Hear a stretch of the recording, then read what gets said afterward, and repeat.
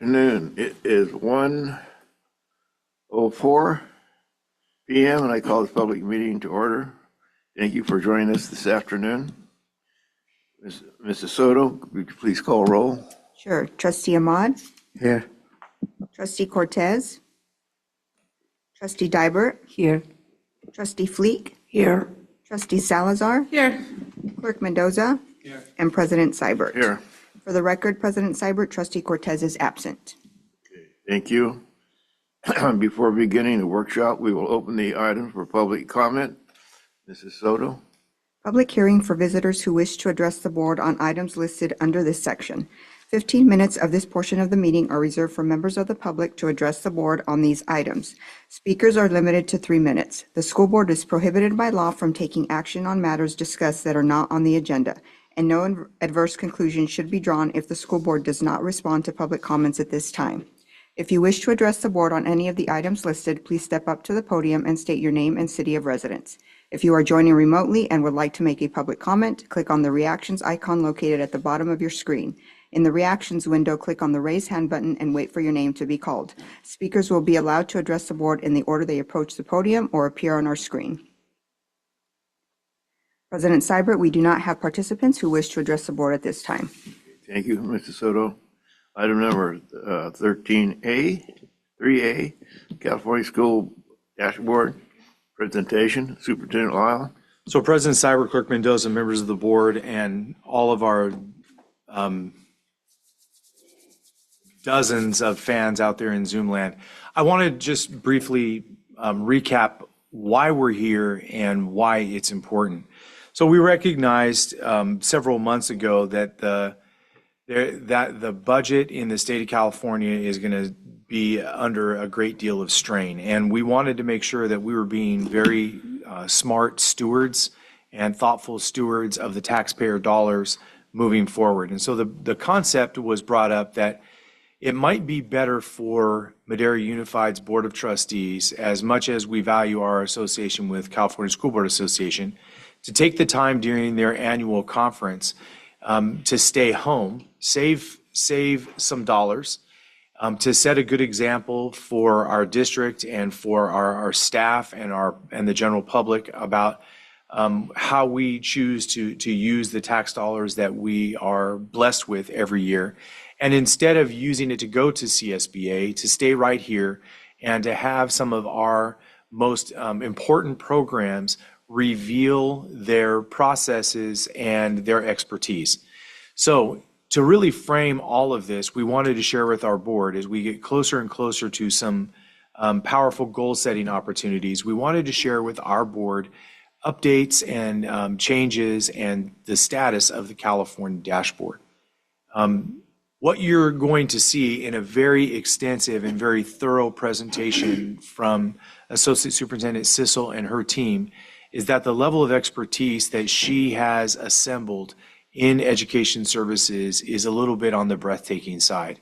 This group has become as powerful as any group we've ever had in ed services, if not more so, and they're up to the challenges to meet the moment at this stage of the 21st century.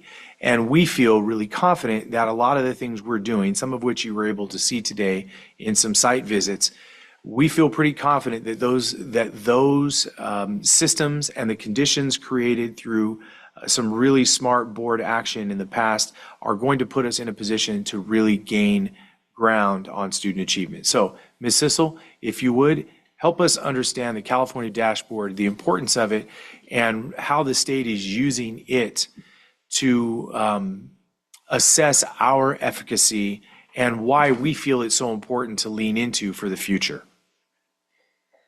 Good afternoon, President Seibert, Clerk Mendoza, trustees, guests. Today, we will be kicking off this afternoon, sharing information regarding the California School Dashboard, and then connecting that to the California State Assessment data. As Superintendent mentioned, we are and have been discussing the 5-year goal that the board set previously around looking at our students' growth utilizing an assessment that we refer to as NWEA. And those 5 years are now over.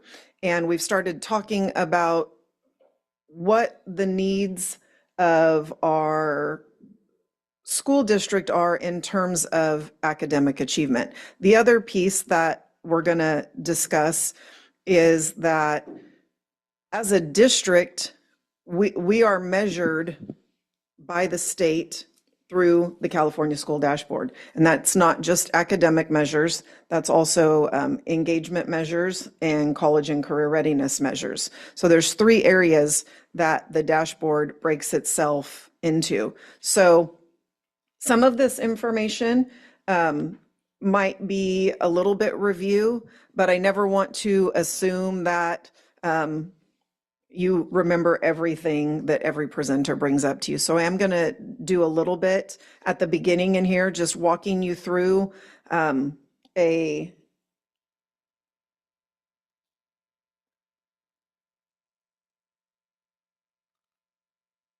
we go. Good job, Cheryl. You turn it on, it works. So we will be going through today the methodology in which the dashboard the methodology in which we are scored or evaluated on the dashboard. We're going to look at some 3-year trends. I know Trustee Cortez is not here, but he always requests to see multiple years of data, so we made sure to put in multiple years of data. We're going to talk about our student group performance. So one of the things you're going to learn today about the dashboard is we do get a rating as a district, but then there are multiple student groups. And so the data and the accountability measures are not just based on us as a district, but they're also based on multiple student groups. So we're going to go through and we're going to look at our student group performance. Then we're going to talk about the accountability measures, which again, some of these terms are not going to be new to any of you, especially for those of you who have listened to my LCAP presentations, because the dashboard information is tied directly to the LCAP. And then we're going to also dive into information that is specific to our state assessment, which you all know is the CASP. And then we're going to talk about some implications in strategic priorities. My hope is that at the end of us kind of identifying strategic priorities, it will help you all with where you would like us to lean towards in terms of board goals moving forward, because we do recognize that we are at that time where new board goals are going to be coming our way. And then I have question and answer at the end, but to be real honest with you, I'm hoping to not stand up here for 90 minutes and talk. So I would really hope that in a true workshop style that you guys will ask me questions as we go. I'm prepared to have dialogue, answer questions, whatever may be your desire as we go through this. So let's go first to just a refresher on how we read the dashboard. So you all should see up here, and what you will see on, I think, almost every presentation where we're referencing the results, you'll see the color rating system. The state calls that the 5-color rating system. It's blue, green, yellow, orange, and red. Lowest performance is going to be red, low is orange, medium is yellow, high is green, and very high is blue. And so as we go through this, for every dashboard indicator, for every student group, there's a color.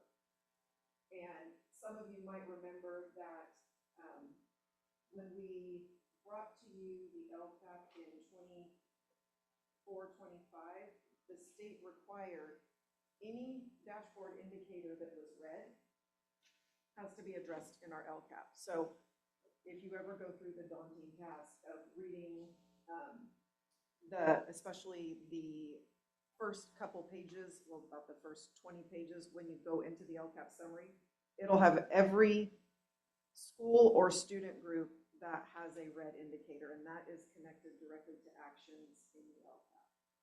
How does the color rating system work? So how does the state decide that you're going to receive a color of red or you're going to receive a color of blue?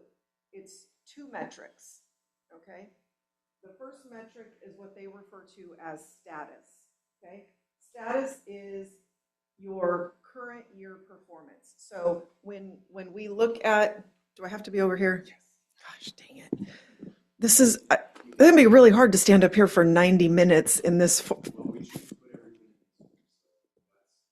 Okay. When we choose to put everything in Zoom, the recorder doesn't do the job that. I'll carry lights this have with to- me. Yeah, you No, might I'm have just to. kidding. It's just hard to stand right here the entire Look like time. Bob Barker with the skinny microphone. Apologize. Okay, so the status is simply how our students rank this year. So as we go through and look at this, status is going to be 30-something% of our students met or exceeded standard in a certain area, or a percentage of our students that were suspended increased or decreased. That's this year. So it takes where you are currently, but then it also looks at what they refer to as change. Change is the year-over-year movement. So from last year's data to this year's data, we obviously want to see improvement. If you do not see improvement of a minimum of, like on academics, 3 points to the positive, then you will have a lower color. If you then see between, 0 to 3 points, there's no change. 3 to 10 points is change in the positive. So you look at both where you stood just this year, and then you also have to then compare that to your previous year. So it's status and change, and it's kind of like if you imagine an XY axis on a graph, and your status is on one side and your change is on the other. And that's how the color system comes together, and that's how we are given a specific color. So they combine that to come up with our color rating. So this right here is a screenshot of right off the dashboard. And I think some of you were at the PAC meeting. You've already seen this because we presented this general information to the PAC. So what you're going to see here is, we'll start at the top left, chronic absenteeism, we are orange. Suspension rate, we are yellow.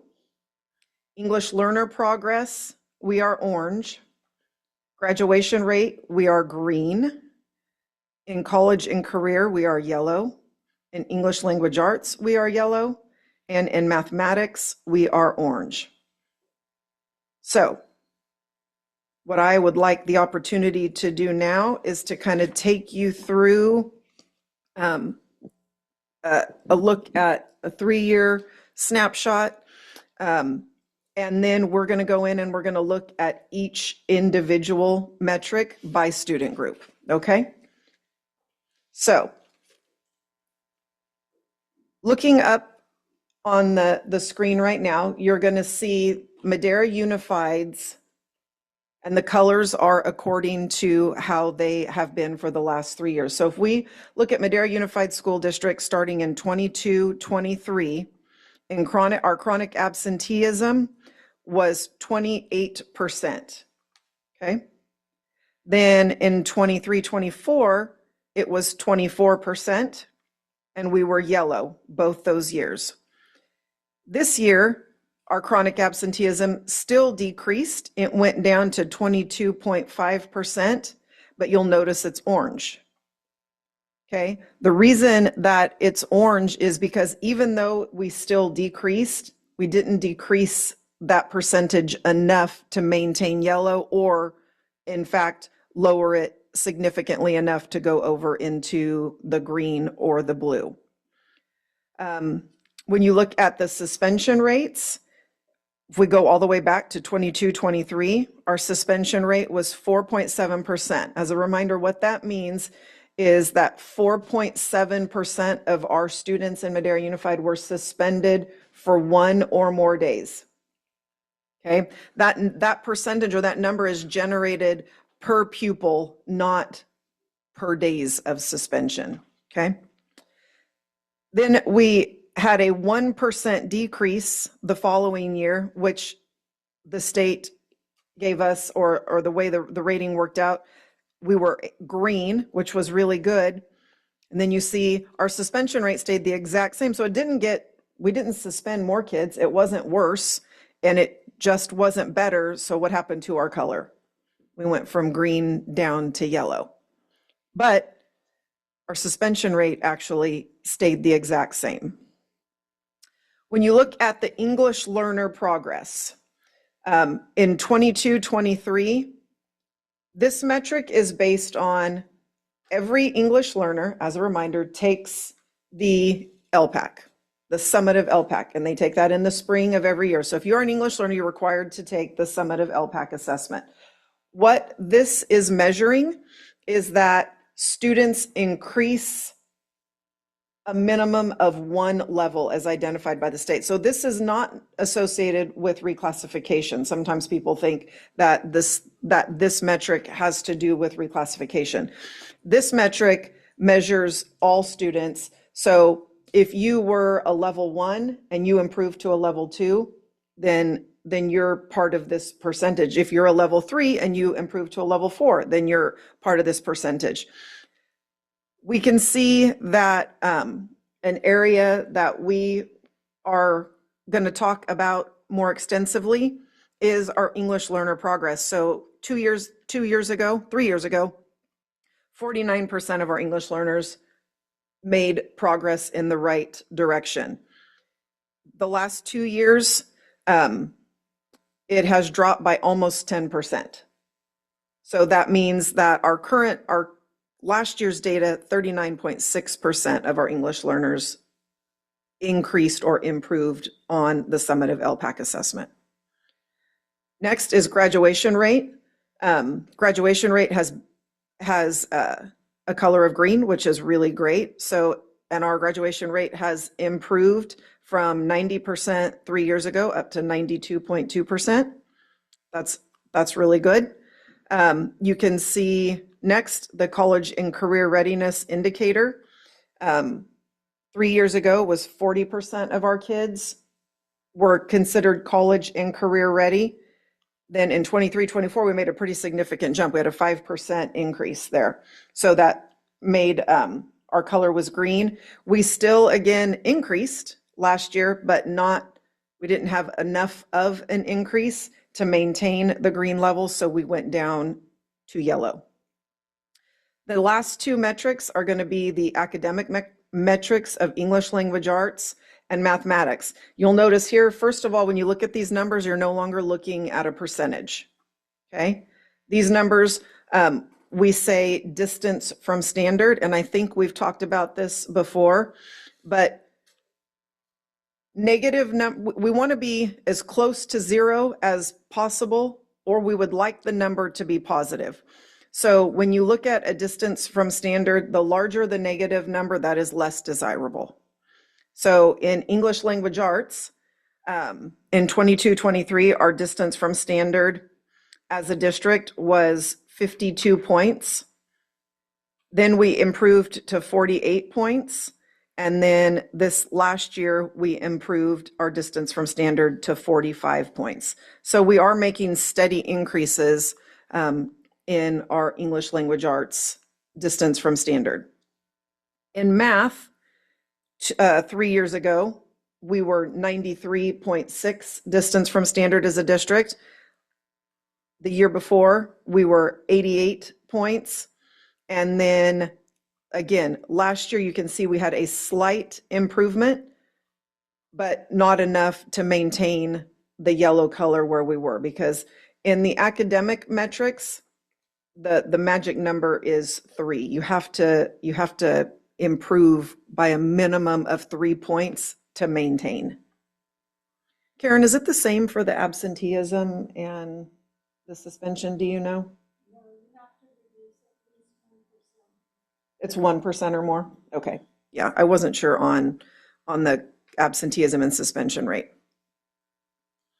So the other thing that, is something to look at, it's something we look at. We also always kind of want to know how we're doing in comparison to the state.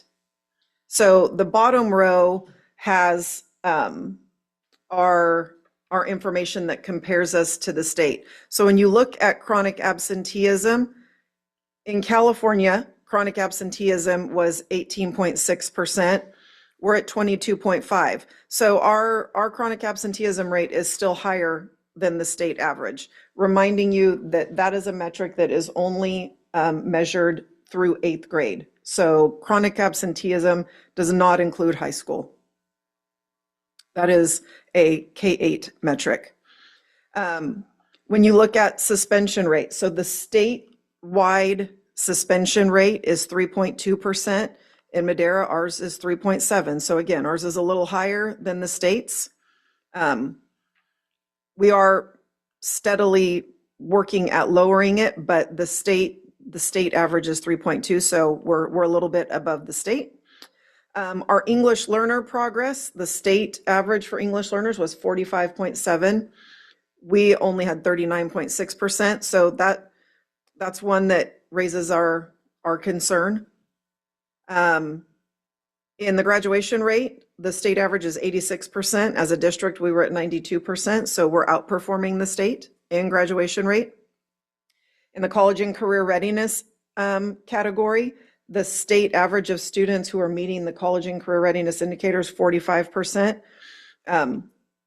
In our district, it's 46%. So we're outperforming the state. You might ask yourself, Cheryl, then why is the state green and why are we yellow? That's why the color system is frustrating at best. So the state's color is green and we're outperforming the state and we're yellow because we have to meet that 3% or 3-point increase and we didn't. So the state did and we didn't as a district. Overall, we're outperforming the district, but our color doesn't indicate that. Then when you look at English language arts and math, you'll see that there's a pretty large discrepancy. We've got some obvious work to do when we look at our English language arts achievement and our math achievement when compared to the state. And we feel pretty confident that we know that that's an area that we need to work on. So I'll stop right here and answer any questions or entertain any comments or dialogue that you might have before we jump into looking more specifically at student groups.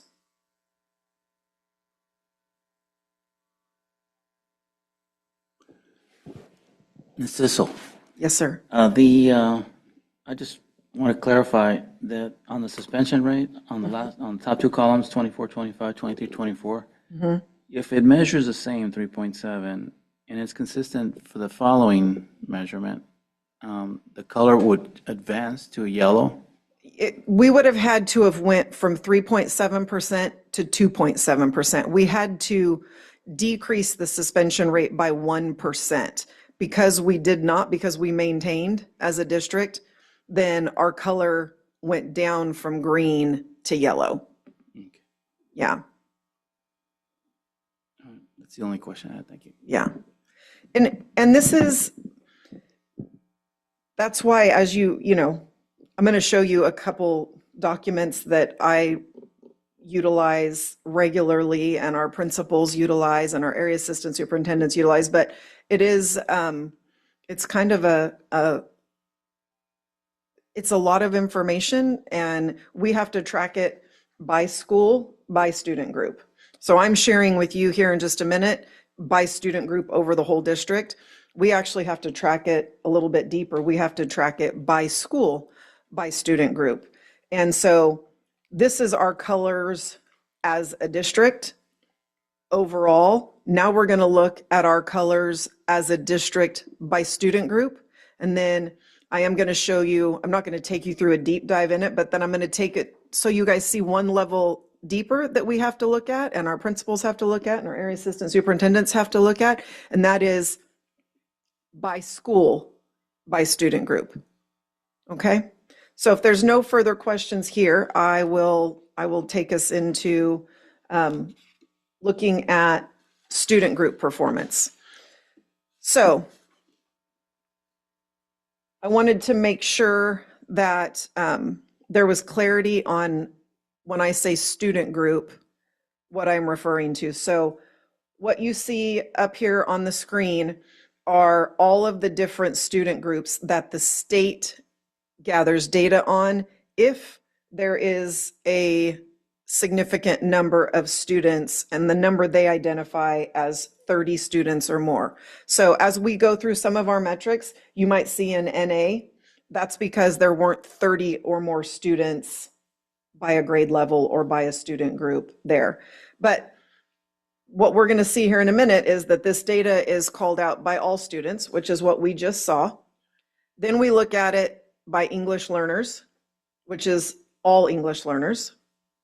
Then they give it to us by long-term English learners, which means they've been in our school system or in any school system for 6 or more years and have not met the reclassification criteria yet.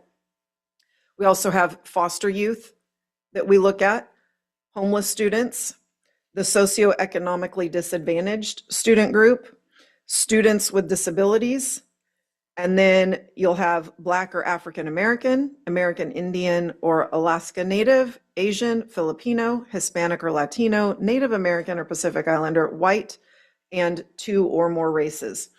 So as we go through this, kind of in the back of your mind, know that for every one of those areas we just looked at, starting with chronic absenteeism, suspension rate, English learner progress, college and career readiness, graduation rate, English language arts and mathematics, every one of these little bullet points, every one of these dots gets a color or a score in all of those areas. And then it gets broken down even one level lower to all of these student groups at every school. I have a question, Ms. Yes, ma'am. Sissel. Do you have at hand, or maybe you're going to go over a little later, the percentage of each of these subgroups on the total student population? Like how many English learners do we have? I mean, I just know that percentage off the top of my head. So currently our total English learner population, which is probably going to surprise you guys because historically in Madera, we've been 36, 39% English learner. As of most recently, and if Mercedes were in here, she could tell me exactly, but I believe I just overheard her say we're like down to 26 or 27% English learners. Are you going on the dashboard to look at it? Yeah, she can tell you as of right now. Yeah. So we are less than 30% English learners now, which is I would say probably the lowest it's been for us in a very long time. For foster youth and homeless, it's a very small percentage. I want to say it's like 1 to 2%. If somebody pulls the dashboard up, I can read them off to you. I don't have it. Yeah. And then our socioeconomically disadvantaged, that's low income. For us in Madera Unified, that hovers between 91% and 93%.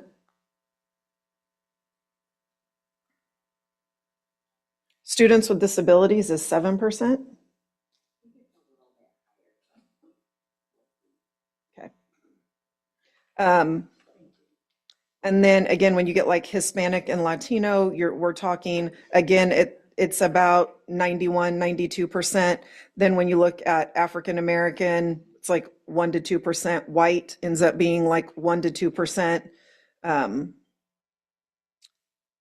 Asian is like 1%. I don't think we even have I don't think the Native Hawaiian and Pacific Islander, or we might have enough to have a student group for American Indian and Alaska Native, but it's super, super small percentage.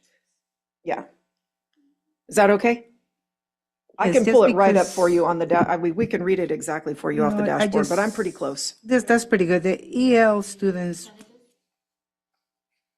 you want me to read them to you exactly? no, I was just mostly because the EL students are mentioned at the beginning So I was just wanted to know what percentage of our students were performing at that level, so. Yeah. So, and it is, we've had these conversations because I don't believe that we have less English learners in Madera. I just don't think we do, based on what we see in our classrooms. But what I think is that parents don't want their student to be classified as an English learner because it's so challenging to be reclassified. So when you fill out your home language survey, when parents fill that out, I think less and less are putting that at home they speak a language other than English. And then therefore those numbers are slightly skewed because walking into schools, being part of DLAC, being in this community, I find it hard to believe that we've gone from mid to high 30s English learners, which has historically been the rate that we've been, down to the high 20s, low 30s. Did you want to say something? Yeah, I do. I'd like to, so I can share with you, we have 27.5%. This is as of 2025 in the dashboard. In 2025, we had 27.5% of our students classified as English language learners, 0.5% as foster youth, 2.2% as homeless, socioeconomically disadvantaged, 91.2%, students with disabilities, 8.9%. Then under race and ethnicity, African American students, 1.1%. American Indian students, 0.4%, not quite 0.5%. Asian students, 1.2%. Filipino students, 0.2%. Hispanic students, 91.3%. Two or more races, 0.7%. That number is vastly underreported. Yes. Most districts understand that. Pacific Islander is 0%, and white is 4%. Wasn't too far off. Okay. All right.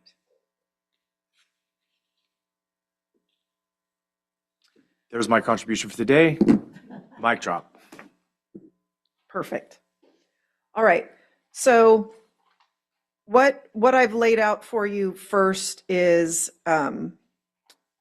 this is the 2025 student group report. Okay, so this is the snapshot of our results from last year's achievement and engagement. And so I've already shared with you all students. You can go through and see that the colors for English learners, primarily yellow with some orange. Long-term English learners, majority red and yellow with some orange. Your foster youth is majority orange with a small red and yellow. Homeless is pretty good mixture there of orange, yellow, red with one green popping up in there.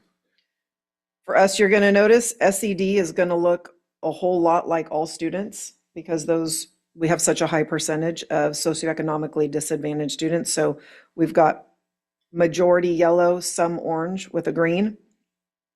Our students with disabilities, all red and orange. That's significant. Put a little pin in that and remember that because we're going to talk about that more specifically in a minute. Black or African American is majority red with orange and a yellow. Also put a pin in that one. We're going to talk about that one.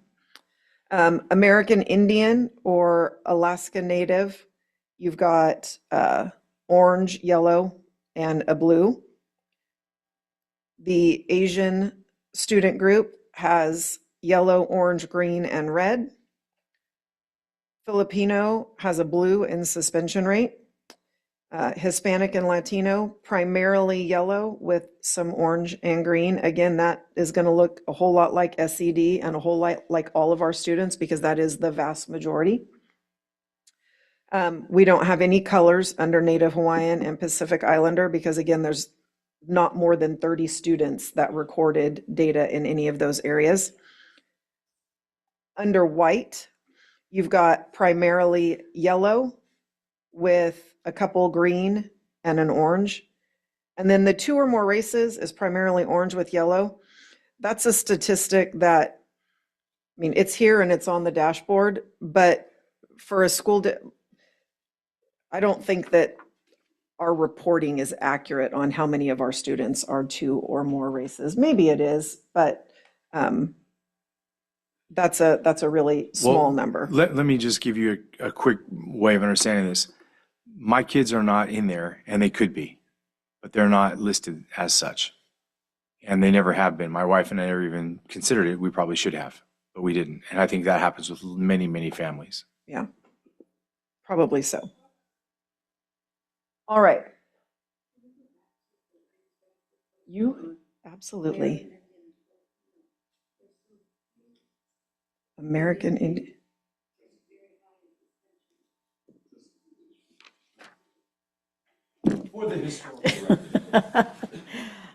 For American Indian and Filipino, they have a very high suspension rate, and there's so few students.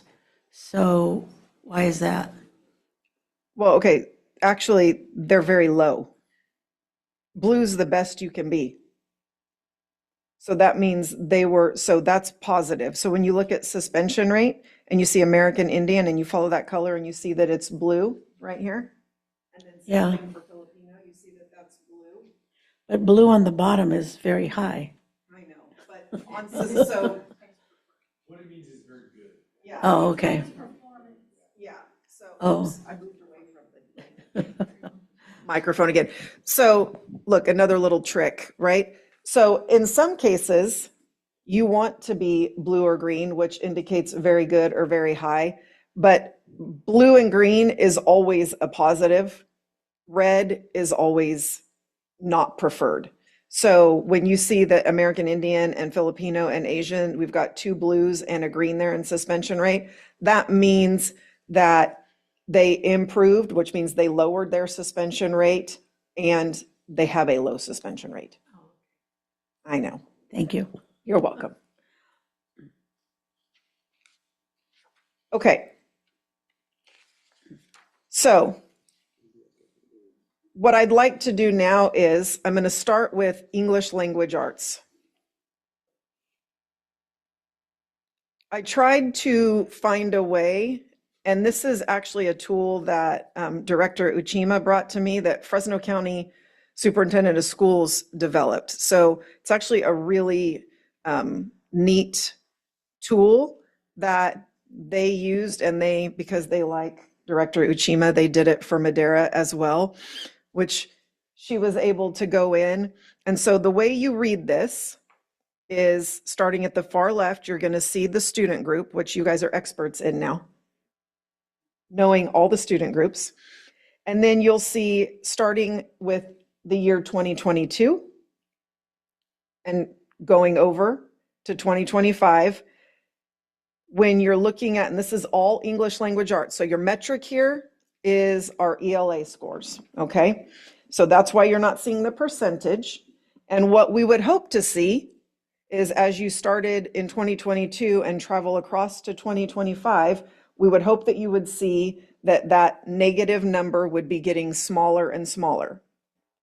I also remembered at the last PAC meeting, Trustee Ahmad really liked the little bar graph to look at. So if you don't want to spend an exorbitant amount of time looking at the numbers, you can look at the little trend data and you can read it from left to right, which is so just right here, you can see, this would be 2022, then this would be 2023, 2024, and 2025. Okay, and you want to see an upward trend because that means that we're getting closer to grade level. And that, and you see that right here, we were at a negative 55. If you travel across, it's a negative 48, right? So these numbers are plotted here, hoping that it makes it a little bit easier for literacy. So what you want to see is an upward trend on that. Then it also gives you whether they were, so in 2022, if we look at, so that was status right there. Everybody sees that first column we were just in, that's looking at status, okay? Now the next one is looking at performance, and performance is where you see the color. You will not see colors in 2022 because that was the first year that we started back up in the state assessment after schools had been closed due to the pandemic. So we got a rating of low, low, medium, so on and so forth, but we didn't have a color at that point. The first year you see the color rating coming back in is in 2023. So again, you can now look and see if we start there with all students in our performance in 2023, we were orange. In 2024, we were yellow, and in 2025, we'll be yellow. You can also see, as you look at each student group, based on the colors, if we were red and then we improved to orange, and then maybe we went back down to red in a student group, then that's a decrease. Or the change, when you look at the far right column, it defines it there for you. So it's going to tell you our change from 24 to 25. We increased significantly, we decreased, or we maintained. So this gives you a lot of data on one slide, but I feel like after listening to all of the things that you all have asked to be able to see, I want to see it visually. I want to see the numbers. I want to see the colors. I want to see the change. I want to see multiple years. It was like my wish was granted when Director Uchima came in and said, hey, Fresno County created this really, really useful tool and we can use it. And I was like, awesome. So you have all of the data here that you can see, and this is for English language arts. So I can let you guys take a little look at it and I can answer questions, whatever you guys would prefer, because we've got this type of slide for every one of the dashboard indicators that we're going to look at. So these I are like- percentages, correct? Which number? Like, for example, the students increased, like the first one, all students, they increased 3.2%? Or was it 3.2 points? How do I interpret that? That was the change for 24 to 25. Okay, so American Indian students and Alaska Natives, that means in between 24 and 25, they actually improved 16 points. That's not a percentage, that's points. Okay. Yep. Okay. Yeah, at the heading at the top, it is also a reminder of what you're looking at. So that is the change. So that is a whole number. So let's look at Filipino. Even though we have less than 30 students who are Filipino, do you see how that number's negative? 24.2. We don't want to see that. That means that the Filipino students that took the test and got a score, they decreased significantly. They got farther away from grade level standard. Okay, so we don't want those to be negative numbers. We'd like those to all be positive numbers. You'll see that Asian students in that column, Trustee Divers here, it's a negative 12. Mm-hmm. So, Yes. and then it tells you right there that they decrease, but that's a point value specific to those student groups, and that was the change year over year. Okay. I like that trend graph. Yeah, In 24 and 25, you added long-term English learner. How long is the long-term? once they're in 6 years.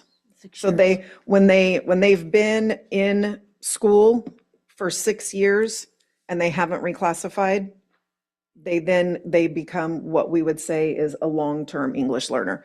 Actually, even complicated a little more, the state has another, which is at risk of becoming long-term. So internally, Director Ochoa's department tracks all the kids who haven't reclassified in years 4 and 5. So we start looking at them when they've been with us and they're in 4th grade. We start seeing those kids are ones we want to prioritize and look at because they're at risk of becoming a long-term EL.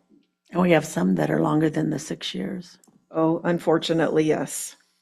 We have some who have been with us since kindergarten and might be juniors or seniors and have not reclassified. Is that a small percentage of our EL students? It is, that? I mean, the students that we have that are 11th or 12th graders, the total percentage of those students, I know you've quizzed me on this before. You can come up. In regards to long-term ELs, the percentage is, we typically have about 5,700 students in our district that are English learners. So from those, about 1,700 are considered either long-term or at risk of becoming long-term. So it's what's the math on that? About a third Yeah. of our students Yeah. are long-term ELs. Thank you. One question I have, I know this one is all individually, so at the end, let's say if we have, what percentage for all students total? Is this the one is on the top, or Yes. for all the students, the ones are classified separately? Yeah, so when you look at the top line up here, All students, yes, the top line is all students, which that is the same as the color chart that we're calling all students here, and that is the same information that I showed you here. Oh, Yeah. okay. Yeah, we looked at it as a whole. Oh, And I'm not sure if I said this at the beginning, but the students who take this assessment, so we're not talking about every student in the district taking the assessment when you're talking all students. It's students in grades 3 through 8 and then 11th grade. and whoever takes the test. On the academic indicators, the LP is every English learner, regardless of their grade. So that's really important to understand, and that's why some of the really good work that's being done in our earliest years isn't showing up just yet, because they haven't tested yet. So they will test for the first time in 3rd grade, and they test all the way through 8th grade, and then not again until 11th. Right, so 9th and 10th, no testing with CASP, and then again, they will test as 11th graders. They do not test as 12th graders. Unless it's science. I think science can test as 12th if they didn't test in 11th. Is that Yeah, not science- correct? Yeah, Yeah, one time in high school. So there's a few kids that we might chase a be- few yeah. down maybe in 12th grade, but not very many. So these numbers, that's the distance from standard? On this, looking at English language arts, on the left-hand side is the distance from standard. Yes, So you your are reading that Filipinos, correctly. They may be going down, but they're still closer to standard than most of the other kids. Yeah, we want that number to be continually getting closer to 0. Yep, But you don't have very many kids, so a little bit of change, one kid can make a big difference, but yeah, when you have a, other numbers, the distance from standard, yes, probably lower than most all the other groups. correct.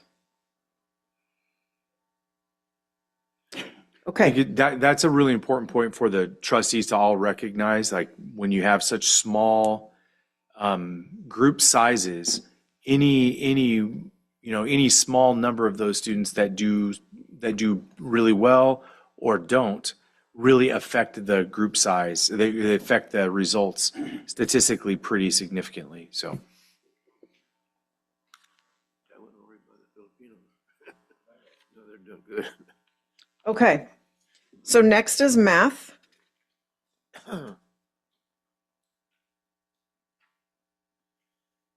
And what I would say about math is for the last 2 years, in 23 and 24, our district made pretty significant movement in math.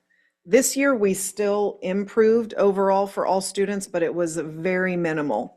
So I would be lying if I didn't say we were a little heartbroken to see that our color for math went down to orange because we've been yellow and we've been making, if you look at those numbers, we went from, 99 to 93. So we had almost a 6-point improvement. Then the next year we had another 5-point improvement. And then this year we had less than 1. So that was a little bit disappointing. But we are gonna, well, not we, Vivian and I are gonna show you in a minute why that's happening and why we are going to prioritize grades 4 through 8 mathematics. Because it becomes pretty obvious when you look at the numbers here that we need to prioritize mathematics in grades 4 through 8 to help improve our achievement.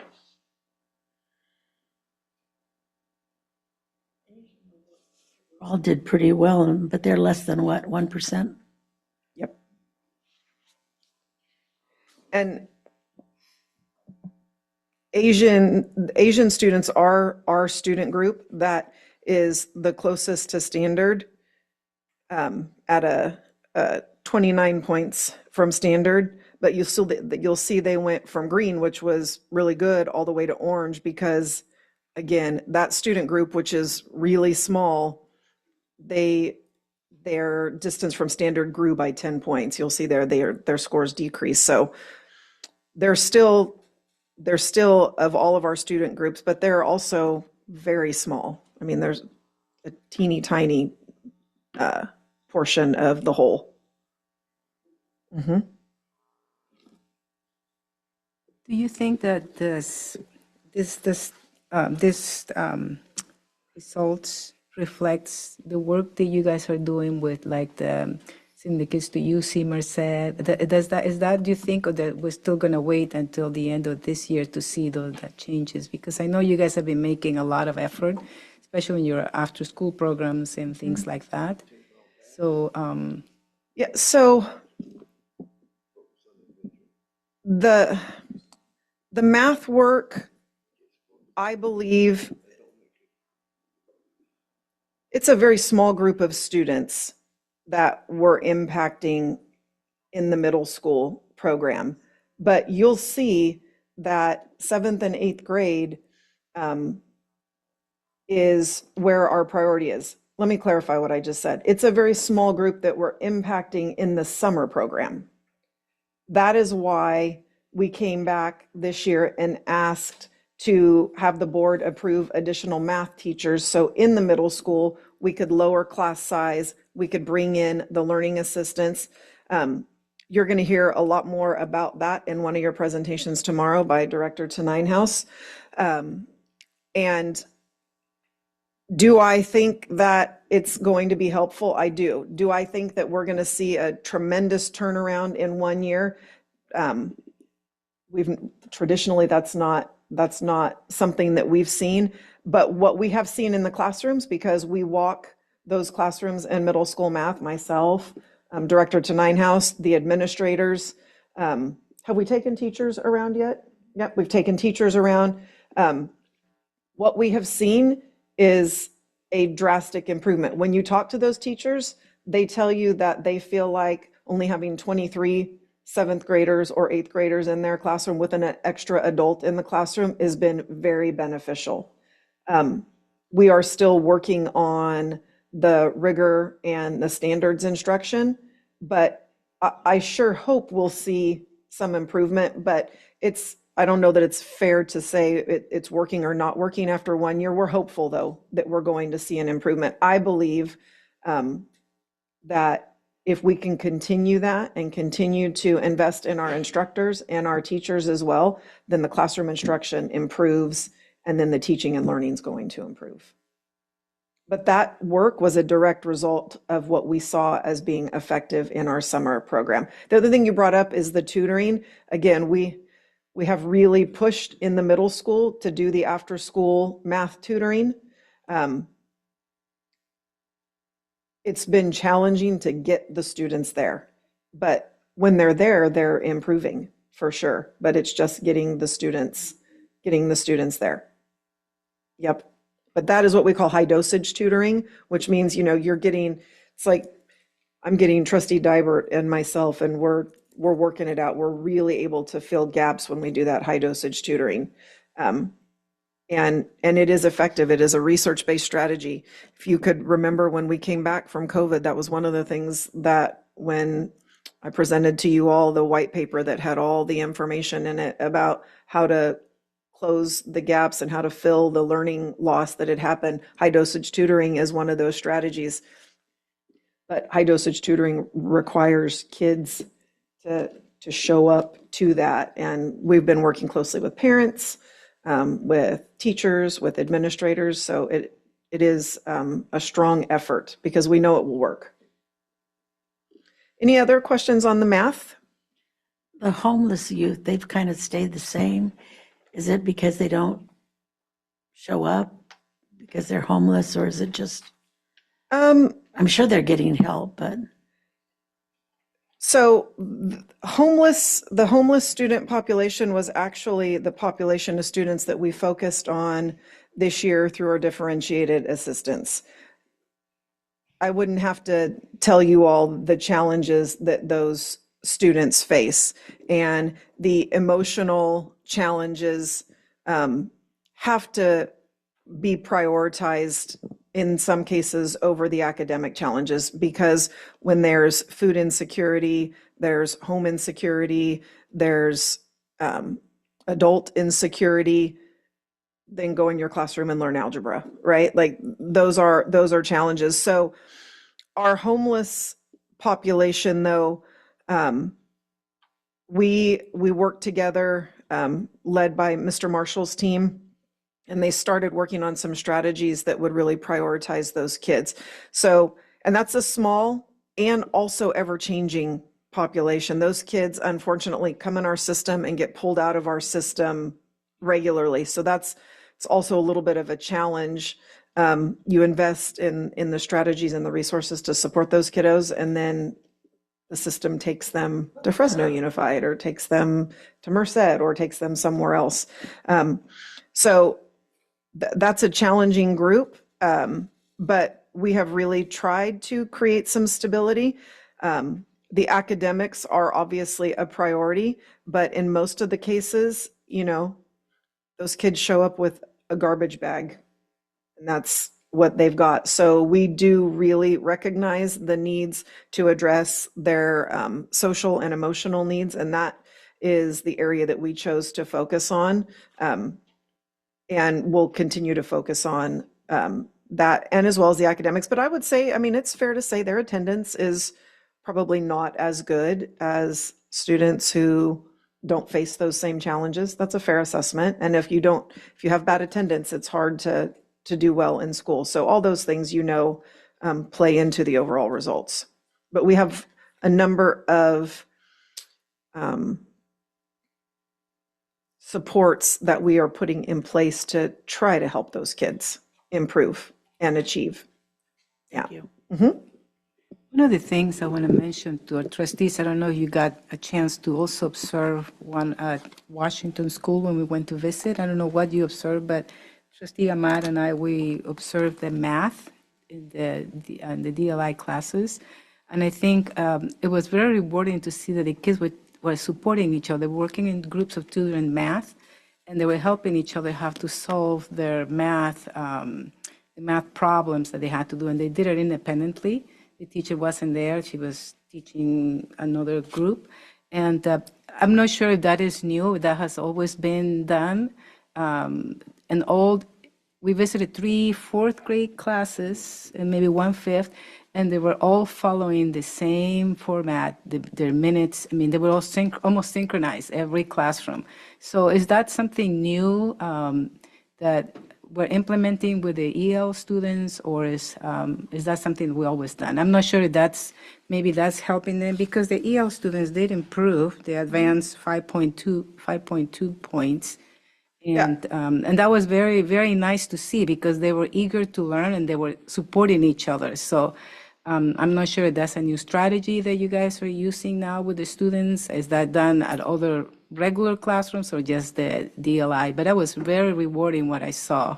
It's going to be hard for me to know exactly what it is that you saw. What I can tell you is that, and if Director Guerriero were here, she would tell you that for the last 3 years, and you'll hear about this tomorrow in her presentation, they have invested a significant amount of time supporting teachers in, first of all, addressing grade level standards.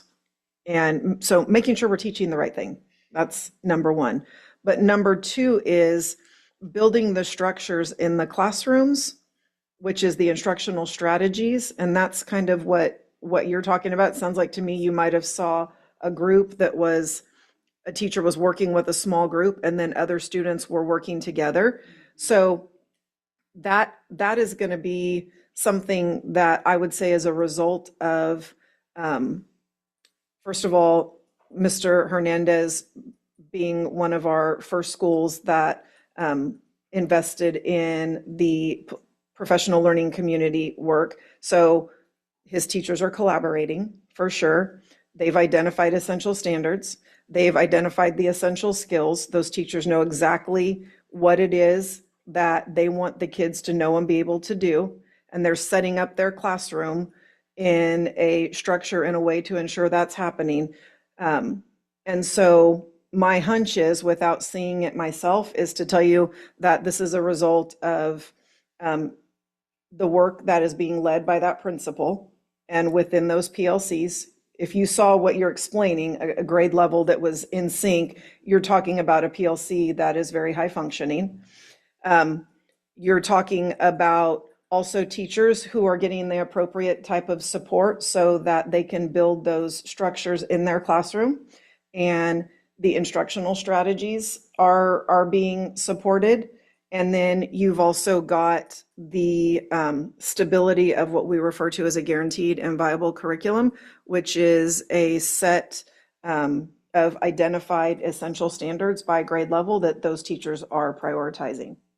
So I think, I don't know, Mr. Catalan, is there anything else that I would have missed? Mrs. Ochoa? And it's also part of the collaborative teams that they've worked, the collaborative grouping that we worked with EL, our EL students last year, the past 3 years, with indicators. And I know Washington really worked on collaborative academic talk and collaborative groups. And that's what you saw, the rally coach too, the interactive coaching of each other. We saw that too in primary and second grade, I think, when we went to the classrooms for the kids in some of the second grade classrooms. We was talking about the rally coaching. It was really good for the kids. So student A and B, they were rotating. So one solution, they were working on one problem, and then when they finish, and the second student was doing the next. So it's good. It gave them more confidence to me, the way we seen it. It was really good that, okay, now I am learning, plus I'm teaching my other student, which was really good, yeah. That's part of the work that Yeah. No, that was very impressive, and it was good, yeah, definitely, yeah. Furthermore, they were doing a presentation on the, I don't know if Promethean board, what is that you guys use now? One of the students went up there and demonstrated how he solved a math problem. And but the teacher was pretty nice, and she asked the whole class because she saw an error, and she said, I see, I can't remember the term that she used, her favorite error, and he couldn't figure out, but they were exactly what you said. They were it gave them confidence to stand in front of many students and explain their problem. And then they didn't have any problem when the teacher called out what the error was. So all the other students had a chance to say, yeah, I saw it, or I didn't see it, and she told them. So to me, I was very impressed as well to see that work. So I don't know if maybe I haven't been at the right time when I visited Washington before, but it was very, very good to see those teachers, all of them in sync, all of them working and delivering well, and very great classroom management. The teacher was working at one table, and the students were just very focused on their work. So I was very impressed. So that's why I was wondering if that was. And what you saw, again, is the result of now, 4 years of really intense focus on creating classrooms that are focused on teaching the right things and focused on the skills that students need to know and be able to do, and creating a classroom environment where that can happen. So Mr. Hernandez shared with us, and I want to make sure we kind of get this in the record so we're all on the same page. He shared with us that this was as a result of that 4-year journey.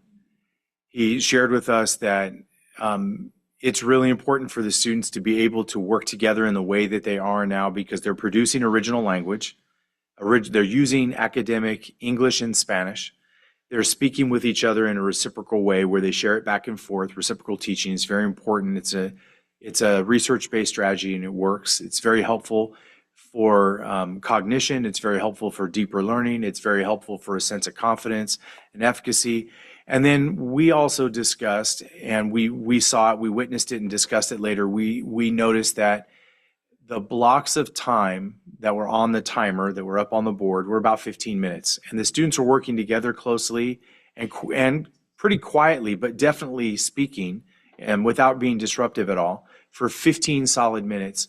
And in that 15-minute time, there was at least one student, if not two, potentially three in the back of the room, getting more intensive support. To really intensively support a student who needs it, you need more than 5 or 10 minutes. You need about 15. So there's a balance there between the independence that the kids are showing at their groups and the work that they all understand to do together, and then this time that's being built out for someone to get specific support in the back of the room to have their, conceptual and skills gaps met. So this is not something that you would have easily seen, over the last 40 years in American education. This is one of those things that takes a very long time to structure and develop. And as we continue to structure and develop it at every school and every grade level, you're going to see the boats rise higher. So what you saw today is a good indication of where we're taking the district in the future. Okay, I noticed that we are supposed to be done with this session in 20 minutes. So I am going to fast forward. You all now, I think, can look at that data and hopefully identify what it is. If you have questions, definitely we'll have time to do that at the end. But what I would like to do is take you through all of that information plays out in the state through accountability for our district. So there are different accountability measures, and one that won't be new for any of you is a term called differentiated assistance. And I don't know what page this is, but go past all of the individual slides because I don't want to move forward without knowing where I'm at. But I'm at the slide titled Accountability Measures Overview. Okay. So the accountability measures overview, starting with differentiated assistance. Okay, so this is state accountability for school districts. A school district is in differentiated assistance, and this is a district level issue. I brought up that recently we were dealing with homeless and foster youth students. So that was an area that we focused on last year. You are identified for differentiated assistance when one or more of your student groups show low performance in 2 or more state indicators. Remember about 30 minutes ago, I said put a pin in students with disabilities?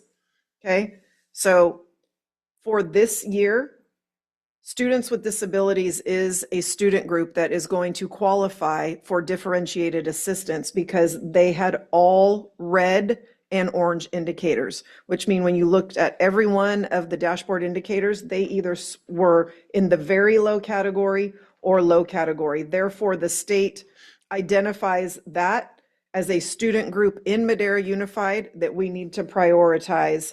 And so that work is led through my department in collaboration with Director Adam Bonilla and the Continuous Improvement Department. And we will bring together an advisory group.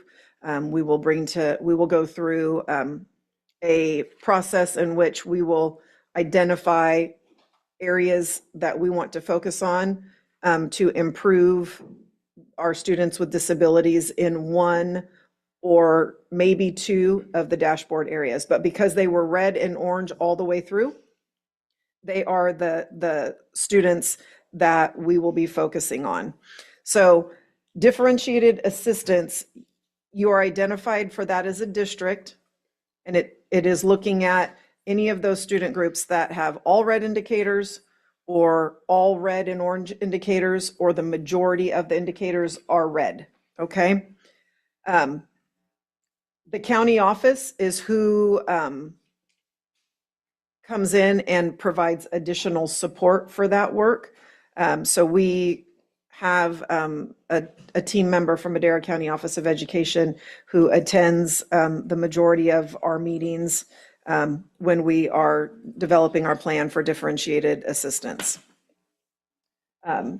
As a reminder, if you wanted to look at it in the LCAP, it's in your current LCAP on page 18 and 20, and you would see, the reason I threw this slide in here is not because I wanted to take you through the process, but I want you to be able to see and remind you that it's in the LCAP. And if you wanted to read it in the LCAP, you would see that it's multiple meetings. We look at multiple measures. We kind of go through a brainstorming idea of, what we think might be the problem. We look at what we have control over, what we don't have control over, and we really go through a stringent process to narrow down an area where we're going to focus on. And so looking forward into this coming up year, starting in January, we will be doing that work to prioritize students with disabilities.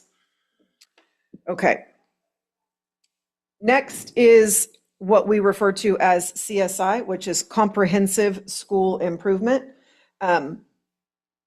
Last year, I was really excited when I brought forward to you our LCAP approval process to share that for the first time, as long as anybody could remember, we had no schools that qualified for comprehensive school improvement. A school is identified for CSI when their overall school performance. So again, this is not they don't look at it by the district. Now you're looking at it as a school, and they look at it by saying, okay, within this school, you have multiple red and orange indicators. Okay, so as an example, if we were looking at a middle school and they had a red indicator in English language arts, a red indicator in math, an orange in chronic absenteeism, and a red in suspension rate, this school has all red and orange indicators, they would qualify for CSI.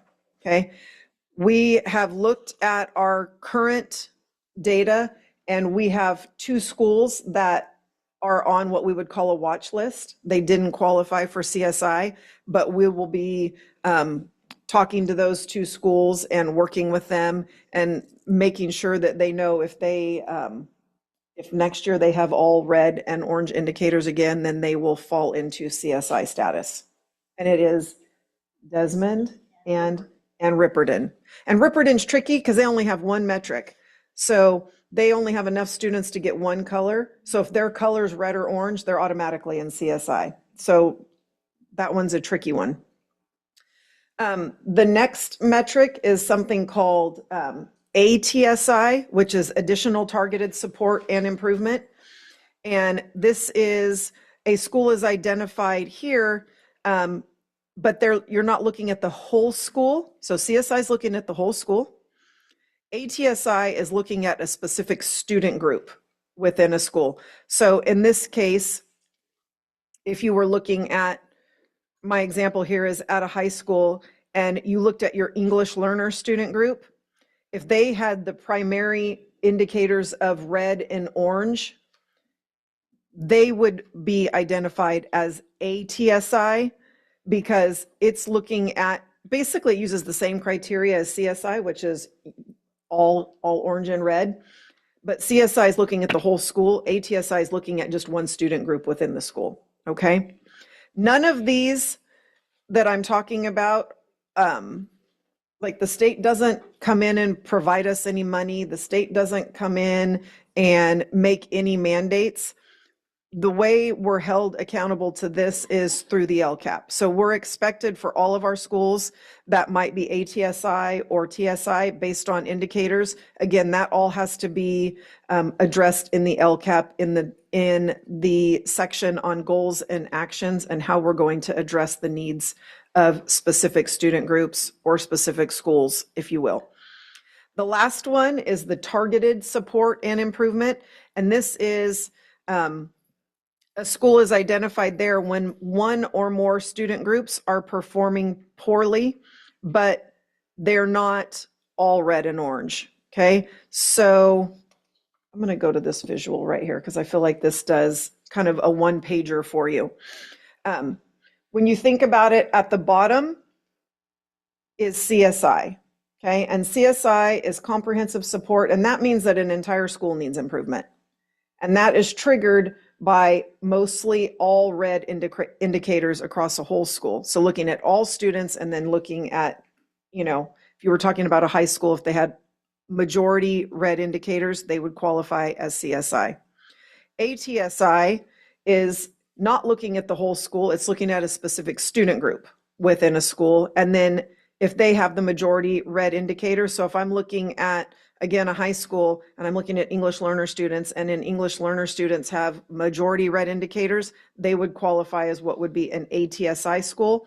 And then at the tip top is called targeted support. That basically means that some student groups need help. So if I'm looking at a school, I'm looking at a high school, and I look at English learners and socioeconomically disadvantaged and students with disabilities, and sprinkled in there is a number of red and orange indicators. That would be kind of an indicator that they're on like a watch list to look at. And we would want to make sure that we prioritize that, because again, as you get more red indicators, that triggers a higher level of accountability.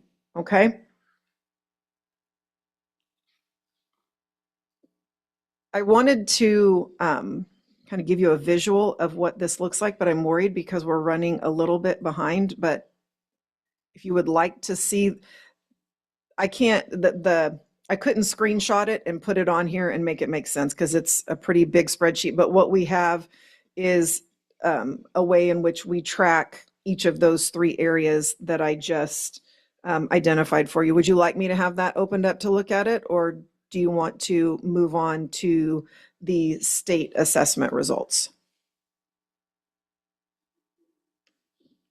Okay, one vote for state assessment results.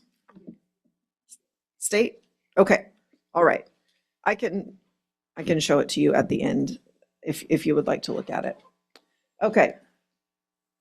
Here comes Director Vivian Uchima. She's going to take you through the state assessment results for Madera Unified. Thank you and good afternoon. All right, so what we have here, we're going to take you through the CASP results, and we're going to take a look at some trend data, 23-24 versus 24-25. The first thing I'd like to call out is there's a slight difference in the number of colors. As you notice on the dashboard has 5 colors, and on the CASP we go to 4 colors. So, and we have, for blue, we have standard exceeded, green is standard met, that's where we want our students to be. And as you see called out here, you see a little horizontal line that kind of cuts across, and it separates the green and blue, because that's where we call students met and exceeded. So that top percentage number on the left there, where you see 33% on the left, that is the total percentage of students that fell into the met and exceeded categories. Below that, you'll notice 2 more colors. We have standard nearly met in yellow and standard not met in red, and we prefer students not to be in those categories. You'll also notice there in the little red circles there, it's a really small number there, but we call out distance from standard. And I'm going to preface this by saying these are numerical calculations, so they may differ slightly from the dashboard, because dashboard calculations, what they do is slice and dice numbers a little bit differently. They look at enrollment. When students enrolled, we exempt students on the dashboard. For example, newcomers are exempted from certain calculations. So the numbers might differ slightly from your dashboard numbers here. But I'd like to call out here, distance from standard. If you take a look on the left-hand side, the number on the left, -47. As we remember, we want to see smaller negative numbers, because that means we are closing the gap and we're approaching standard. So on the left-hand side in the red circle, we'll see -47, versus on the right-hand side, we have a -46. So we're trending positively. Our students are closing the gap.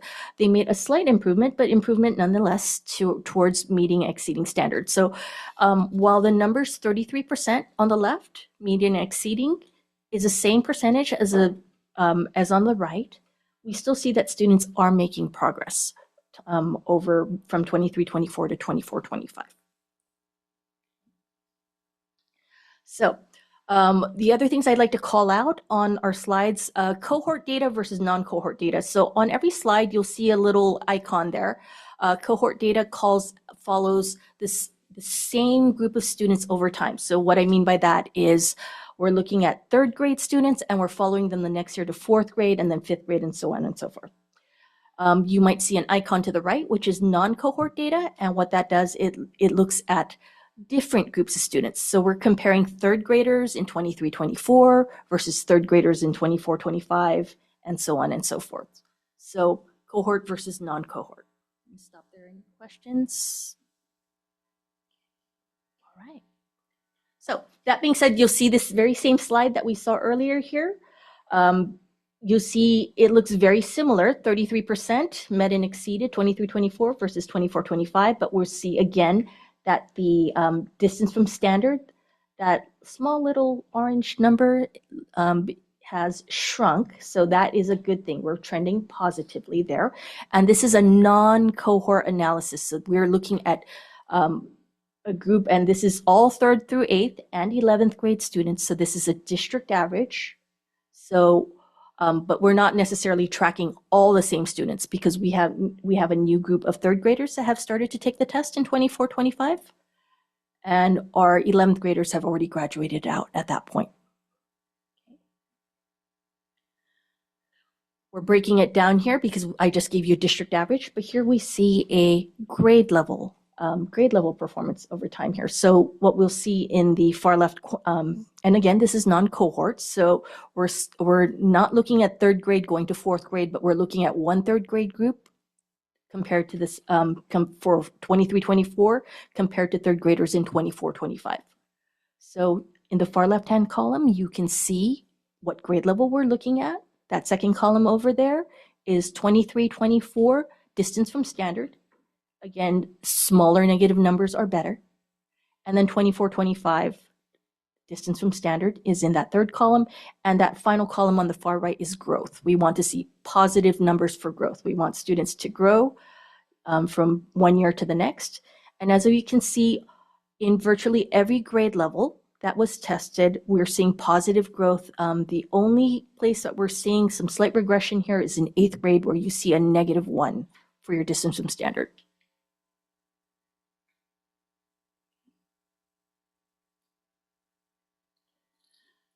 And then we talked about cohort, non-cohort. Now we're going to take a look at some cohort data. And I just wanted to walk you through how to read the cohort data. You'll see the same gray circles there that call out distance from standard. And so you're going to see grade level cohort data. So you'll see here on the current year is up on the top, and then the previous year is on the bottom. So you want to take a look at the top number to see where students are currently at, and the previous year is is below that. And so this is multiple grades here. And again, cohort data, we're following, if you take a look at 4th grade, 24-25 is how students, 4th graders did in 24-25 versus how they did as 3rd graders in 23-24.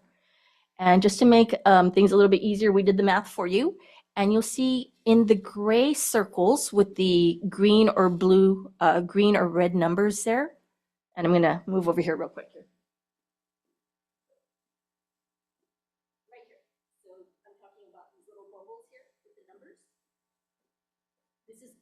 Out growth. Obviously, we want to see positive numbers. Positive numbers indicate growth from 23-24 to 24-25. So as you can see here, in every grade level, when we track cohort data, same students, year over year, we can see that we are growing 4th through 6th grade in ELA. 7th grade, we did see a regression of -3 DFS. And 8th grade, we flatlined there, and we did not see growth, but we did not go backwards as well. Stop there for any questions? So if I'm understanding correctly, like 4th grade, Yes, there were in 3rd grade, 27% of students met the standard. correct. So they moved into 4th grade, they took the CASP test, Yes. So this is a And- CASP ELA. CASP ELA. So 29% of the same students in 4th grade, they moved up 2%. Yes, so we have a 2% more students, greater number of students, or greater percentage of students scoring in met or exceeded. But we also want to take a look at distance from standard because that gives you the average distance away, and it's an average of every student's performance. How do you come up with the +7?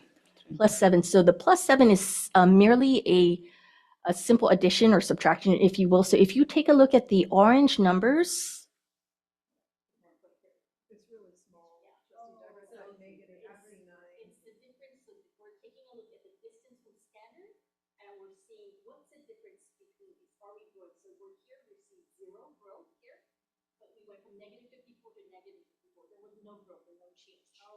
so that is where we're getting that number.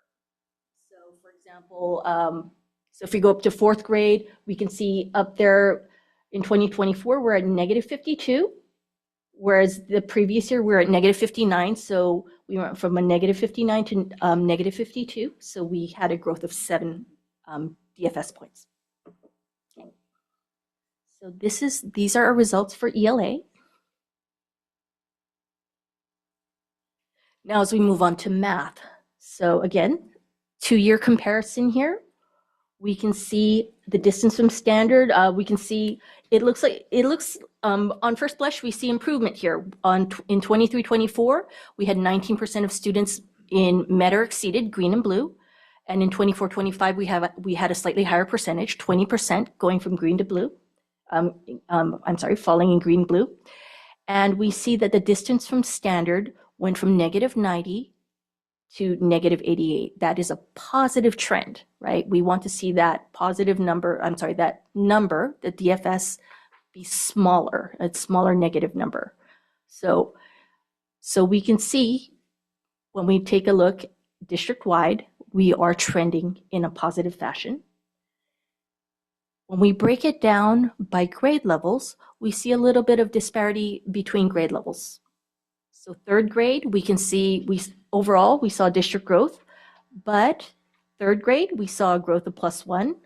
Fourth grade and fifth grade we were regressing by -4. We're seeing some positive growth there from 6th to 7th grade, +5 and +7. 8th grade we had a regression, and 11th grade had a big jump of +9. So depending on the grade level, performance was different. Right? And again, please keep in mind, these are not the same students that we're tracking over time. These are third grade students in one year versus third grade students in another year. So different groups of students. So non-cohort data. Cohort data. This is where we start to see where Associate Superintendent Sissel called out the need for identifying specific groups that need attention in math. So this is an area that we've noticed and we are focusing upon. So fourth grade, when we take a look at our cohort data, looking at how our students did in third grade. So our current fourth graders, they were third graders in 23-24. So if you take a look at that top set of numbers there, they were at a -40 in third grade, and in fourth grade, they went to a -58. So we had a regression of -18 points. So they grew farther from distance from standard. So that is something that we're noticing and we are addressing. Fifth grade, same thing. Fourth graders, we're seeing some regression there from fourth grade moving to fifth grade, -25. Sixth grade, we see positive growth there, +2. Seventh grade is -28, and eighth grade is -6.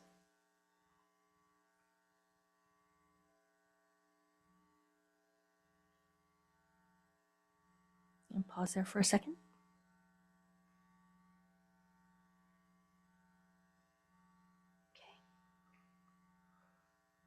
Okay. Stark numbers. Right. So we talked about addressing these things. I'm going to call out some of our strengths and celebrations here. So what I'd like to do is, trend data is kind of hard to see. I'm visual. Numbers are hard for me to see. I prefer looking at colors and bars here. So here's an example of what we did for ELA, and just to give you an idea of all students over time. So here we have multiple years of testing. You see on the far left, 2018, 2019, prior to the pandemic, And you'll see that vertical dotted red line there that indicates the pandemic. We had a break in our regular educational program, and then we picked up again with state testing in 21-22 for Madera Unified. And then from here on out, we can see how we progressed over time. The easiest way to read this, if I may make a suggestion, is to take a look at the color bar here. And so compare red to red. And as you slide your eyes across, that makes it a little bit easier to see instead of trying to look at everything as a whole. So we can see if we look at just the red, which is something our state recommends that we do, we want to see a reduction in the amount of red over time. So we can see prior to the pandemic in 2018, 2019, far left, looking at the red or orange, if you will, we were at 36.54% students in the red.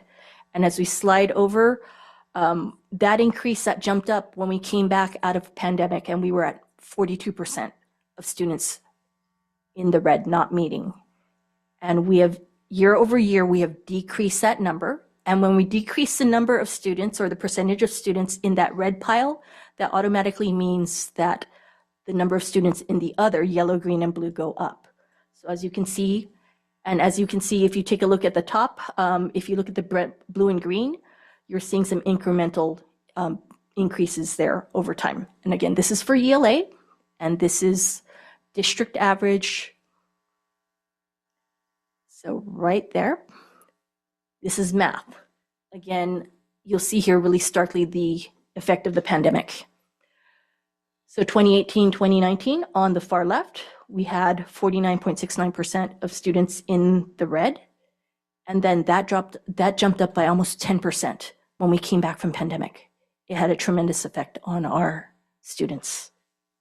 And year over year, as we slide our eyes across, as we track in the red, here we can see that we have year over year decreased that percentage of students that fall into the red, thereby increasing the number of students that are in the other yellow, green, and blue brackets. Is the standard moving? Is a standard moving? Not necessarily. The state looks at its score and they generate a scale score every year, but no, the standard is not moving. So this has been the same criteria year over year.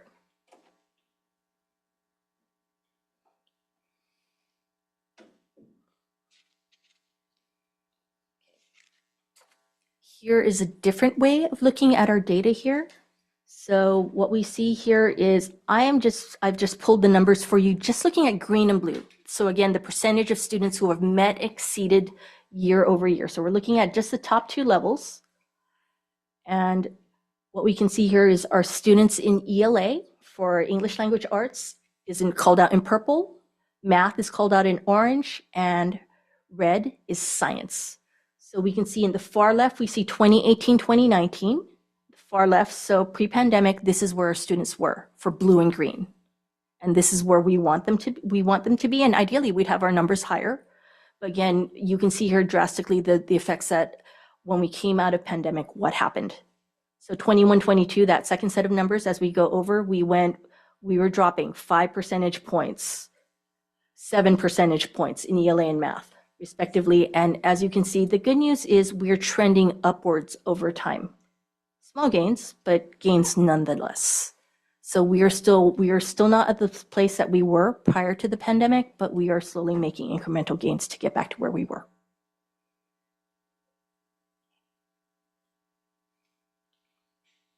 That's all I have.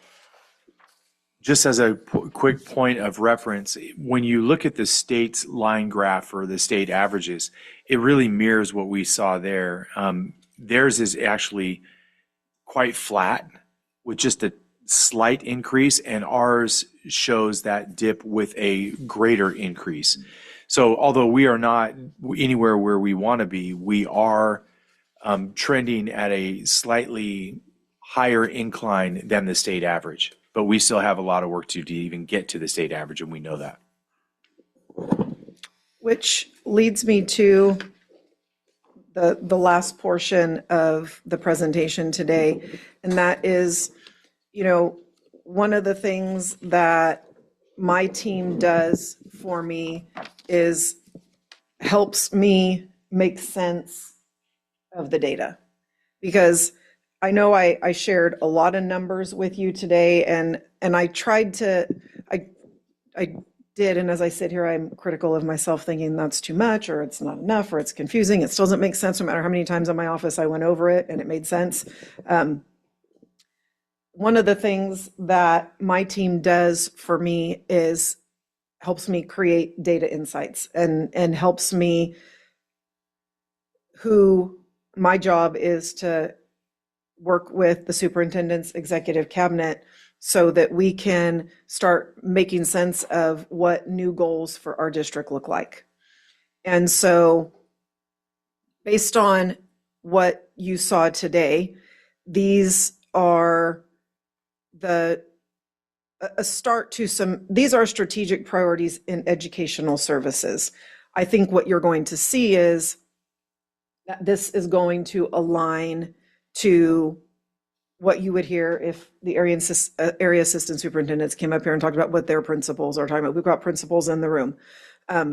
It's going to hopefully lead us to a place. These are not goals, but these are the priorities that, based on the data, educational services teams led by these directors sitting behind me are working on and continuing to work on, and are based on all that data that I just showed you. And I mentioned there's a link in here to a spreadsheet. Again, at the end of the day, if we have time, it would be good for you to be able to see just the level at which we have to dive into the data to make sense of it, to then try to turn it into something actionable.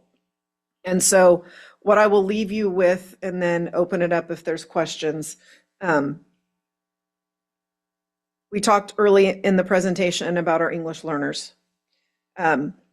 We are not excited about the fact that our percentage of English learners who are improving based on the LPAC has decreased by 10% in 3 years. It's not the way we want, that's not the way we want the student progress to be going. So myself, Director Ochoa, and her team with principals and the secondary and elementary curriculum instruction teams, we're going to talk about what we need to do to ensure that our English learner students are having their needs met in the classroom. What Trustee Dybert and Trustee Ahmad saw today at Washington, where they saw fourth grade students using language, speaking, I think President Seibert also saw something at Washington that he was really impressed with in looking at some reading, but producing language, producing writing, like the whole idea around literacy for our English learners, and reading, writing, speaking, and listening is the priority. We can't think about it though just in English learners. We got to think about it in terms of, okay, what do all English learners need? We're going to talk about that.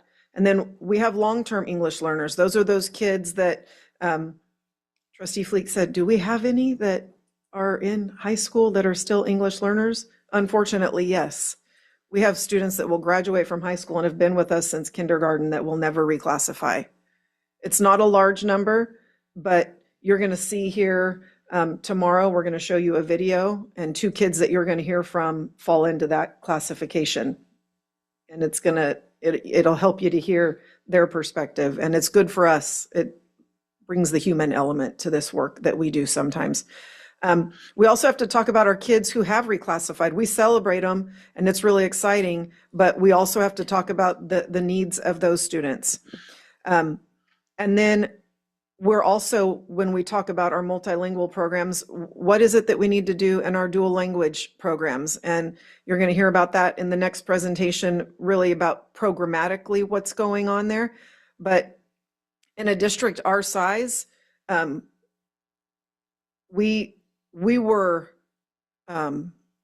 pushed to move those programs along. Probably if I had a rearview mirror then, in hindsight is always 2020, I'd have probably pushed a little harder to say, let's slow down, because we have 3 dual language programs on 3 different models, and we opened them faster than any recommended expert would ever tell you to do it. And so we've had some growing pains there. So we talk a lot about what we're going to do in dual language. So in multilingual educational programs, those are strategic priorities for us. That's what we talk about. That's what we work on. That's what we're developing our plans around to support teaching and learning at the school sites. Nicole Guerriero, Director and Curriculum Instruction in Elementary, she has had a very, very concerted effort on primary literacy in K-3. We're going to continue to focus on primary literacy in K-3. We now actually have gotten to a place where we feel really good about what we're doing there, and now it's really literacy K-6, if I'm being honest, because we're focused also on what we need to do for our struggling readers beginning in 3rd grade through 6th grade. Number 3 is probably the one that should be in flashing red lights. Intermediate and middle school mathematics. You saw just enough data today for me not to need to take you any deeper into that data to know that in grades 4 through 8, we've got work to do in mathematics, and we've been improving, but we've got a lot more improvement to make there, especially in middle school. The work that we're doing with professional learning communities, how that is now permeating out to every school in the district. It's no longer, we have these schools that went through this training and we have these schools that didn't. Our area assistant superintendents are leading that work for all schools, which is amazing to watch. Our role in educational services is to support that guaranteed and viable curriculum. And I believe wholeheartedly that that's where we're going to continue to see an improvement in our classrooms. When we can ensure that no matter what school your child goes to in Madera, if they're a 3rd grader, it's guaranteed that we're making a commitment that they're going to master these essential standards in these core areas. When we make that promise and we mean it and we can stand behind it and we've got data to show that we're doing it, that's the next big step in this work. Not that we haven't been focused on that, but our focus, I think, unfortunately did shift a little bit away from that because we had this overhanging that we have to produce this growth on this NWA assessment. And we did that because that was a goal and because we were guided in that direction. But I will tell you that I think that muddied the waters for us a little bit and took us a little bit away from really focusing on grade level standards as a priority. And then lastly, college and career readiness. As we went through this, I think what you saw, and you saw just a little snippet when you went to Madera South today, our graduation rate, something to really be proud of. Really, really be proud of. How we're going to continue to address, though, the college and career readiness piece, that graduate profile. We kicked that off last year. It was one of the proudest moments, I think, for a lot of us in this district to see that actually come to fruition. It's only going to continue to get better. It'll be better this year than it was last year. And then lastly is, and you're going to hear a little bit about this in a presentation tomorrow, but continuing to really prioritize our kids that are completing a CTE pathway, our kids that are meeting A to G course completion, our kids that are getting dual enrollment credit, our kids that are enrolling in AP courses, and then our students that are attaining the seal of biliteracy. That's not all the metrics for college and career readiness because it's that and a number of other things. But in Madera Unified, those are the pieces that we can hang our hat on. I can hang my hat on and tell you that I'm proud of the work that we're doing there, and we're going to continue to do that work and hopefully continue to see that the college and career readiness piece is something to be very prideful for you all as a board, and that we can keep having those blue-green indicators show up in that area. So I apologize. I went 18 minutes over my time. I'm sorry about that, but I am able to answer any questions, and if I can't answer them, there's plenty of smart people in the room who can assist, or we'll get you the answer. I do have a comment, President Seibert. I just want to tell you that I do appreciate this presentation, the transparency, not only today, but all through the reports that we've been asking. I know Mr. Rodriguez also finally got us to understand some of these reports.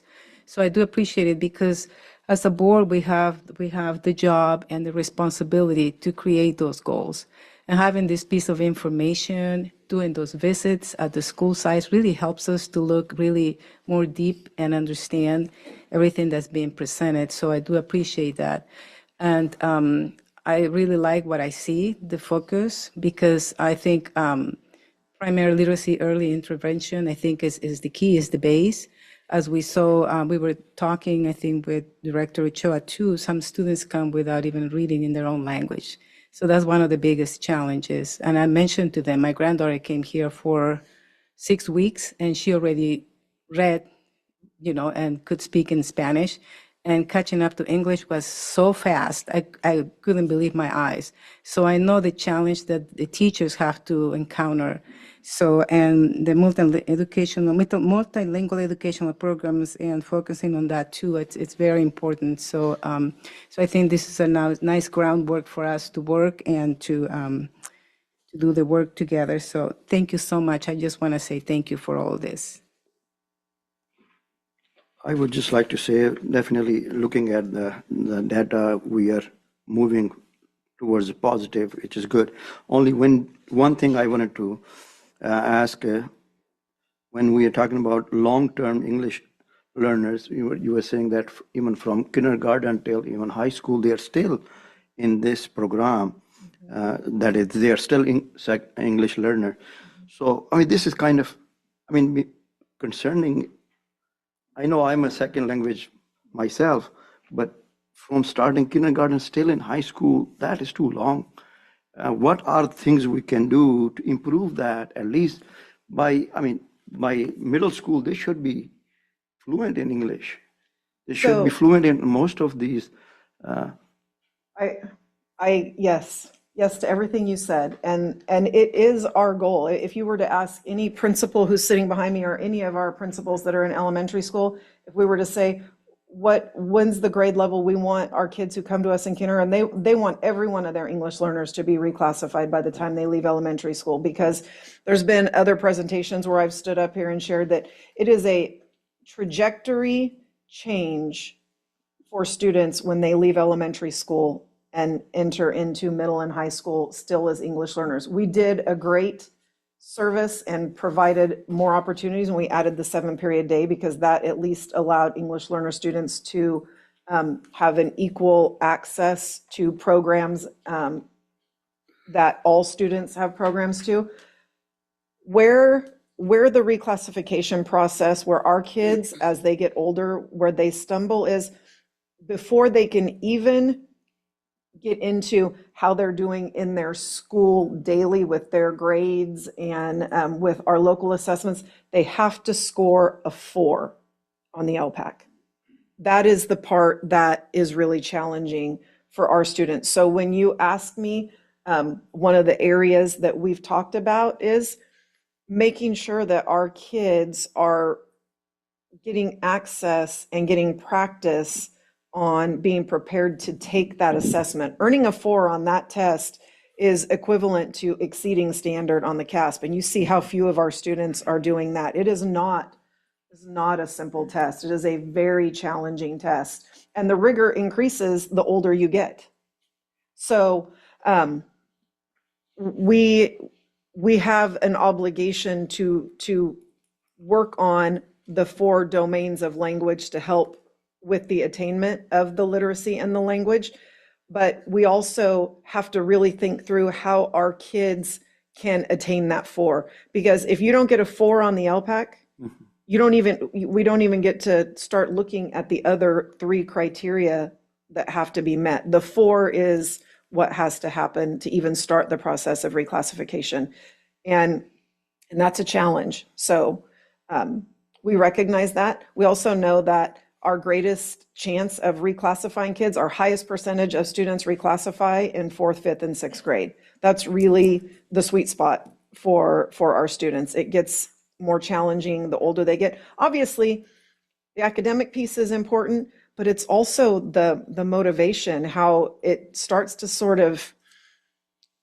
to not feel great when you're a kiddo in middle school and high school and you have to go take designated ELD and you have to still, it, as much as we try to not make that a negative, those kids sometimes can lose motivation.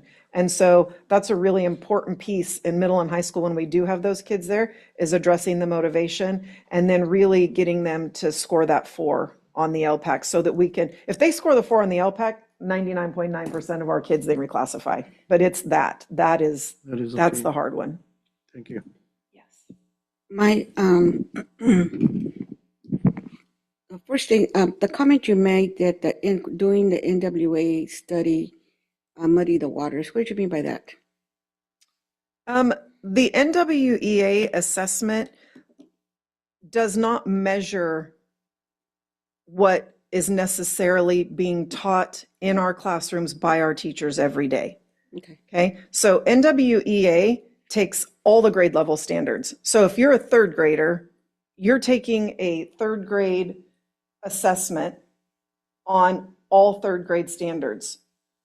Well, it could be standards that we haven't gotten to yet. It can be standards that our students aren't able to access yet. When we go to the Guaranteed and Viable Curriculum, where we have our 8 to 10 essential standards that we've guaranteed we're teaching those standards, and then we develop the assessment that's aligned to those standards, we can really then see what our kids are learning and what they aren't learning.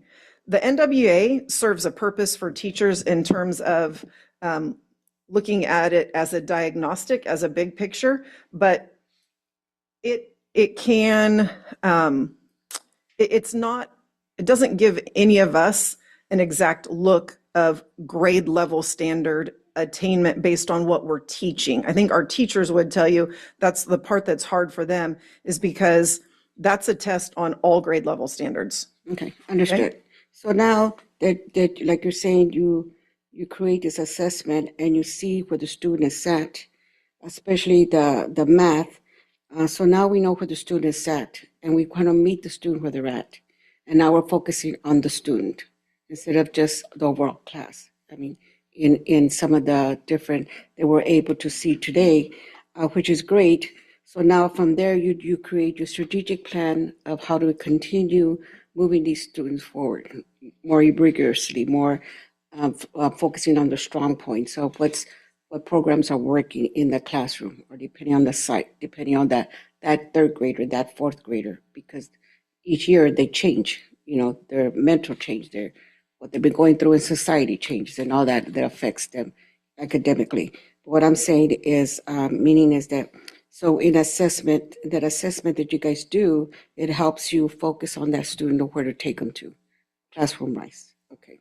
So now with the math that we need a lot more work on, and we have this new math coming out next year, right? 2026.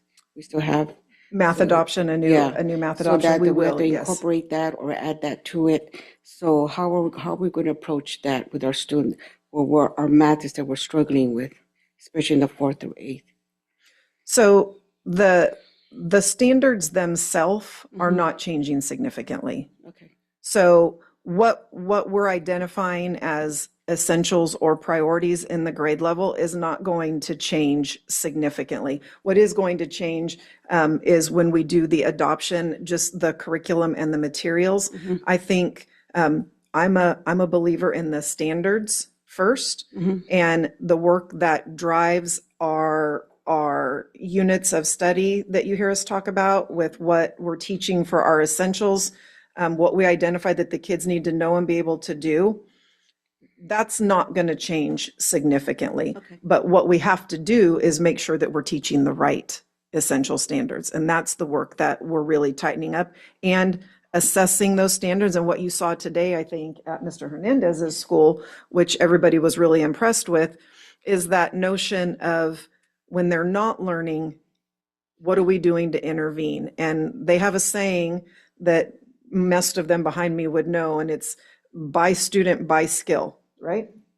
So what are we doing for our students so that we can help them when they need? And we're going to talk about that tomorrow more when we talk about the MTSS process in the academic piece as well. So to your point, we are going to have a new adoption, but the math standards are not changing significantly. So I don't foresee that being a huge issue. What we have to do is ensure that we're teaching the grade level standards at a rigor that is going to prepare our students to be successful on these tests that we're seeing where we're struggling right now. Okay. And then going back into what the other trustee said in what Trustee Ahmad said, in some of our students, DLI students, not able to like you say, pass the test, or not, for biliteracy test, to go on the course completion, to do the dual enrollment, to be part of those different AP classes, that hinders them. That hinders them, right? Because they can't get into the AP class unless they pass those tests. No, They can still get into AP class? our English learners can for sure take AP classes. Absolutely. Okay. Yeah, they sure can. I think it's Thank you. important too to make sure that we parse out the difference between the DLI students and the ELL students, right? Our English language learners are struggling to reclassify Correct. with all of the criteria on the LB and more. Yeah. And our DLI students aren't necessarily in that same situation. We tend to talk about them the same because they're under the same multilingual educational program Correct. umbrella, but they aren't the same students But exactly. and just to put a little pin on that, we gave our dual language students currently the biliteracy test it's a Spanish placement assessment. And our dual language kids at Madison did really well. Mercedes was very. Oh, okay, never mind. I'm going to stop talking about that. Sorry, I'll let you talk about it, girl. Okay. Okay.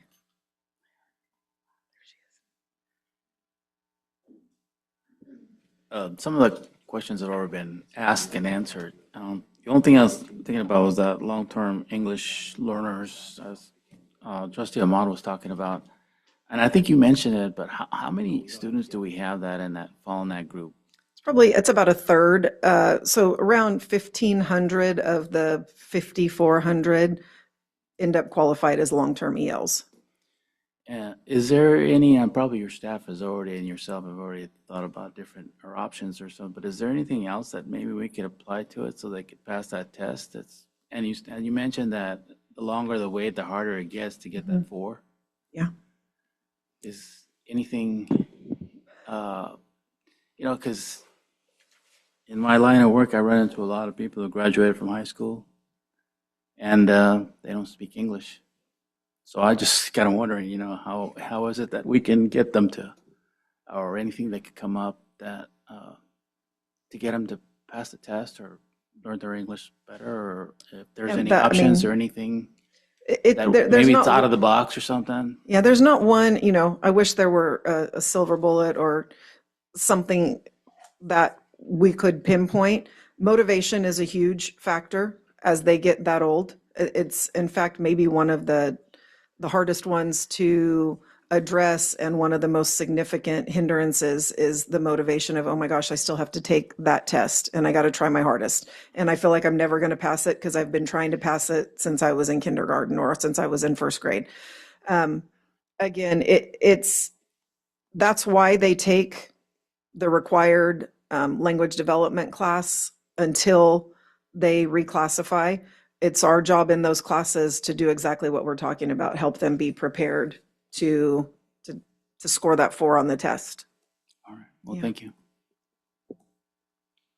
President Seibert, I just want to address the board this time. So I think that's one of our concerns. It looks like to a lot of trustees. So I think as we get ready to prepare our district goals, that might be something that maybe we should also focus on that. Keep that in mind, that might be something that we want to support our staff with whatever their needs are as we prepare our goals, especially what it says primary literacy and all of that. I think the target should be earlier in their years, and support whatever solutions you bring to us. So, thank you.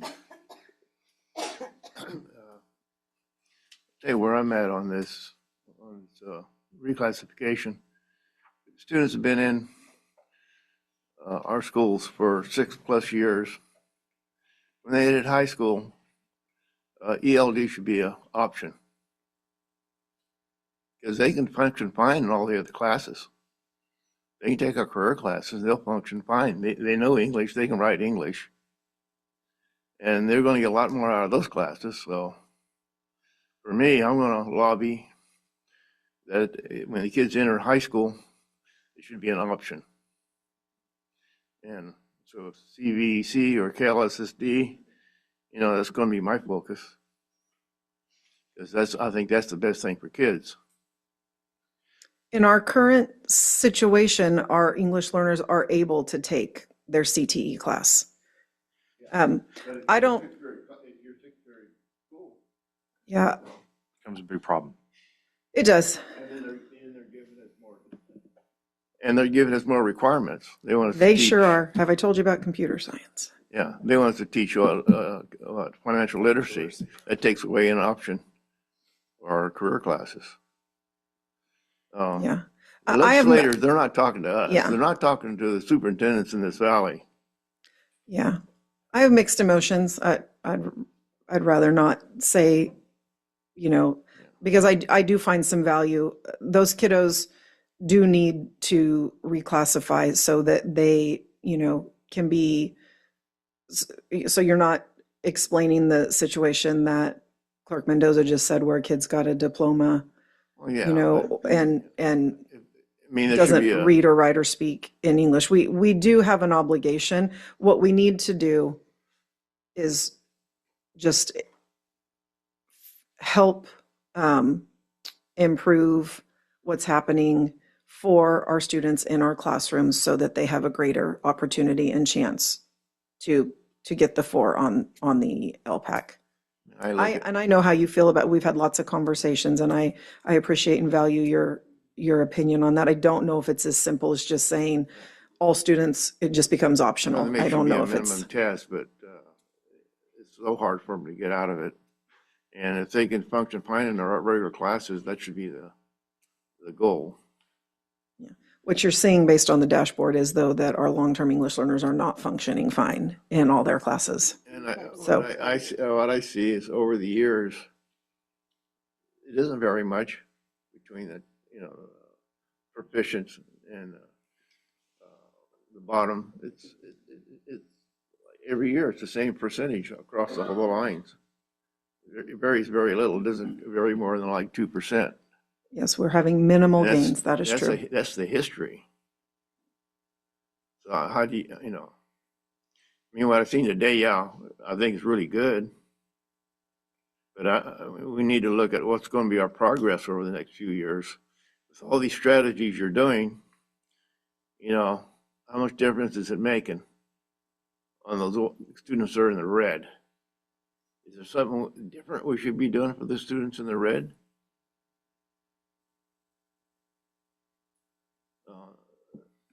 We need to do what's best for the individual. And they gotta have job skills. They gotta have maybe more skill classes. Because some people are skill orientated, some are more academic orientated. That's just the way the population is. And we gotta find out who the individuals are and what they're gonna be good at, and help them develop, be the best person future for who they are. Yeah, I mean, it's not lost on me. I stood up here starting in 2014 and started talking about college and career, and college is not for all. And career, readiness is really important, and having students be able to leave high school if they don't want to pursue higher education into high wage, high skilled positions. But I don't want to lower the bar either. Because I think that's Like you said, these kids lack motivation as they get older. Well, if they lack that motivation, maybe they should have a different opportunity.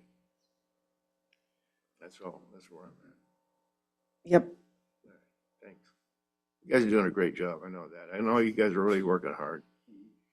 And what I've seen today at Washington, you're breaking down the students' needs, what they're lacking, and identifying those things. Super. You can't do any more than that. You identify those needs, you address those needs. What else is there left to do? I mean, that's it.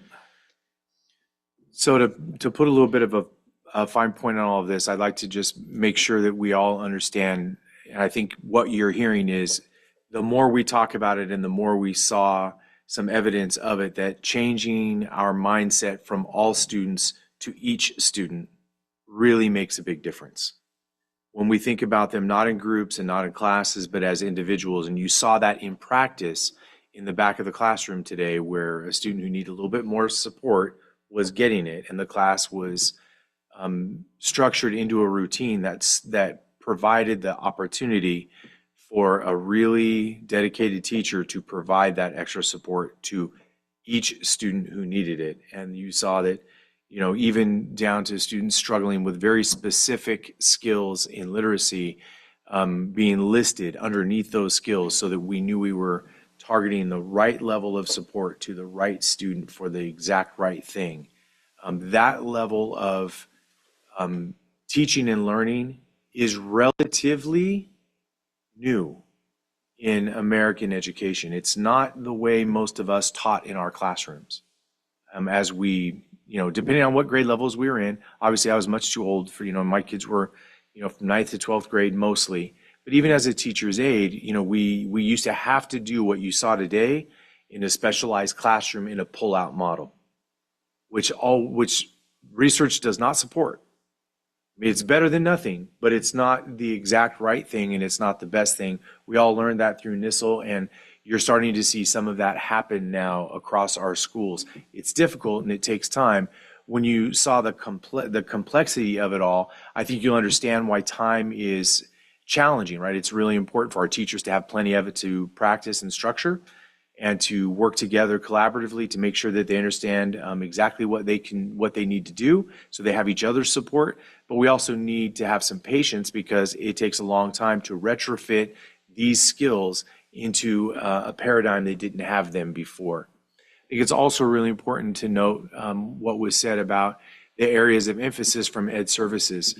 Associate Superintendent Sissel and Assistant Superintendent Leadership Rodriguez have both been very clear that where we need to go is continue to focus on CASP, but to also focus on the areas that were listed: primary literacy, mathematics, college and career readiness. And tomorrow, at the end of our time together, we'll share with you some conceptual draft goals that we think are going to be pretty helpful.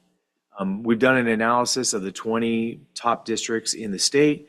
They don't develop goals in the way that Grade on Their Behalf recommends. So the best districts in California don't do what AJ Crable is suggesting that we should all do. So we're trying to find a way to thread the needle between what's working really well in California, what Solution Tree recommends, and we know the board's interest in this book. So we've tried to thread that needle, and we're gonna bring you something that we think at least begins the process that we can refine, so that on the other side of winter break, we might be able to bring before you some really smart options with your feedback tomorrow, for some goals that make really good sense, that will help all of us provide the clarity and the coherence that our school sites need to do the work that they are trying to do now with an even greater level of effectiveness. So thanks for the time you just gave us on all this. I know we have some more presentations to go. President Seibert may want to give you all a break, or we can just push forward if that's where you are.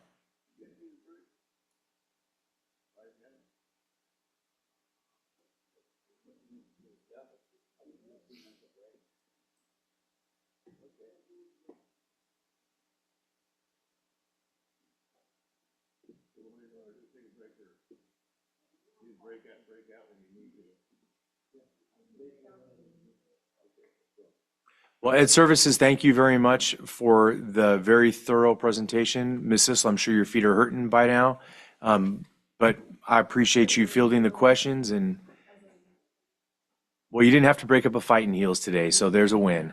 Our next Our next presentation, President Seibert, is on dual language immersion. And this instruction model, as you know, is really a delicate one. It's difficult to structure, and we've been building it from the ground up. I want to preface everything, and I hope that you all hear this straight away. We discussed this at Washington as we were getting ready to depart.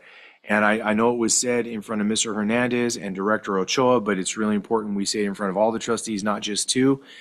Had we followed the guidance from Rosa Molina, today would have been about the right time to discuss the development of a second dual language school, not the refinement of a third. We pushed way far forward in our work, farther than any recommendation or any research.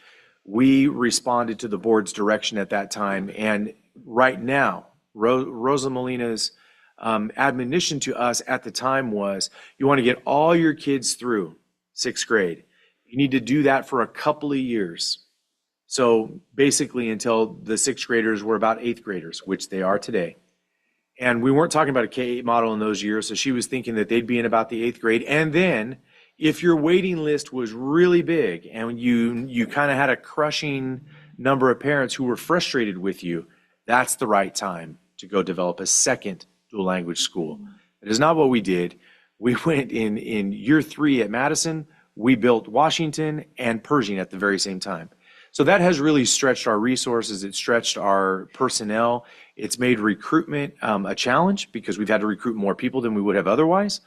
And we have some really important people in the room who are carrying this mission forward with a lot of courage and a lot of strong shoulders. They recognize the needs of the community. They recognize the wishes of the board, but they also know the power of being bilingual and biliterate. So they believe in this. Just know we pushed this really far forward by many, many years.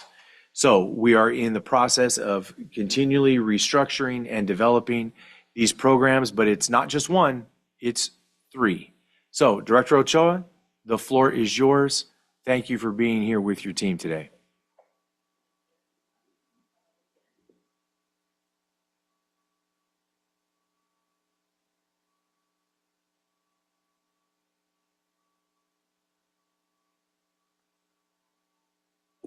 Director Ochoa? There you go. Sorry. No wonder I was listening to myself and not, yeah. And today we have our team here together to present a few different topics in regards to our dual language immersion program. And I don't say next slide, please, right? I do. But where's our presentation?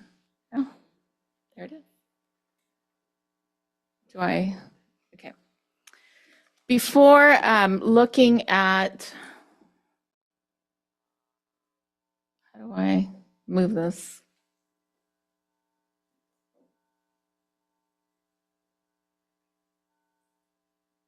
Am I clicking or are you? Okay, thank you. Before I review a little bit about our topics and our agenda discussions, I want you to take a look at the picture that's presented there. That picture has a lot of different people part of that picture, but it represents something to me that is very important. Not just our first celebration of the inaugural day that we opened our dual language program, but it represents all the people that supported that program back in its initial stages as we were preparing this program, but also continue to support it now, right? Look at how many people went to visit Washington, which is one of our programs that, as Superintendent Lyle said, we started it during pandemic time, just like we did Pershing. So that to me is a true inspiration of how many people supported it then and still continue. Not just you as a board, but the community also supports our programs. We saw yesterday was our first day that at Pershing Elementary, we had new families coming in with applications, and we collected over 80 applications on the first day, and they're continuing to come in today. So our team was very busy yesterday. About 6 o'clock, we ended at Pershing collecting applications. So our program is thriving. People are learning about our program. Our principals have done a great job with our coordinator, Perez, in regards to spreading the news. Mr. Perez has been everywhere across this town to talk about our program, to get new families into our program. So one of the few things that we will look at today is just a quick reminder of what the foundation of our dual language program are the principles of it. We also want to talk about where our programs are right now in our Perspective 3 schools. The principals will talk a little bit about that. Also, what happens after students exit 8th grade at Madison? What happens when 6th grade goes to Pershing next year? Our students move into 6th grade next year at Pershing and at Washington. And also the pathway to biliteracy. As we have heard many times, one of our goals is for our students to earn that state seal of biliteracy. So the pathway to biliteracy for our dual language students does not start in high school, as most of our students do. Our dual language students, that pathway started the first day they entered dual language. Okay. So in regards to our mission and vision, as we showed all those people in that picture, they were part of creating this mission and vision back in about 2012, 2014, when we started talking about dual language in Madera Unified. I'm not going to read the whole thing, but I do want to just make some connections. You saw this mission alive. You saw this vision alive when you walked into different classrooms at Washington Elementary. And just when you walk into classrooms at Pershing and at Madison too, you see that our teachers strive to support students at high levels, both in Spanish and English. And in our vision, we work together together in teams to ensure that our students have that high level academic achievement, both in Spanish and English. And our vision is that one day we will be one of the top dual language schools in California, which there are many, but we are working towards that. And you saw little bits and pieces of that today. As you will hear also, Principal Musso and Principal Pena speak about what the incredible work that we are getting closer to that vision and mission at their sites as well.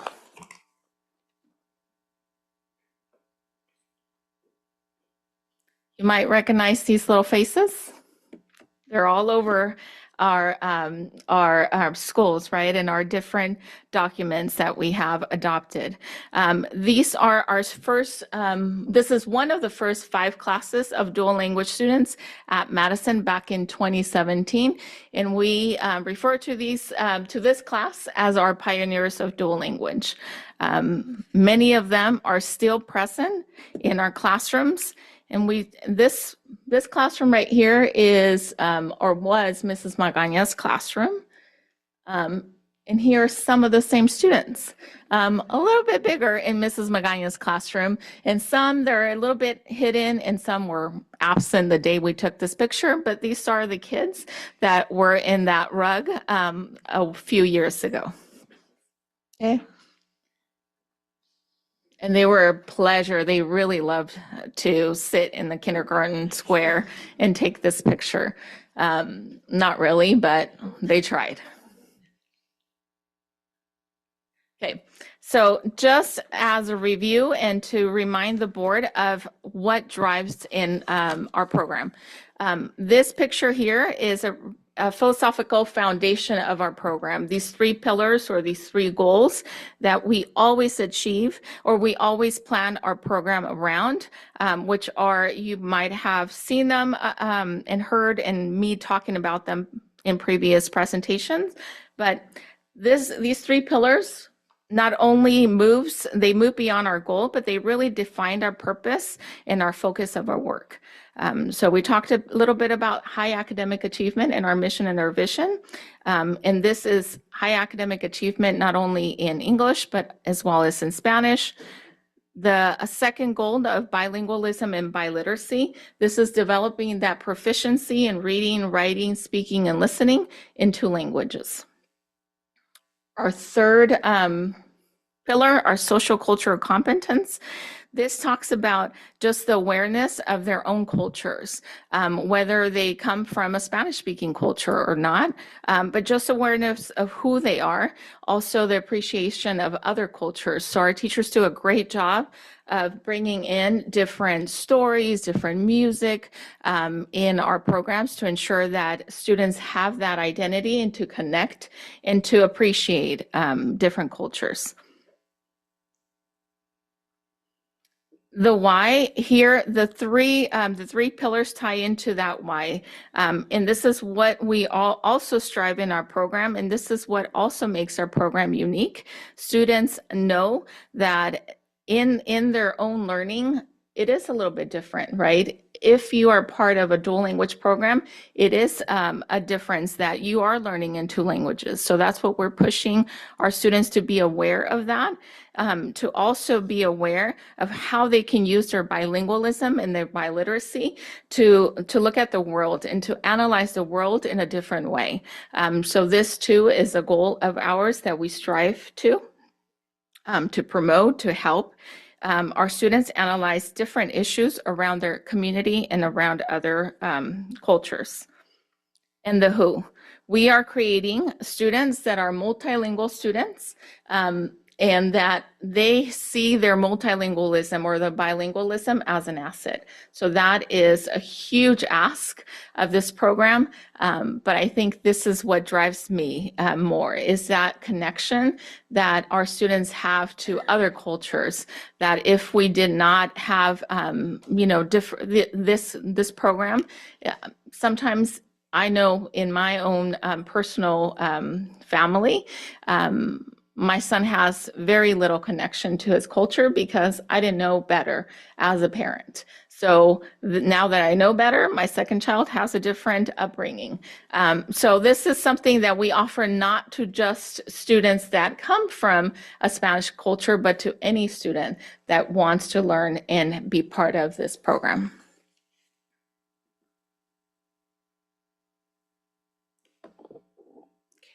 A tool we use that also guides our program is the Guiding Principles of Dual Language Education. This is a tool that within these strands, we self-assess. We look at what things are going well in our program and what things we need to focus and work towards achieving a better result. So these are 7 different strands. Principles take these strands. We have done work around our guiding principles in different ways. They include different rubrics in this guiding principles. So principals have taken small groups of teachers. We have done staff development around these principles since the beginning of our program. So this again is a tool that not just our Madera Unified School District uses, but other dual language programs across the state and the nation.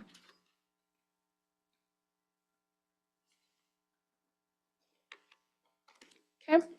So within the programs, you might recall that there are a few different types of programs. Today, you went to Washington, which is an 80-20 program. And we talked a little bit during our visitations as to why that is a little bit different. I will start with Washington's 80-20 model. Well, let me backtrack. Both programs teach what we heard, the same standards, California state standards, just like any monolingual program does, right? Both programs utilize the same principles, the same guiding principles.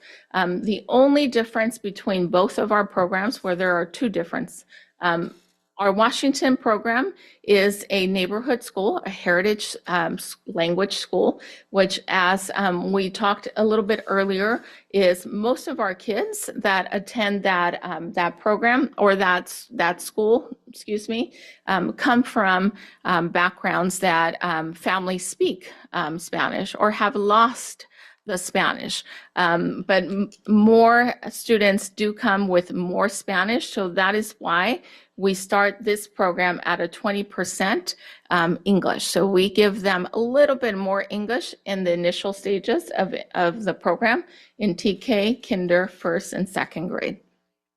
Whereas in Washington, Madison, excuse me, and Pershing, our students we have no boundaries in those schools. So we have students from all over Madera Unified and other nearby districts as well, or towns, I should say. So most of those students do come with a little bit more English, and we start our program there in the 90% Spanish and 10% English. So that 10% equates to about 30 minutes of English time. So as the years progress, we add more English instruction, where at 5th and 6th grade is 50-50.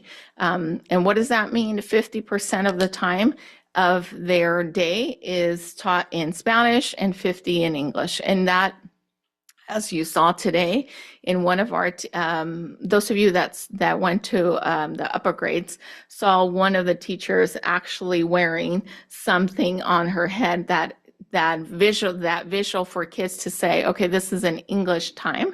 And some of our 3rd and 4th grade teachers do that, just so the kids know that this time is English only, and Spanish is reserved for the other 40% or 50% of the time. So at no time do our teachers translate. It's one language at one specific either content or time period of the day. And please ask any questions. I know I'm going a little bit fast because I do want to get to our principals' presentations. Okay, so you do have a copy of the Dual Language Master Plan. Yes? Yeah, okay, thank you.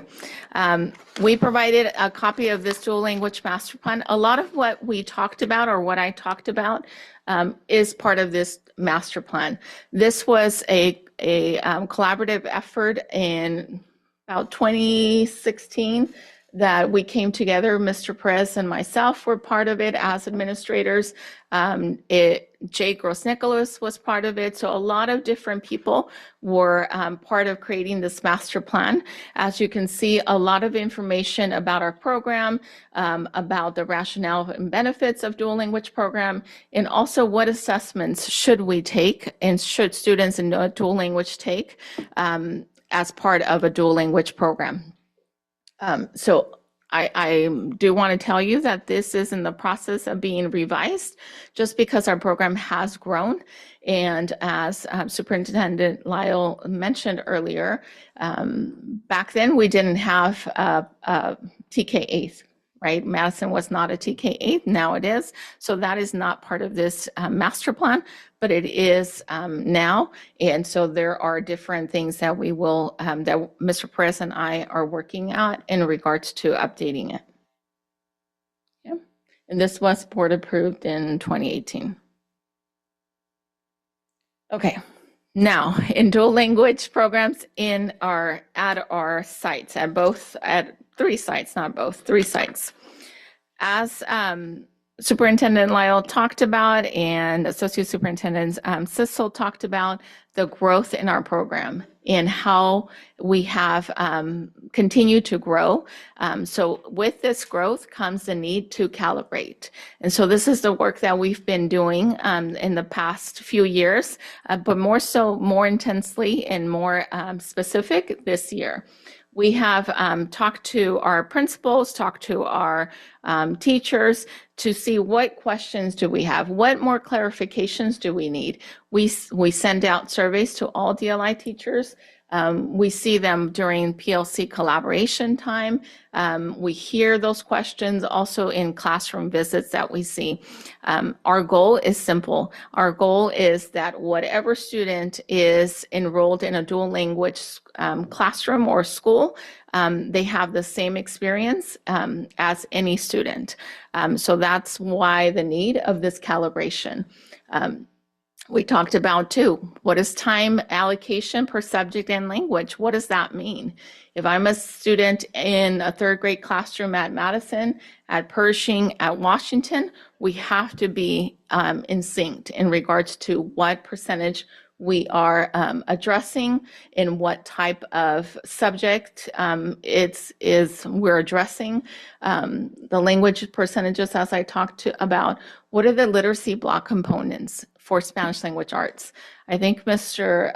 Hernandez talked to a group, I'm not sure what group he talked about, but we talked about the Spanish language arts and the English language arts standards. And what do those look like in third grade? What do they look like in fourth grade? So again, that calibration. Site collaboration. We've done a lot of collaboration with our dual language academic coaches, our monolingual academic coaches working together with different sites and different grade level teams. Just recently, we had a team of third through fifth grade teachers at Washington really showcase their knowledge around what an effective high performing team looks like and what they look at. And in a few weeks and months, I should say, in like January, February, we'll have teams from Pershing and Madison do the same. So we are forming that team collaboration amongst all our dual language teachers to come together and again calibrate. And this is just a continuous reflection that we have started a few years back, but really being more intentional as our students continue to move from one grade to the next. And our teachers also, and we bring in new teachers, so we have to get them up to speed as well. Now, Mr. Perez is going to take on.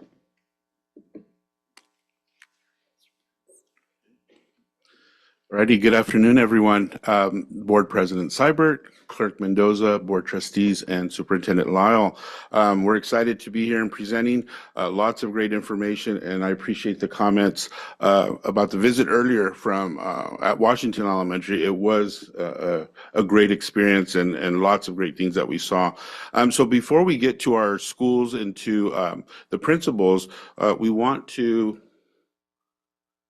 it's a brief overview of the student groups at our 3 DLI sites. It is important to know the makeup of our schools and who we are serving, right? And the student groups and the students that attend these schools. And why? Because it makes us better informed and making more informed decisions. And we can also be strategic in allocating resources. So who are we serving at the different sites? So at Madison, as Director Ochoa mentioned, it is a whole school DLI 90-10 model.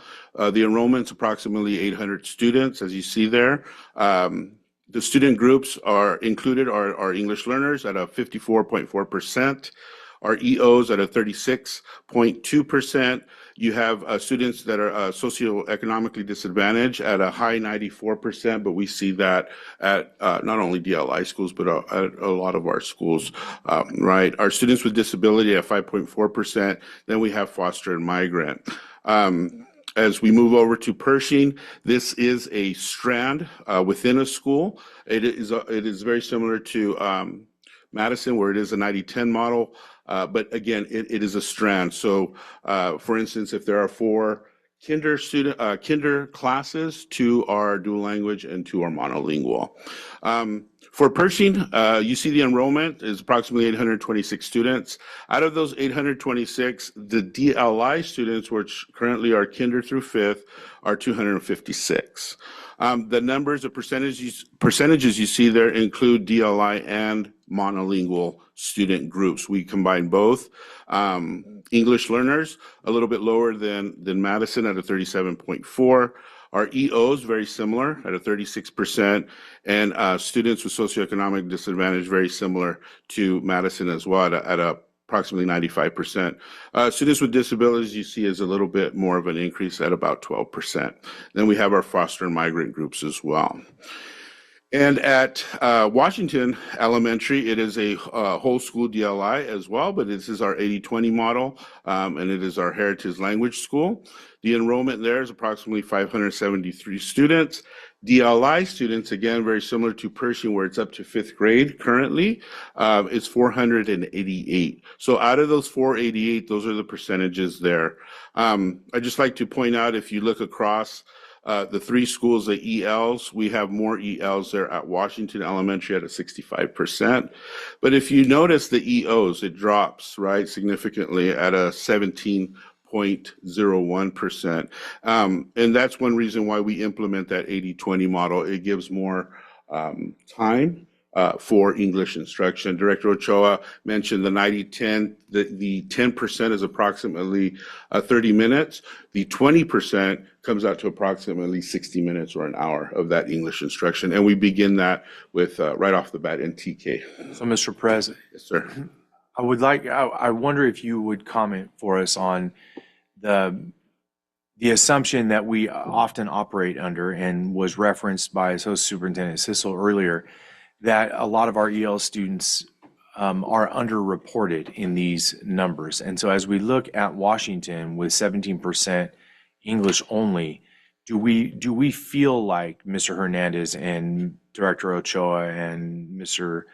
Perez, do we feel like that actually is about right? About 20% of our students are English only speakers, or is that number a little bit squishy as a result of the assumption that Associate Superintendent Sissel and many of us have operated under over the years with underreporting?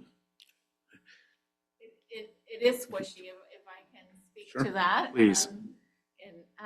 Because what tends to happen, not just in our dual language, and not just at Washington, not just in our dual language programs, but what we see is that parents don't really say that our students are English learners, because we see this a lot, because they know, as was presented earlier, that it's really hard to reclassify. So what happens is our parents, when they fill out that home language survey, they have 4 questions to answer, and sometimes we have those questions answered in Spanish, but they say Inglés, Inglés, Inglés, Inglés.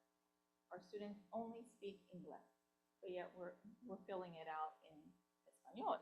So we know that percentage is not accurate. Even our whole district, right? That fluctuation of 27 to about 33% of English learners is not a real true representation of who we really serve. And so that's even a little bit harder for us to pinpoint, right? Who are really truly our English learners in our classroom, because our numbers here say 17% English only.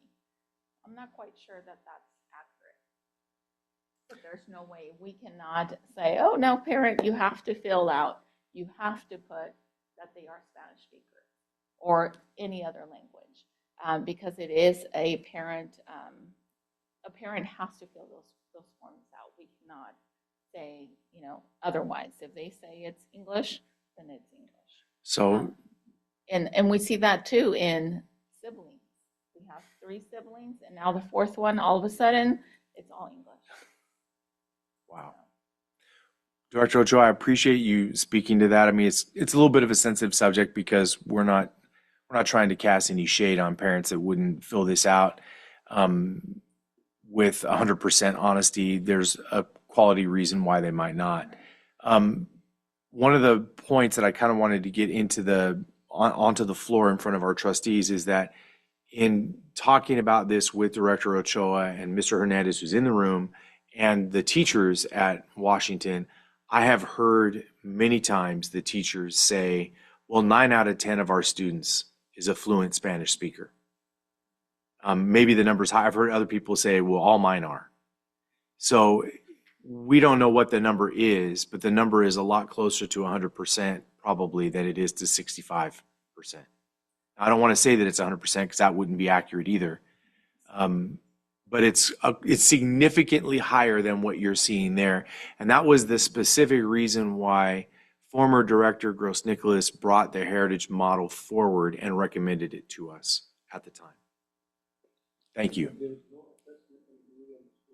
Whether they are English language only or not, there is any assessment we do in schools or no? There is an assessment when they first register as a incoming TK or kinder to see at what level they are. And it's difficult to because they are young, but to provide that assessment and get the results. But we do our best because we do want those classrooms to be 33%, ideally, right? A third of English only, a third of Spanish speakers, and then a third that speak both languages. That way they can help one another inside the classroom and be models for each other.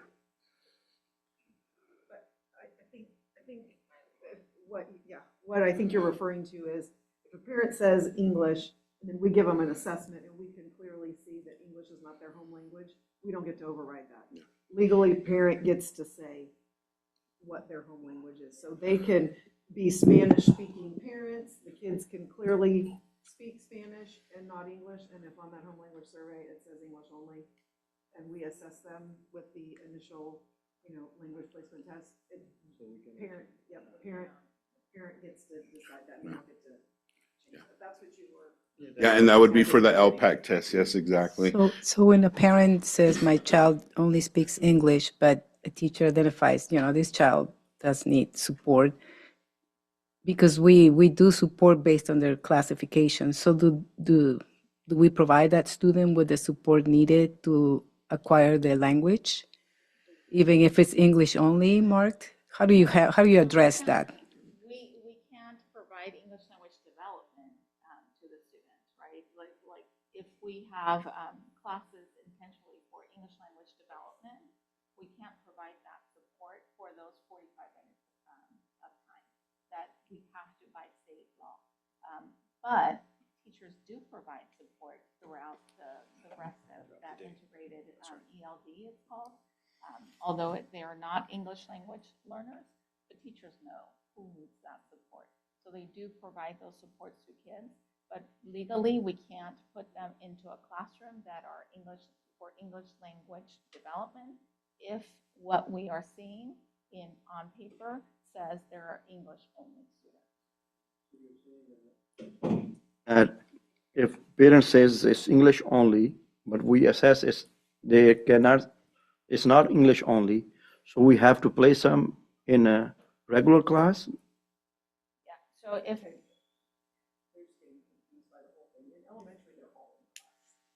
yes, in elementary they are all in classroom, but as you saw today in I believe 4th and 5th grade, it was English language development, right? So teachers were still grouping kids, right? And I talked about the smaller groups that were on the floor.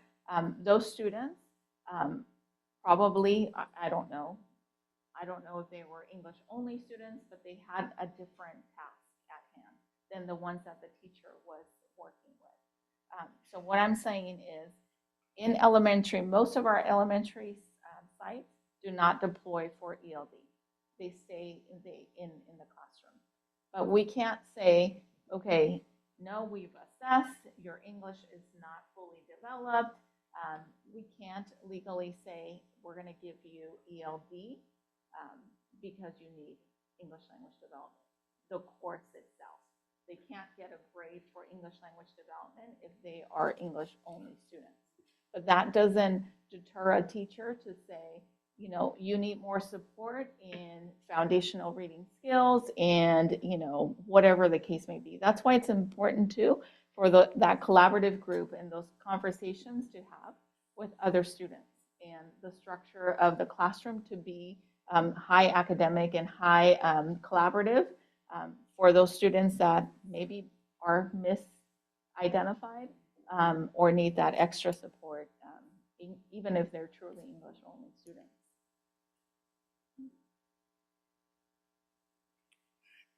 And not to harp on before what was asked about the EO and the percentage, but I just want to make a comment that I commend Director Ochoa for being transparent and making that comment, because coming from a school site, I have seen where parents are becoming more privy about the process of the home language survey. So that may be a factor into why the percentages are the way they are.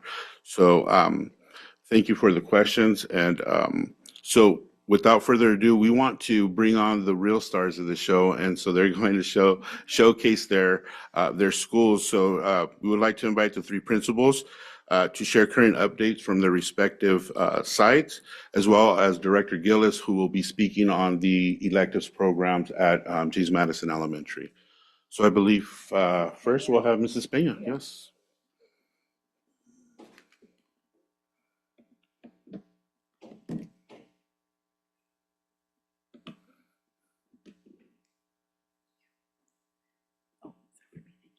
I don't think I'm true. Thank you for having me here. Thank you for the opportunity to be principal of Madison, which is a unique and beautiful school.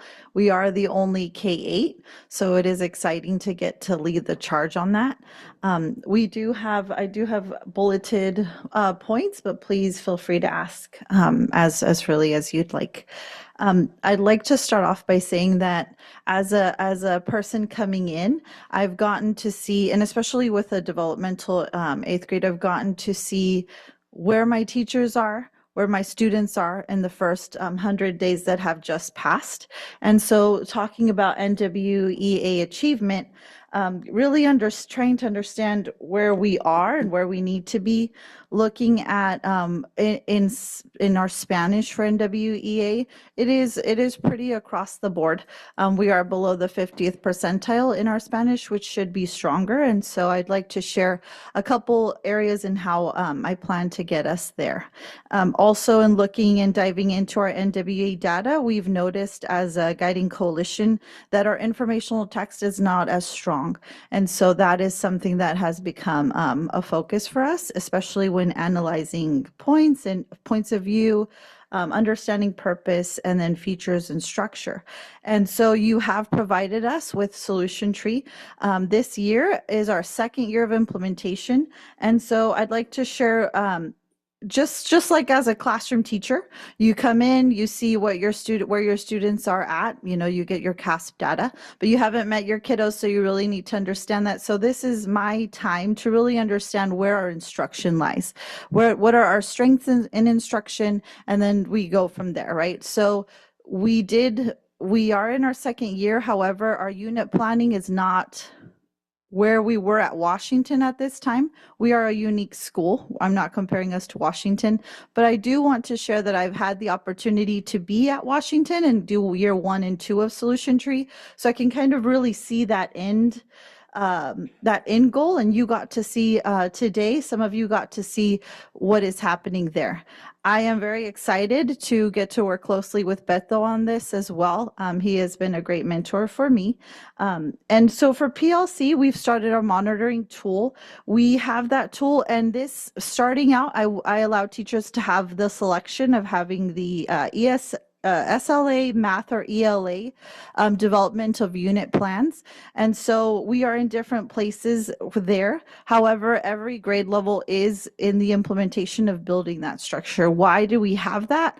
As an incoming principal and as board members, if you were to come to my site, I would be able to then show you where my classroom teachers are at, what does instruction look like, what standard is our essential standard, and then what are our learning targets and our assessment. And so that is my absolute focus this year, to get my teams to be able to not only select the essential standard, but really know how to break it down and really know what those learning targets are. Next year, we'll focus on really diving into rigor and focus of what is taught on the daily. But I do want to make sure that I allow them time for assessment. So we are looking at, we have the assessment team was here earlier. They come in and support. Our DLI DAC teams come in and support as well. And so we have had a lot of outside help, as well as bringing in our culture and climate to help with SEB. And currently, third and sixth grade are having an SEB, social emotional behavior lessons that they're getting to build with that team as well. We also have, we're trying to create a transparency, again, not only for myself to know what's being instructed, but for anybody who is looking at that. Why? Because we really want to make sure that if I can see where the gaps are, I can look at my NWA data, I can see where my gaps are. I know for sure informational text, I know that there is growth to be made in SLA and reading and math.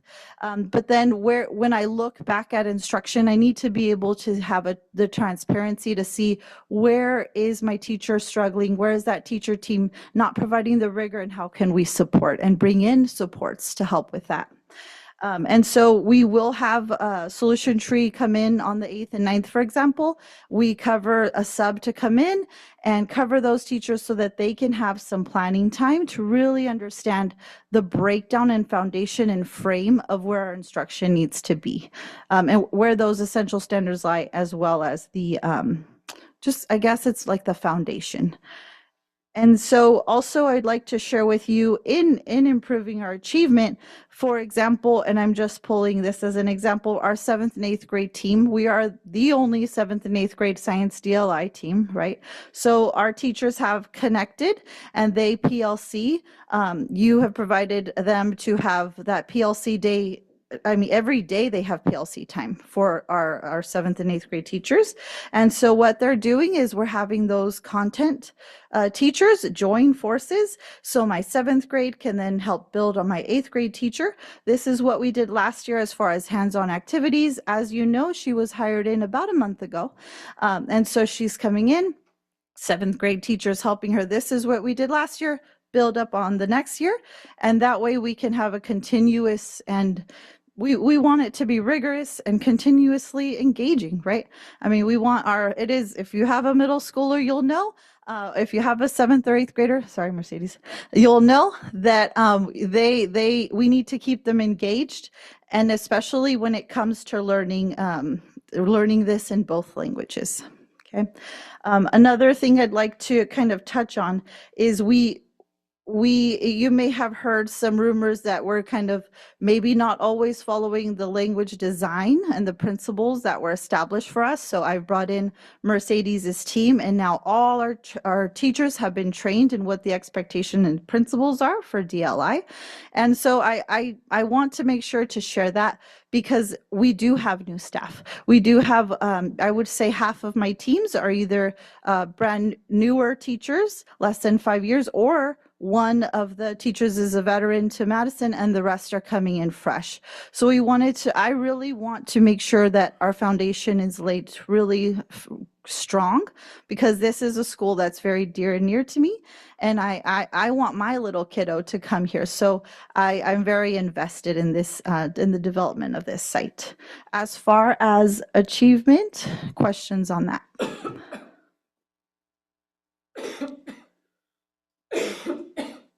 So saying that, you're saying the NWA achievement was below 50%. So then in looking at that and planning with the teachers, for strategic planning, you guys look at the individual classroom, grade, student, meet the student where they're at. What do we do? So you touched on skill by student. I believe that you heard that. So what we need to do is first understand what is that essential. We need to really understand what our essential standard is first. So I'm taking my teachers a little bit back. I'm taking them back with your team, with that grade level team. They really need to understand what it's asking us to do. And that's where we bring in Mercedes's team, the DLI team, because the way I interpret that standard may be different than you may interpret it. So really to hone in on breaking that apart into learning targets so that they can map it out so that one teacher is not taking 6 weeks on one learning target and the other is taking 2 days. And now we're all lopsided. Also kind of a fail safe is having the assessments done and made together in that moment with the assessment coach there to help support, and we're using Illuminate. Having that happen, what it does is it has our teachers understand this is our end goal for this essential standard or this assessment, and this is the day we're giving it. That means that on that day, we're holding each other accountable, and this is the day we're talking about that data so that we cannot forget, because it's easy as a teacher, I've done it myself, to forget to look at that data, not just hand a test, grade it, put it in the grade book, look at that data, what is it saying, and then have built-in intervention days. We have to be able to respond to where our kids are. And then what does that look like? And so I think by having those three as a focus, it really makes the whole team kind of get on board with this is the accountability part, right? As a team member, Luce, like you, Mrs. Salazar, you know that I'm going to have it done that day. We need to not teach it stretched out. It has to be done in this time period, which means that we then will have the next marker, right? The next unit will start at the same time. And we know, wait, we've mapped out our whole year. That means that our guaranteed and viable curriculum, it will be done. The standards will be taught. And it just is a really great way to hold each other accountable. But I'm going to be honest with you, we are coming back and kind of teaching and reteaching. This is what the expectation is for that unit planner.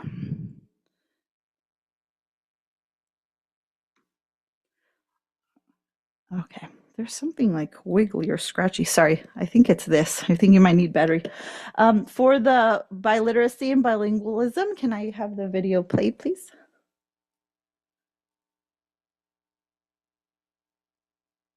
This is to showcase what our kids are doing this first semester.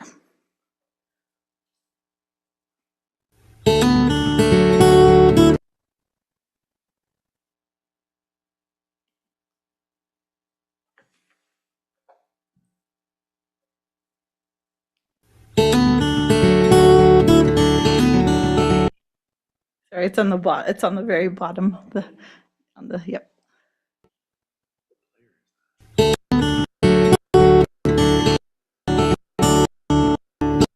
the audio off. I want to replay. That's okay. We need to work on bandwidth. Yeah, it's not fully downloaded yet. That's probably what that is. Oh, I don't know. I built it on the Canva you've provided for the district.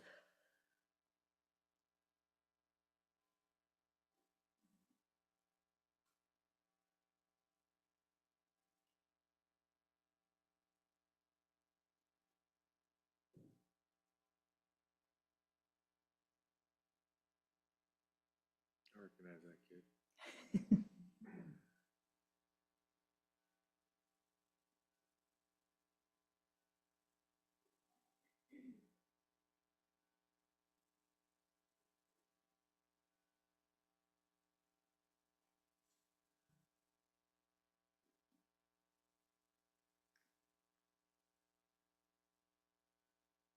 It's the Leo Club, right? Mm-hmm.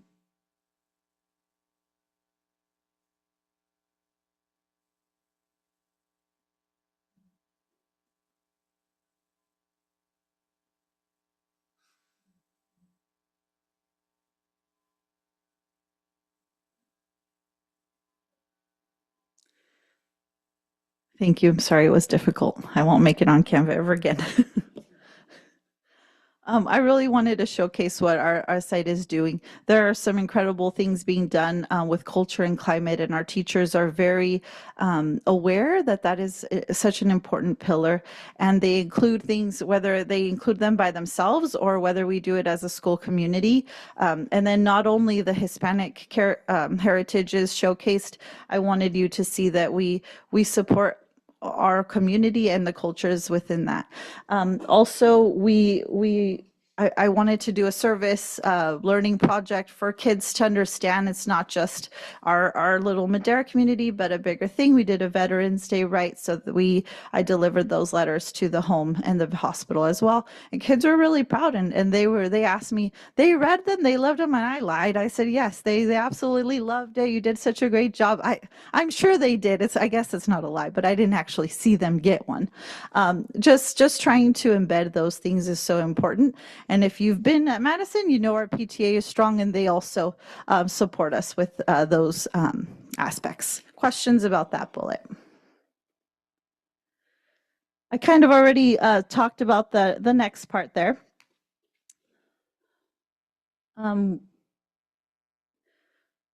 It is an ongoing thing for us, but I really want to make sure that we are covering many different aspects. And whether it's morning announcements, Mr. Lyle sends out, different upcoming things that like Pearl Harbor is coming up, so I steal his stuff and I put it in my announcements, making sure that from the moment 8 o'clock hits and they hear my voice to the end of the day, that we're respecting and we're building on that competence.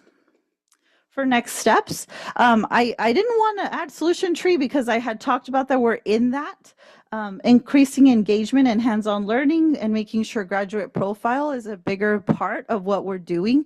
That is definitely a goal for me. And then closing the gap in foundational reading. Our NWEA scores will show that we do have some foundational gaps, whether it be in Spanish or English, and how do we support that. We do have a mirror that was just purchased, and then I put tier 3. So coming in and really digitizing our tier 3, which is for our whether it's an SST or whether it's a 504, making sure that that is digital so that anyone coming in that needs to have access to that can have that, and we're not looking through old school cumes. It's all there for someone who needs access to be able to support that kiddo. And then also making sure that it is done in an organized and timely manner so that we're on target with providing our families access to the things our kiddos need. Questions, or should I share more? How is the engagement of the graduate profile going for them? In 7th and 8th grade, 7th grade is my strongest team. And so I think that they're going to be my exemplar group. So at staff development, we have once a month, we'll have a staff development meeting, twice a month sometimes. I think what we're going to have to do to increase that for our 8th grade class in particular is to have them come in and show us how they do the presentations, how it's embedded. One really good thing that we're doing that I forgot to talk about, we are having to increase engagement in particular, and I'm just using an example, 8th grade. What we're going to do is instead of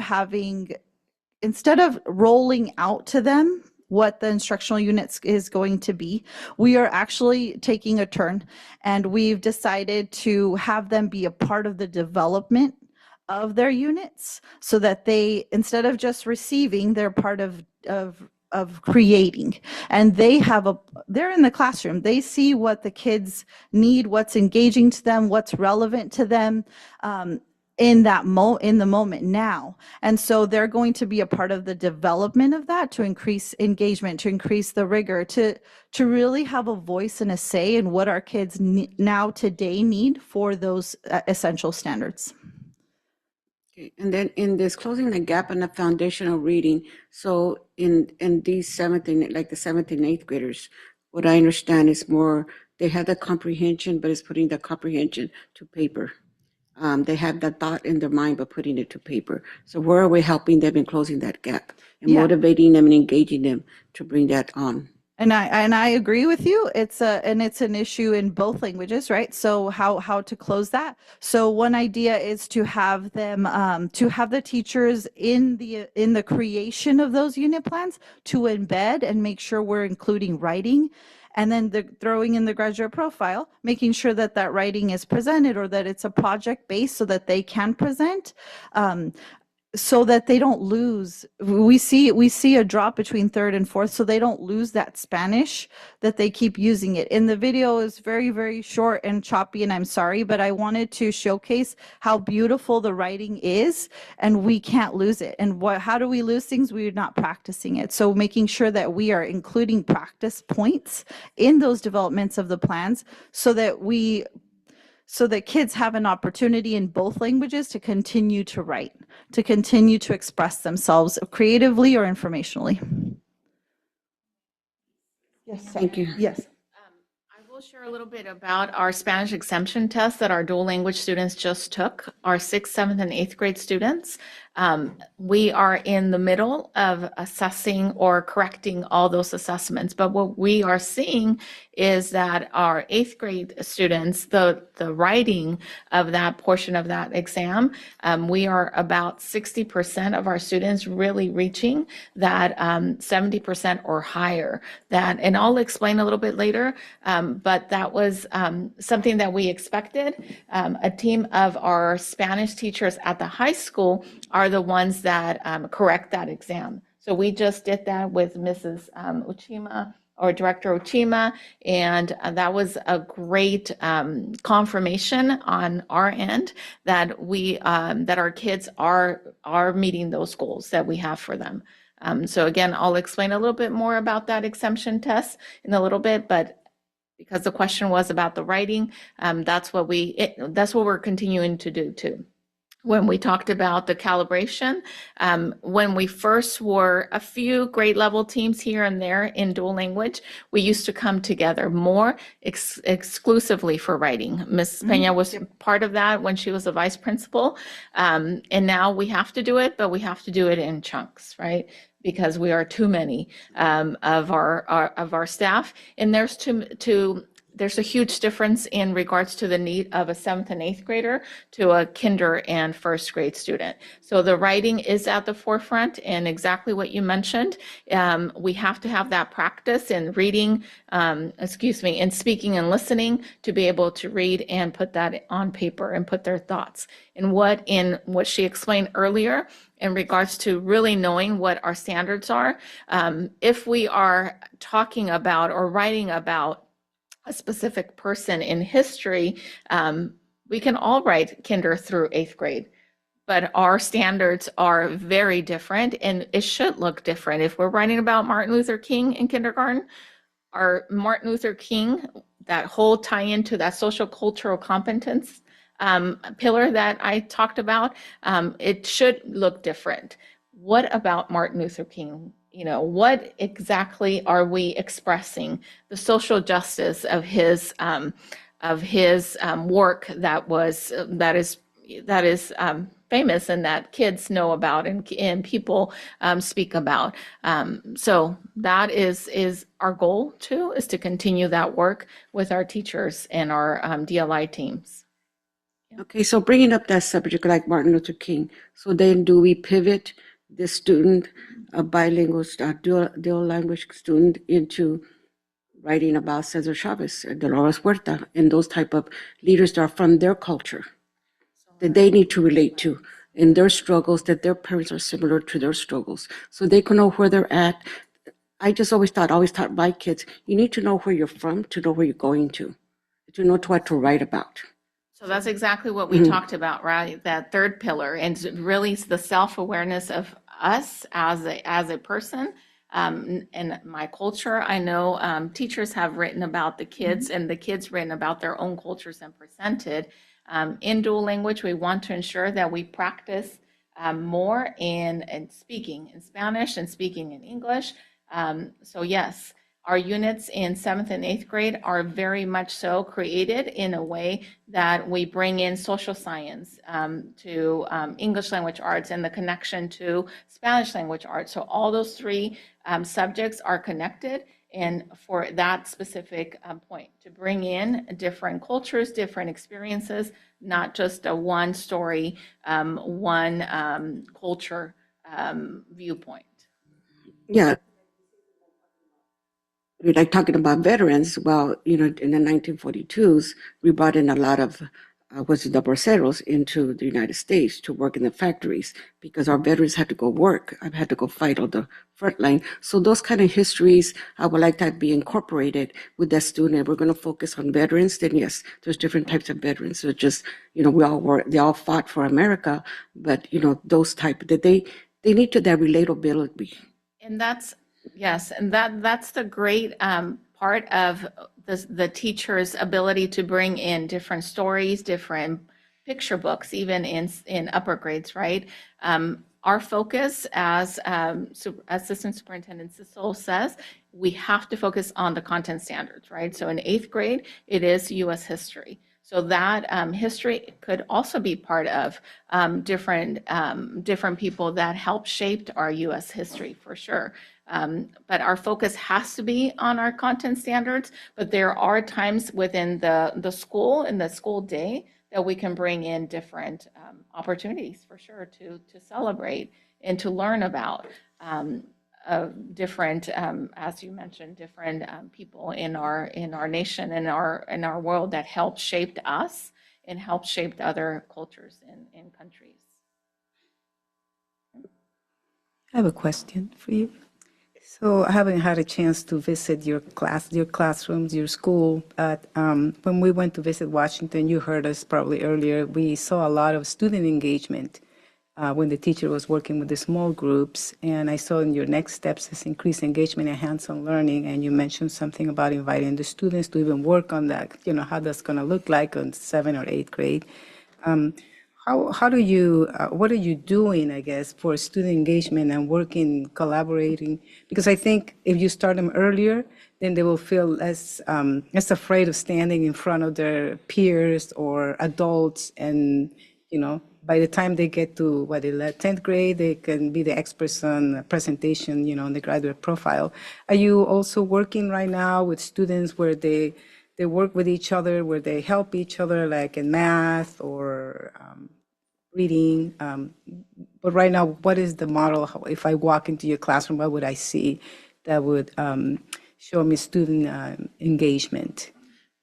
Great question. So the graduate profile really helps us with this because it allows us, each grade level has taken one component and is their focus of that grade level. And so they can choose, whatever content, but their focus is to have our kiddos present at least the first, I'm talking about our younger guys, have them at least present one time each semester, but have their focus change in between there. So making sure that they have an opportunity somewhere embedded in their lessons to present first to each other, whether it be a Kagan collaboration, this is the information I'm presenting to you, then you present to me. And then also then to go bigger and go into the group and present, whatever the content is they're presenting, and then also then go a little bit bigger in that semester mark, make sure they have an opportunity to go in front of their classroom and present in front of their peers, as well as understand that they have to get reflection on that. And so peers, not the whole class, but have peers give them feedback and be receptive and open to that feedback. We are having lessons on how to give feedback because when you're in 1st and 2nd grade, that sucked or whatever, sorry, but like that wasn't whatever they write, making sure we guide that reflective feedback as well. And I'm saying that for my littler guys, and as they get older, the expectation is that they are able to have built-in times where they do present in front of peers, because like you're saying, then they get older and then they're very hesitant to present. And then I have my 7th and 8th graders that feel like, I just don't want to do it. I invite you to come and observe our 7th and 8th grade, our 7th and 8th grade teams too, when they present. I know 7th grade just presented some information. And I was like, wow, that is incredible. And it was a picture in there, and they got extra points if they dressed up, and you probably saw them. They were in like suit and bow ties. So that is something we are implementing. I thought we're running short on time. Okay, sorry. Is that it for Trying to me? Keep it moving a little bit. Okay. Thank you.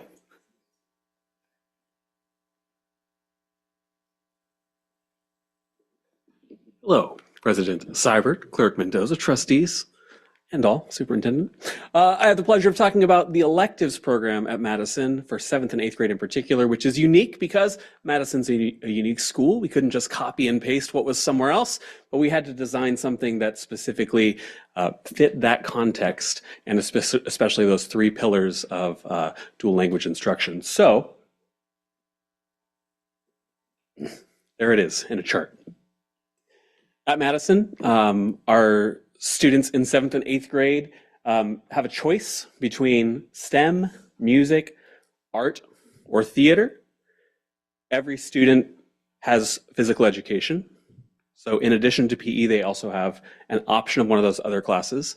Unique for the arts electives, so that would be music, art, and theater. We have a model that we are calling, we didn't invent this, it's a Latin American tradition called Colectivo Creativa, the creative collective. And students in this model should generate their own ideas to explore through art and then use their art form to communicate something that they want to communicate. So for instance, we might provide some guiding questions like, how do we choose which traditions to preserve as we go forward in life? Like, that's very much a cultural idea, right? Students will explore this in art, in theater, in music, and in dance. And by the end of each semester, have a product to share with a public audience. In the first semester, so coming up in just a few weeks, their show is more, it's thematically related, but we have individual pieces. There's a music piece, there's a theater piece, there's an art exhibition that's a part of it. And our goal for the second semester is that students would come up with their idea. It would be more collaborative and interdisciplinary, and that artists, musicians, theater makers, dancers would collaborate to create something that is interdisciplinary, not like a separate art thing from a separate music thing, but we're working together as the Madison 8th graders or Madison 7th graders to make this product. So the way that works in the schedule is, just as an example on the screen, a music student in 7th grade goes to music most days of the week, but one day a week, theoretically here, they actually go to a different class in an interdisciplinary team. And so there are music students there, theater students, art students, and they're collaborating together with a different group of students. Mostly they're in their music class because that's what they chose, but we're also trying to create these opportunities for them to build ideas together. As we get closer to the end of the semester, when students have their showcase or their product, their performance, whatever that turns into be, those collaborative days, the Colectivo Creativa days, might be more frequent. They might come together 2 days a week or 3 days a week because that's what they need to make their presentation happen. But we're flexible in our schedule in that way. Our intention last year and even before this year started was to include dance as a 4th arts option, and we had to pivot in the way that we're including dance. We have a credentialed dance teacher coming over from Madera High School who doesn't speak Spanish, unfortunately. And so 1 day a week, students are also getting the dance component as like an add-on, because we would like for dance to be a part of the cultural elective part of things, but we're struggling to staff the position, let's say. We're being creative in the way that we meet that need. So that's the schedule and the offering. Director Gillis, just before you move on past that, just the concept of dance as a challenging, position to fill. Yeah. Explain just briefly, because I think it would be important. Sometimes the trustees end up hearing a question like, well, why don't we have dance? Where's dance? Why don't we have dance? Well, California requires certified teachers to teach classes, and certified dance teachers are very rare. Yes, Please and explain. specifically their credential was created in 2021, and there are no local credentialing options. Fresno State does not offer a dance credential. So the 2 dance teachers that work in Madera Unified School District who are new this year, One works at Madera South and MLK, the other works at Madera High School, TJ, and Madison. They're interns going through an online program through a different Cal State university. So they're very rare to find dance teachers. Our intention is to build out dance programs. It's what the standards, the framework for arts education for K-12 says we should do. But there are challenges in the credentialing world that we are creatively working through. And prior to Prop 28, there was really no push in public schools for very many dance programs. There were a few. Some of them exist in Southern California and in the Bay Area, but you don't generally find them anywhere else in the state to any degree. So there wasn't any demand. So the universities never developed a supply. Just so when you hear those questions, if you hear them out in the community, I want you to be armed with the facts so you can respond and hold your ground. It's not that we don't want to, it's not that we can't, it's that it's challenging and we're working on it. In fact, Ed Code says the course of study must include, and that list includes dance. But hasn't been possible until recently. So this is an emerging area for us. And ideally, we'd find someone for Madison and for parallel or mirrored programs where the person had a Latin dance background. That would be great. But I haven't found a single credentialed folklorico teacher or Latin dance teacher either. So they're hard to find, specializing, even harder to find, but we're still working on it. Thank you, sir. All right, so in the spring of 2025, so one completed semester ago, students finished their second showcase. In this showcase, 4 groups of students, interdisciplinary groups, explored a topic together over the course of the entire semester, and they each wrote a little play, like 5-minute play with dialogue, supported with music. They found their own costumes, and they presented it in like a rotating museum experience. So if I went as an attendee, I went to the first room, a tour guide introduced what this room was about. At the end of that performance, the tour guide took me to my next room and I saw 4 different student-generated products. The super cool thing about this is it's all the students' ideas and their work guided by mentor teachers. The teachers are not telling them, produce this play that's already scripted. So students are having to be very, very creative. And then at the same time, there are challenges and we're learning and revising. So just a brief snippet. How do I push play? Yes, now I can get to work. Sound effects. I think they're using an overhead projector as their spotlight because they were being creative and figured something out. All right, we get it. I'm proud of this. 2 weeks ago, well, any school that won Art Jam I would be proud of because they're Midway Unified artists, but Madison 8th graders actually won the Art Jam competition. Not actually, like we should be surprised, but you're going to see in their presentation right now, the students are going to speak about the work that they put together, how conceptual they were and what they were coming up with. Art Jam is not about here's a perfectly executed charcoal drawing that fades from, here's a beautiful watercolor that depicts the ocean, and it's not about that. It's about what is the idea that you have, and can you communicate that idea through your art? And let's see how those Madison 8th graders did. Can you push the video on the right, please?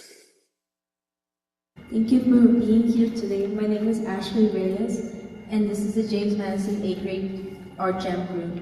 The theme that we had to work today was the world from different eyes.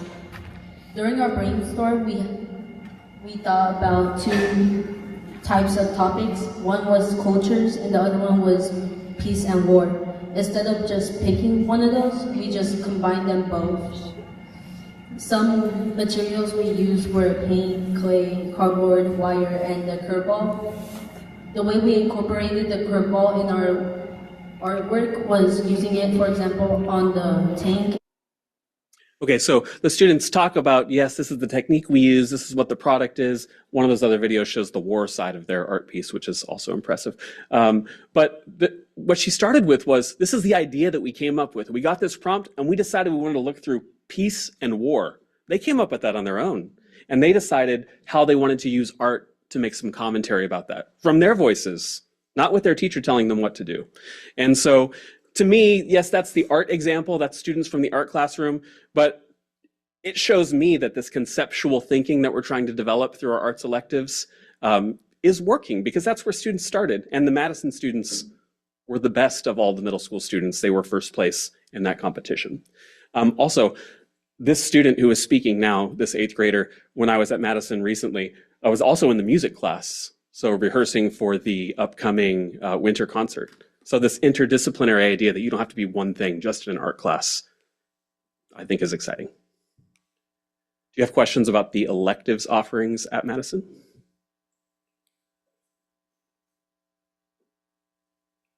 Thank you.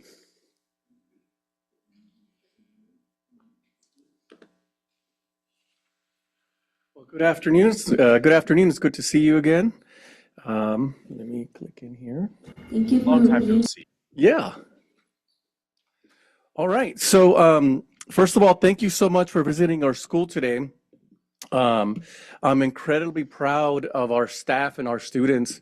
You got to see in action, in person, what our school mission and vision is about, and how committed our staff is to raising the bar and keeping high expectations at our school. Our aim is to ensure that each student, each learner reaches success in our bilingual community. And to do that, our teachers have taken on a heavy lift of building the DLI program while learning how to be teachers, young teachers, of course, many in their first 4 to 5 years of teaching, while the last 3 years implementing and learning and implementing the PLC process. And so we have learned a lot about collaboration, focusing on essential standards, but more than that, really transforming our school culture to focus on learning. And so you got to see that today in our classrooms. And I'm proud to share that on the latest California school dashboard, the data showing that we decreased the percent of kids that are chronically absent. We increased the percentage of English learners who are making progress. And we also increased the distance from standard on the state assessment for English language arts. And so we are making progress. Also, our school culture has demonstrated that we are improving each year. Our percent of favorable responses on the Panorama survey continues to increase during each administration. And as you saw today, we're focusing by student, by skill on reading, specifically in Spanish. And so we are seeing that our students are thriving. Our teachers are very locked into intentionally and strategically teaching those Spanish foundational reading skills, so that when our students get to upper grade, they are comprehending at a high level. And so what you saw today also, it was evidence that this is the way we are doing things at Washington now. So I put there, we are in year 1 of sustaining the PLC at work. So we had 3 years of intensive support, but this is really the first year we're on our own to sustain this work. And I'm very confident that our leaders have reached the point where they can continue this work regardless of any teacher changes or any changes at the school. We have enough capacity built now where our teachers our leaders and our teachers can continue this work regardless. And so this is the way we are now doing things at our school. And it's having a significant impact. As I mentioned earlier today, our guaranteed and viable curriculum is very clear at our school for Spanish and English, and we can guarantee our community, our parents, that no matter what class your child is in, they're learning the same essential skills, and there's going to be alignment across the grade level. And so one of the things that we're most proud of right now, especially in early literacy, is the fact that our kindergartners are reading fluently now in Spanish. And so I do have a short clip. Not all of you got to experience a kindergartner reading in Spanish today. I know Board President Seibert got to see a kid and listen to a kid read to him, I believe, this morning. And so if we can click on video 1, please. This is a kindergartner reading. That's the wrong link. Sorry. It should be video 1 on the, let me see, video 2, sorry. So here you'll see a kindergartner reading in Spanish. A Elena le gusta la luna. Papá, vamos a la luna. Mira las luces. Elena, vamos al bote. El bote va para la luna. Mira los cometas. Papá, veo unos peces. Son unas lubinas. Elena toma la luna. Sí, papá, la luna me lame la mano. I want that sweatshirt. So that is a very powerful example of the impact that rigorous and aligned instruction is having on our students. For the first time in our DLI, short DLI history of our 6th year in the DLI program, we have now very clearly developed a literacy framework that is getting our kindergartners to read fluently by November. And so that is very, very significant for us because we are guaranteeing that by the time they leave kindergarten, they will enter 1st grade, reading at grade level. And so now we can continue to build on that in 1st and 2nd grade so they can then achieve with those rigorous reading comprehension standards in 3rd grade and beyond. And so we are very proud that we are developing strong bilingualism and biliteracy for our students in the early grades. And today you saw an example of how we are approaching intervention for our 5th graders who entered DLI from home, right? Learning how to read in Spanish. And we recognize that they came to 5th grade with some deficiencies, and we're diagnosing that very, very intentionally to provide intervention for those students. And so, I did want to show you the first 3 minutes of video 1. Let me set that up just for a second here. What you're going to see here is, if you don't mind pausing it for a second. So what you're going to see here is a video we created for the celebration for being recognized as a Solution Tree Promising Practices School. This was part of our celebration back in May. We developed a video that showcased our students talking about learning and what they like about school and their teachers, but also as powerful as when you get to hear from the teachers themselves in this video. And you'll see in the first 3 minutes, you'll hear from the kindergarten team talking about the impact that the Solution Tree project and process has had on them and our students. If you don't mind clicking play now. Pause it.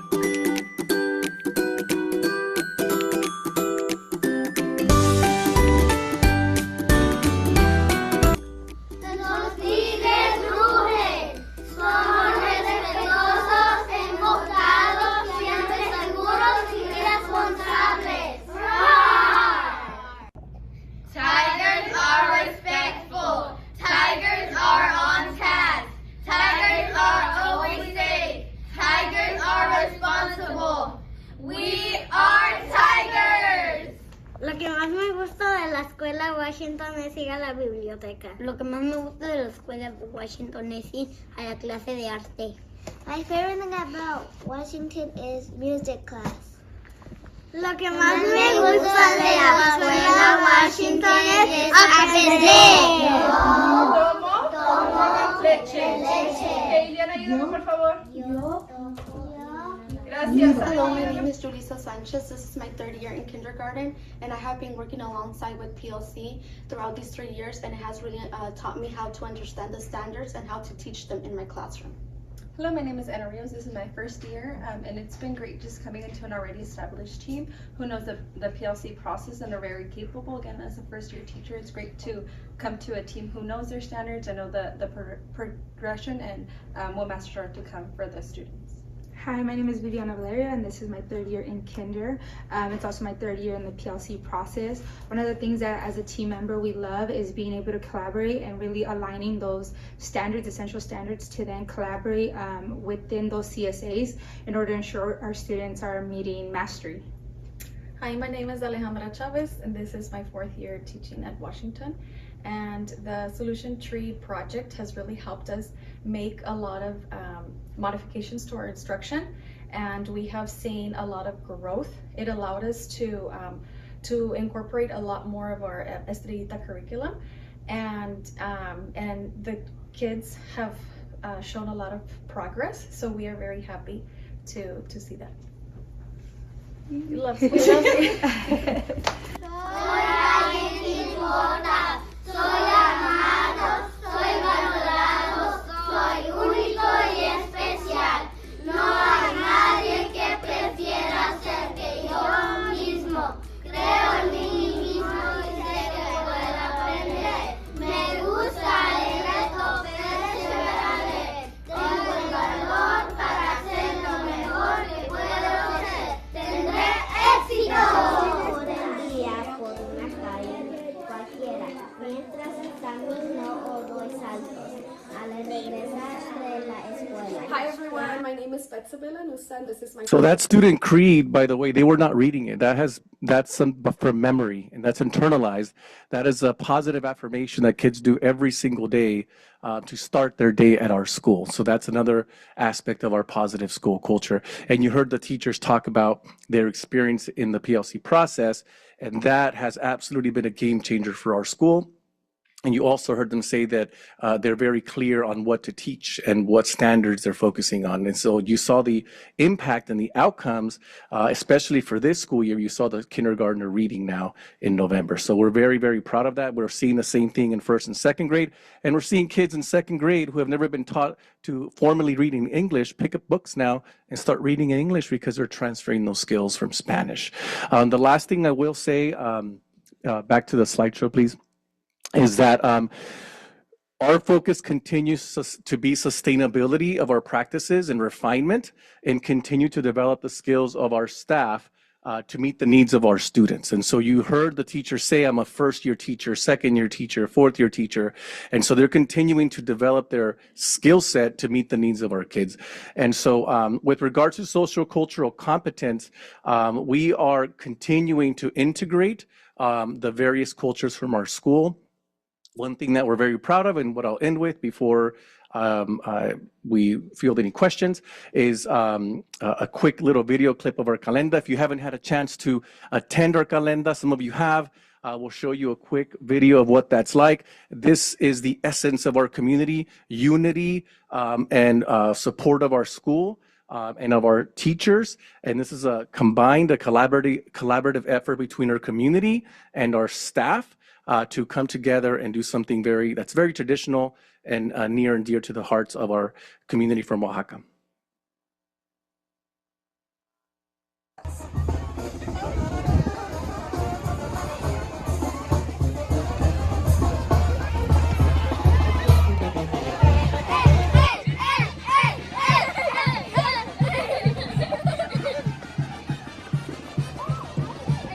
Una sonrisa, Alan.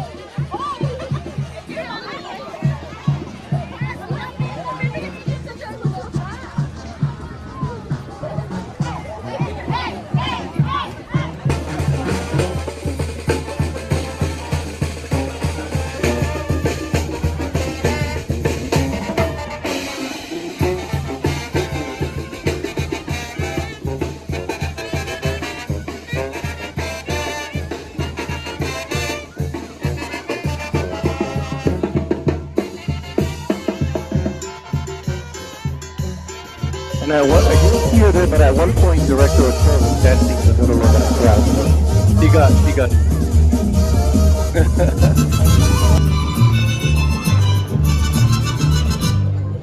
That's a clip of our carnival where kids perform traditional dances from Mexico.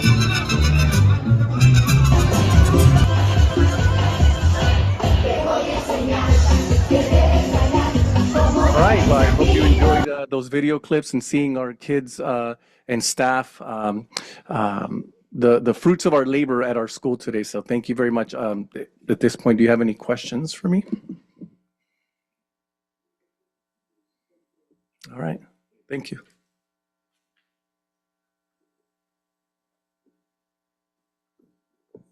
Good afternoon, President Seibert, Clerk Mendoza, members of the board, and Superintendent Lyle.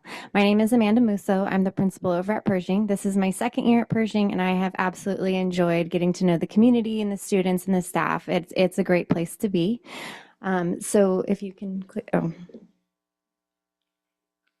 All right, so I also am going to talk about the 3 pillars of our DLI program.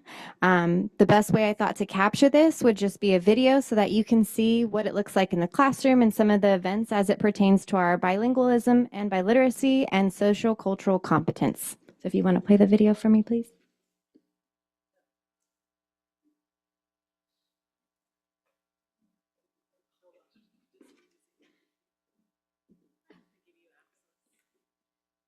Sorry, let me just, are you able to do that?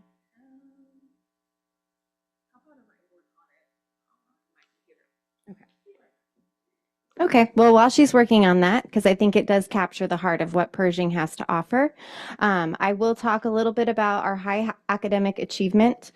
So Pershing is unique in a sense that we are a strand within a school. So we have 2 programs. We have a monolingual program and we have a dual language program.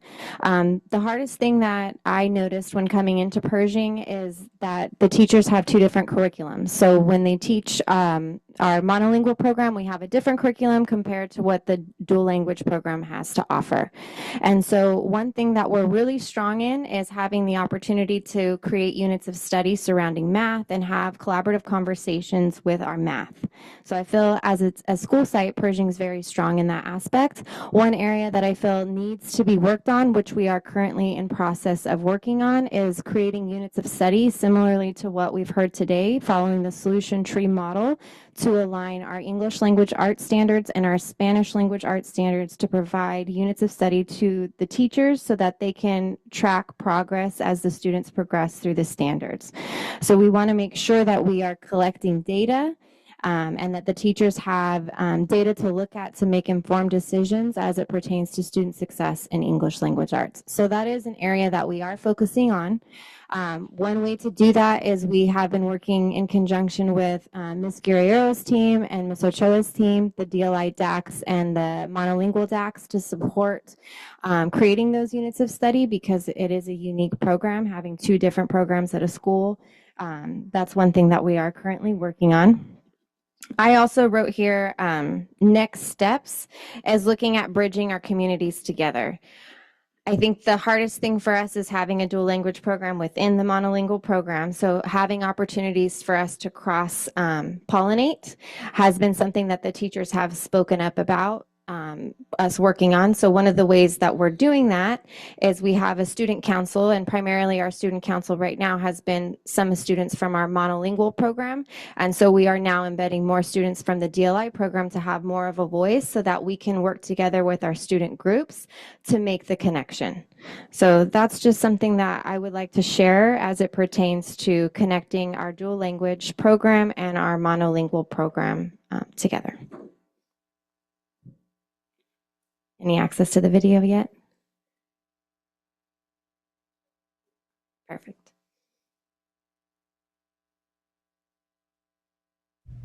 I will highlight the pillars of the dual immersion strand at Pershing, specifically bilingualism and biliteracy, social cultural competence. These pillars form the foundation of our program at Pershing. Our unique school within a school has some challenges that our teachers have worked on overcoming this year. Our site has identified an area to focus on as writing due to the scores on our CASP. We have implemented a focus initiative centered around performance tasks, both in English language arts and Spanish language arts. To build consistency and strengthen skills across all grade levels, each grade level team is now responsible for producing a high-quality writing sample for every genre of writing each quarter. We have integrated a new system for vertical alignment and best practice sharing. Work samples are brought to our staff meetings monthly, where the grade level teams below review and calibrate the work. This helps ensure teachers understand the expectations for the next grade level and they have the ability to share best practices. We are looking at some of the highlights of the writing happening in the classrooms K-5.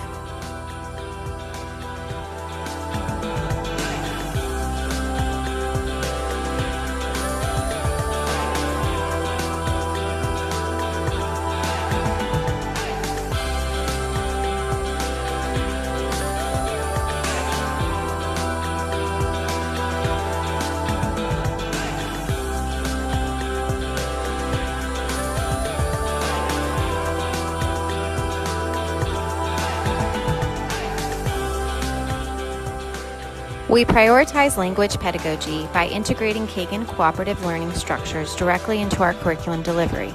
This approach maximizes student engagement and provides consistent, equitable practices for developing listening and speaking skills in both Spanish and in English. By using Kagan structures, we ensure students articulate complex ideas and collaboratively master grade level content. Taking to the middle boy because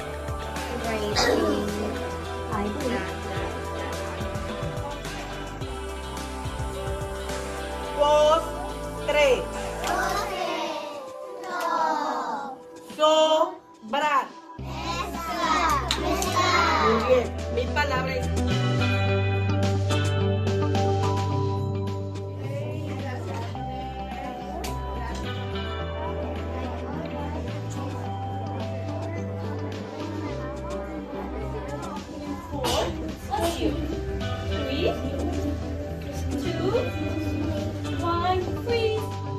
Stop seeing now and need water is on.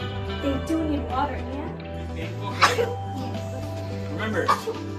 Okay, our prompt is, what is something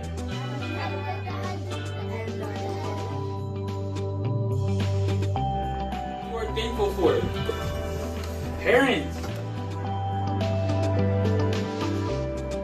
We build global citizens through social cultural competency, celebrating identity with our Hispanic Heritage Rally, Dia de los Muertos, we had an ofrenda, dress-up days, and community events such as our Ruby Bridges Walk we had last month, and we have a Posada event coming up on December 12th.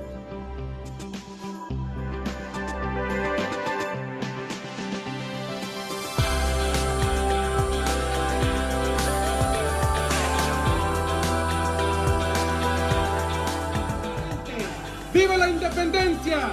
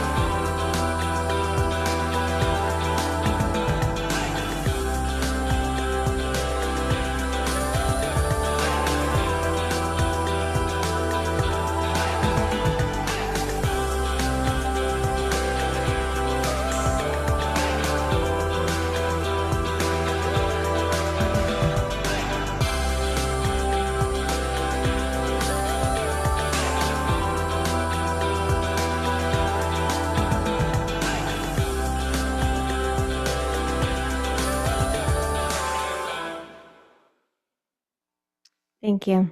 If you have any questions, I'm available to answer.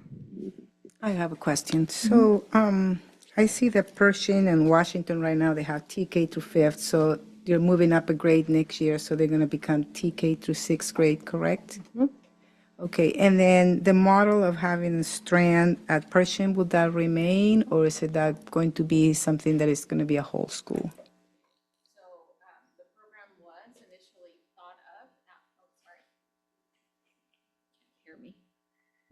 So the program has been developed as a strand within the school.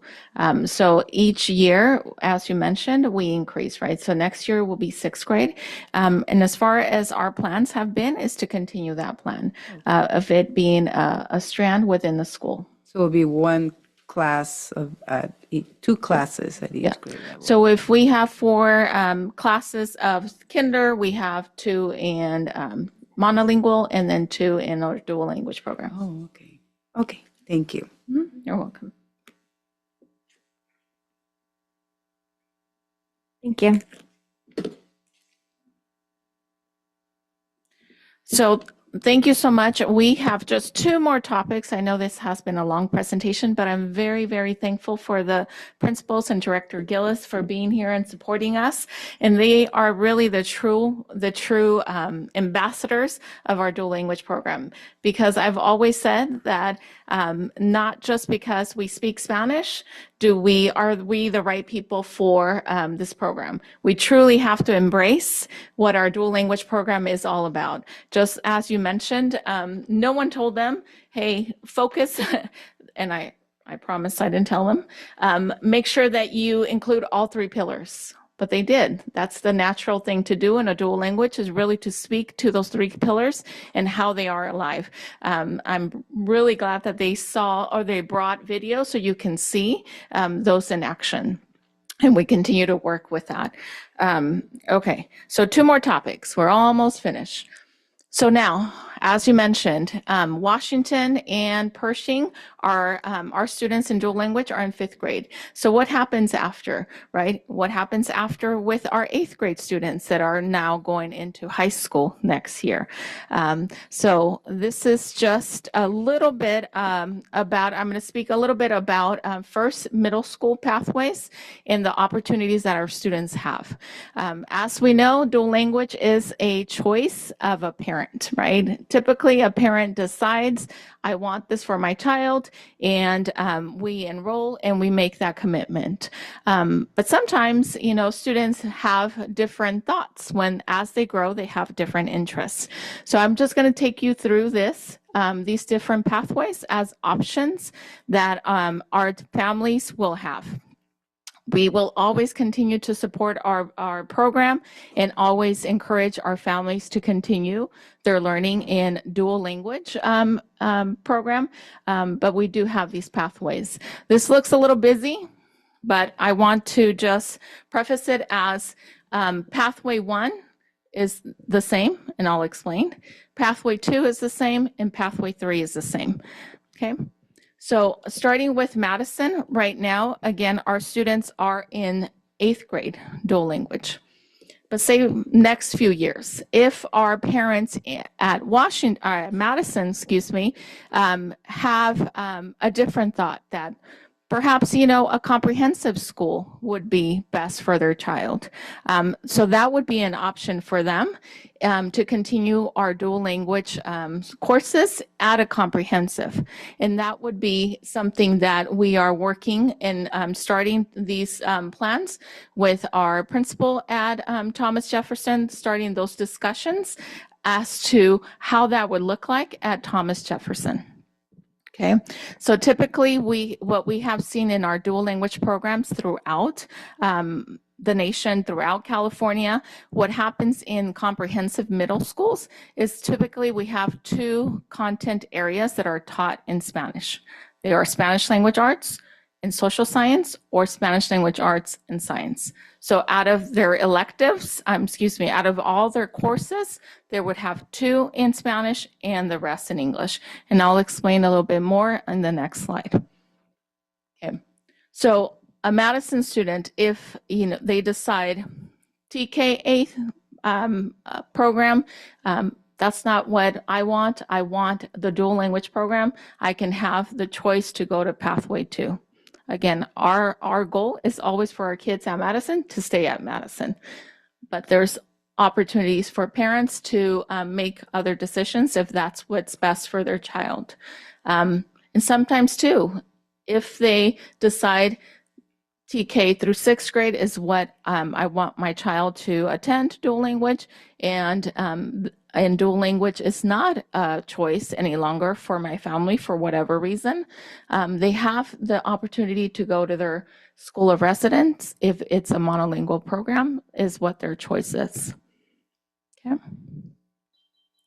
So having that said, some of those students from Madison would leave then vacancies in 7th and 8th grade. Does that make sense? If I'm a 6th grade student and I'm no longer going to either a comprehensive DLI program or a monolingual program, if I don't want to stay and at Madison for whatever reason, if I'm going to choose pathway 2, pathway 3, we'll have some vacancies at Madison for 7th and 8th grade, correct? Do I make sense? Okay. So within those vacancies, we want to ensure that Pershing students and Washington students will have that opportunity to be part of a TK8 model if that's what the parents decide. So as a 6th grade Pershing parent, as a 6th grade Washington parent, I have an opportunity because now there may be vacancies in 7th and 8th grade to apply for Madison and continue the dual language program there. Or as a Pershing or Washington parent, I may decide a comprehensive school is better for my child, and I want to continue in the dual language path. So then my pathway 2 would be my option. And these two options have to be lottery-based application because we need to ensure that, we have how many, it's all dependent on how much room we have per program, whether it be at 7th and 8th grade at Madison or at Thomas Jefferson. Okay. Any questions or clarifications? I do have questions. If I had a small child and want my child is English speaker only, and I want to put him in one of those schools, I want my child to be fully bilingual, right?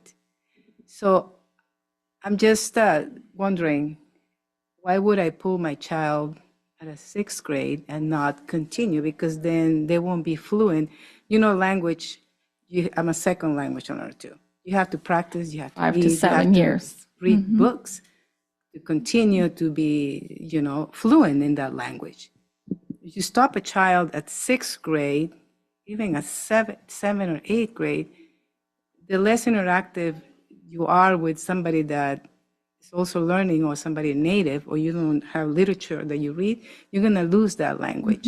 That happens to a lot of native students that come here from other countries. They lose their language eventually if they are not in a bilingual class. So all that time that a student has been since kindergarten through 6th grade, to me, it doesn't make sense too much to give those parents that choice.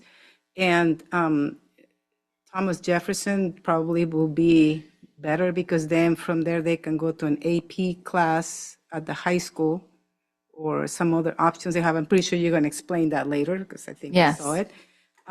So that to me, it doesn't make sense to me to make that offer to the parent. And of course, the parent can choose that, but I'm just wondering what will make them change unless they feel that their child is not learning the language, right? So that part, to me, it's a little bit difficult to understand. Why would I pull my child when he or she's learning the language?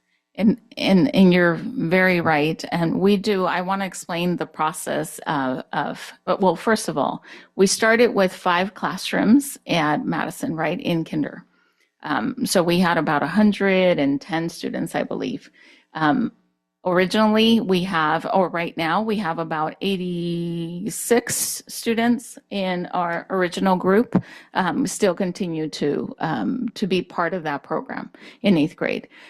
So we have a process in regard, it doesn't matter what grade, if there is a need to move for whatever reason, and there have been reasons that parents need to move for, various reasons, economic reasons, reasons of just babysitter not being able to take them to Madison any longer or to Pershing. We have a process that really pushes for the continuation of our students to remain in that. What is it exactly that we tell principals is, have you met with the parents? Have you talked to the parents? We ask a lot of questions as to why, so we can support that decision, because it is hard. It's not an easy decision that sometimes parents have to make for their own family's need. So there is a process to your point. There is a conversation. We just don't drop kids or allow kids to drop without really having that conversation. And we show them, right? Look at the progress that your child is making, or this is what you will see in 7th and 8th grade. But there's still, families have some different needs that they want, different programs, or just a need of the child wanting something different. So our initial thought is always going to be a push for remaining in our program. That's exactly what we do when we have those conversations with parents. It's not an easy decision, I know, for them most of the time to pull their child. So, but we have to offer comprehensive, also in this comprehensive pathway, because sometimes parents want a different type of elective choice that in a TK8 model, we cannot do that, right? We can't create a comprehensive experience in a TK8 model. So our spouse, I think the important piece that we need to remember always, just like my child received different services, he wasn't able to receive dual language. I couldn't give that to him. Why? Because he was a year ahead, right? So not everyone gets everything, unfortunately. And sometimes parents have those decisions that they have to make, whatever is best for their families. The other question I have is, TJ, I don't know the enrollment. The enrollment has been like, what, 800 or so?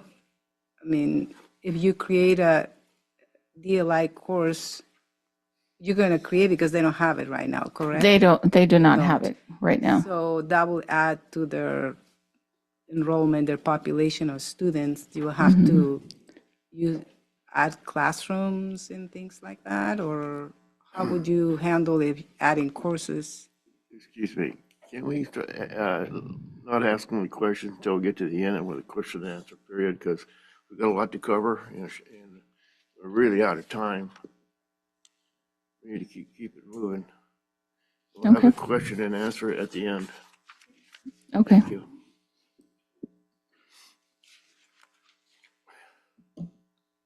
So I'll be brief. This is explaining the comprehensive middle school pathway as I talked about in dual language. So what the two courses would be in Spanish, the course offerings would be Spanish language arts and social science. We have that already created in at Madison with our interdisciplinary units. And so that's what our offering would be. Students, if enrolled at this school, their English courses would be English language arts, math, science, electives, and PE. So that's just explaining how that would look like at Thomas Jefferson. I'm sorry? Yes. So that's exactly pathway 2. Just giving you a little bit more example of a class schedule. Okay, so in regards to in regards to 8th grade and high school students now, moving from Madison to now their high school experience. So we mentioned earlier, or Assistant Superintendent Sissel, when I said she's stealing my thunder, this is what I was talking about. Our students have just taken the Madera Unified Spanish Diagnostic Test, and this test assesses their proficiency in reading, listening, and writing. And this really determines on what appropriate placement we have for high school native Spanish speakers pathway. What we can tell you is in the preliminary scoring of this assessment, we have seen that our students are really scoring in Spanish 2, native speakers pathway, and AP Spanish language and culture, which is for me, it's a huge win to see that our students are already meeting that. So our 8th graders are about 60% attaining those levels. Again, these are just starting. We haven't finished assessing our students, but just what we see in the written portion of it, this is where they're scoring, or this is where they're placing, I should say, in the Spanish 2 NS and AP Spanish language and culture. Our 6th and 7th graders are about 52% in just their writing as well. Okay, so these are good things that are happening, right? This is what we were expecting and what we are seeing in our in our initial scoring stages. We'll talk a little bit more about what this means to our ultimate goal for our students is that state seal of biliteracy. Okay, any questions on this? No? Oh, we're supposed to wait, sorry. So for high school program pathway, the course offerings that would be offered for any student in a dual language that wishes to continue their dual language courses would be through the world language pathways. Just like we saw earlier, we would offer native speaker pathway, that AP Spanish language and culture, or literacy and culture, and also the criteria required and cultivating that and instilling that our students continue to earn that California State Seal of Biliteracy. And lastly, Mr. Perez is going to talk to us about that pathway. So we are on the downslide, or the downslope here. Just really quick, I want to commend the principals for all their hard work and all that is being implemented at their sites. They did an excellent job. So the pathway to biliteracy, it's been mentioned several times. This is an ultimate goal for any student, but especially our dual language students, to Trustee Dybert's point of going, you're in this program. We've had conversations of, why would a parent make that decision, or a child, you've gone through the program, try to continue, right? And that is our goal. We want to advocate. We do advocate. We do speak to parents, and Director Cho already explained that process. But the goal is to keep the students learning and continuing that pathway to biliteracy. So for the sake of time, this slide I'm going to skip, because this slide here is very similar, and I think this slide projects our point a little bit clearer. So this slide here, you see, it's very linear, it's clear, but you see the ultimate goal there at the end, all the way to the right. I'm going to start with the end in mind, is a state seal of biliterary, which is attained in 12th grade. That is that goal. That is what we want students to pursue and attain. But it begins, for our DLI students, it begins there in kindergarten. So if we go all the way to the left there, you have that promise to biliteracy as kindergartners. Parents, initial on the application that they are going to commit to the program. Our students, our little ones in kinder, they're promising, right, that they're going to partake in the program and do their best, and they receive a certificate of participation. As they move up into the grade levels, as they reach 6th grade, and then later on 8th grade, there's 2 options there.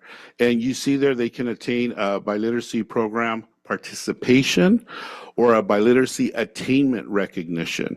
And of course, we want our students to retain or gain the latter, which is the biliteracy attainment recognition. Okay, so what is the difference between the two? The first one, again, is a participation. As you see there, it's a certificate of participation. All students will receive that. And again, the difference is the attainment recognition, which is the one, again, that we want our students to attain, is you have to meet certain criteria. So that is the difference. If for some reason the students are having difficulty and not meeting that criteria, they will receive, and we're going to do everything we can, right? Working with the schools, working with the administrators, the teachers to identify those students, try to support them in a way where they can attain the recognition piece. But again, if they don't meet the criteria, they will receive a participation certificate.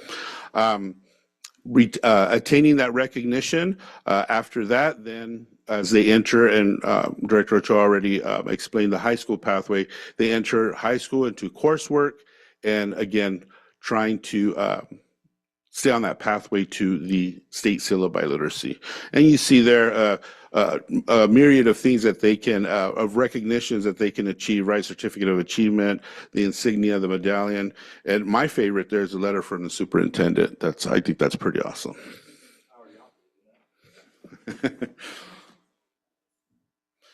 Yes, and one thing to mention is that this is criteria from the state, from the California Department of Education. So we're taking the guidance from them.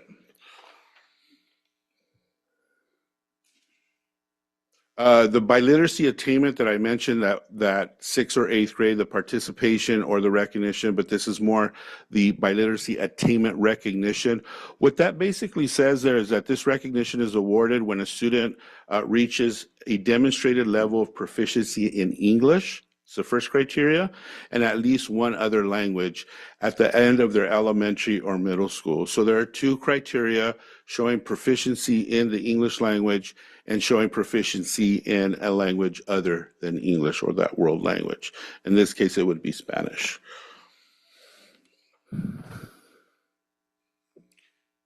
And just very briefly, what this is showing are the 2 criteria for that attainment recognition. On the left, you see criteria 1, which is that growth in English proficiency. And there are 4 opportunities there through which a student can demonstrate that proficiency. Method 1, the first one, is through the CASP assessment. They can show proficiency through that with their score on the English language arts section. Method 2 is in grade 6. They can, depending on the results, on a local assessment, a district local assessment. And in grade 8, it's very specific that it's dependent on their coursework in English language arts. As you can see there, they need to maintain a grade point average of 2.0 or higher. Method 3, if they're an English learner, they can, if they score high enough on the LPAC, that would satisfy that criteria 1. And then method 4, you see there is a portfolio presentation. And I do want to mention that we're strategically working with the school sites for method 2 and method 4. We're embedding those into the curriculum, into the units of study, as some of the principals were mentioning. So the students have that opportunity to demonstrate that. Okay. And then criteria 2 is growth and proficiency in the world language. There are 2 methods there, or 2 opportunities. One, Ms. Ochoa already discussed, which is the Spanish placement assessment. Normally it's 70% or higher, and then a rubric score of a 3 or 4 in the written portion. And then method 2 is that portfolio presentation, which, as we know, the 8th graders especially, they're involved in that graduate profile. So if they do well on that, that would satisfy criteria 2. Before the Q&A, just want to mention that most, if not all of this information has been shared with parents at recent and past community meetings. And we're going to continue to refine, update the information, continue to share it with our community, with our parents.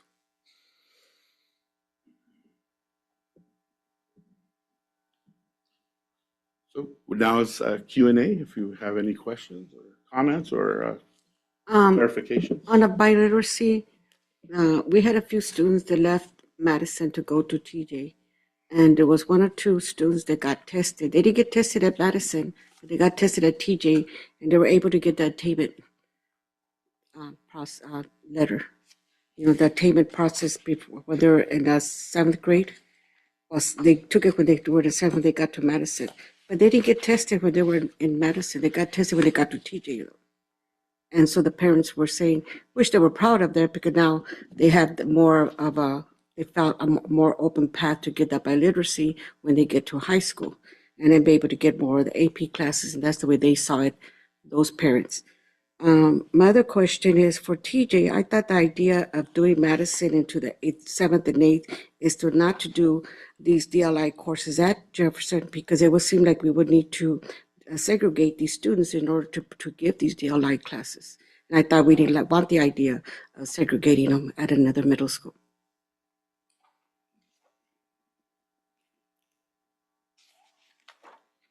So I don't like the idea of providing these DLI courses at Thomas Jefferson, because it would seem that would be, besides that the overcrowding at Thomas Jefferson, well, maybe now that the new school is going to be built, but it's just that we would have, seem like we would have to segregate them, create classes for them to give them the DLI classes at Thomas Jefferson. And I thought that was the purpose of having Madison to 7th and 8th.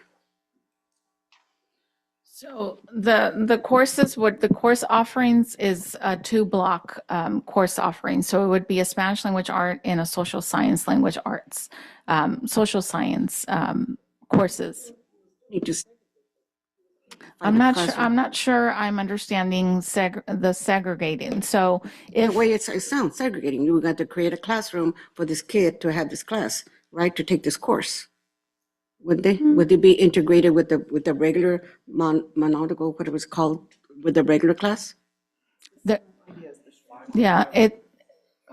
5 periods of the 7 periods would be with all the students, but all kids move around and take different classes, right? So the art students are not segregated because they're in an art class. They are just in an art class, and the next period they'll be in another class. So there's no concept of segregation involved here. Okay. Is that correct? It's also creating an opportunity for the students who are in the grade level that ends at 6th to maintain that 40% of their day in Spanish that our 7th and 8th grade students at Madison are getting. So if we go back to our Madison model, in 7th and 8th grade, they're getting 40% of their day in Spanish and 60% in English. Now we're creating that same opportunity through offering those 2 courses at Thomas Jefferson. So we're trying to create some continuity so that if you're a DLI student, you have an opportunity to maintain your Spanish language opportunity through 8th grade before we send you into high school. And 7th grade social science is world history. So they'd be learning their world history in Spanish, just like kids in Latin America would learn world history in Spanish. Yeah, that I understand, but I thought that when we decided to move Madison to 7th and 8th grade was not to do this at TJ. It was not to do it at TJ and in the future. And that's what we're doing. That's what I understood when we approved to do Madison to 7th to 8th. We wouldn't do this at TJ. We did have that debate in the room, and if it was not clear that we felt it was really good for the 50-50 students, the kids who, that was the Madison model is a 50-50 model with 50% English only. And we wanted those students to have a more protected Spanish language experience and more balanced experience all the way through that was more continuous. And we also did a bunch of research, Ms. Sissel and I did, that uncovered the power of the K-8 model to protect quality study habits and quality culture and behavioral outcomes all the way through. It's what we see out in our country schools. We see a lot of continuity from the beginning That all I the way to the understand, end. and not to interrupt you, but I understand that, but I'm just saying, I thought from the beginning, again, I repeat Well, myself, pl- that I didn't please. think we were gonna do that. No, but please allow me to elaborate just a bit because not all the trustees were here when we made that decision. So we also then described the difference between the Madison model and the Washington model, Washington being a 90-10 heritage language model. And we also knew that Washington had no space to ever become really a K-8 without us adding more property or reworking the entire campus. So we discussed that at some point, the Washington students do feed into Jefferson, and they always have. And we were hopeful at that point that we were going to be opening a new school on the other, in the west side of town, and we'd be able to take some population out of Jefferson, and that we'd be able to create, if we had a 7-period day, we'd be able to create a better language opportunity that would be more stable for the students that matriculated from Washington. So we had one opportunity that was available to us at Madison, so we took it. And we had another opportunity that was available to us at Washington or at Jefferson to service the Washington students, and we're proposing to take that. And we discussed that at the time as well. And the discussion around Madison was not to do it just one place and not the other. It was to do it in one place in one way, and at Jefferson to do it another way for Washington students and Pershing. So the Pershing students could matriculate over as well. At Jefferson. And as years go on, the numbers at Jefferson will actually go down further unless we have a home building explosion, which very well could happen. Hasn't happened yet. Any other questions? No, just time will tell. If we do Madison, we have a K-8 and see how the next 2 or 3 years, see how that turns out. If we can get some land that turns out well, and they like that really, it may be better than going to TJ. Maybe we can buy that land next to Washington and make it a K-8. But the future, how everything turns out, will tell us what we need to do, I guess. And try to do the best we can for the families and the students. I'm not a fan of middle school.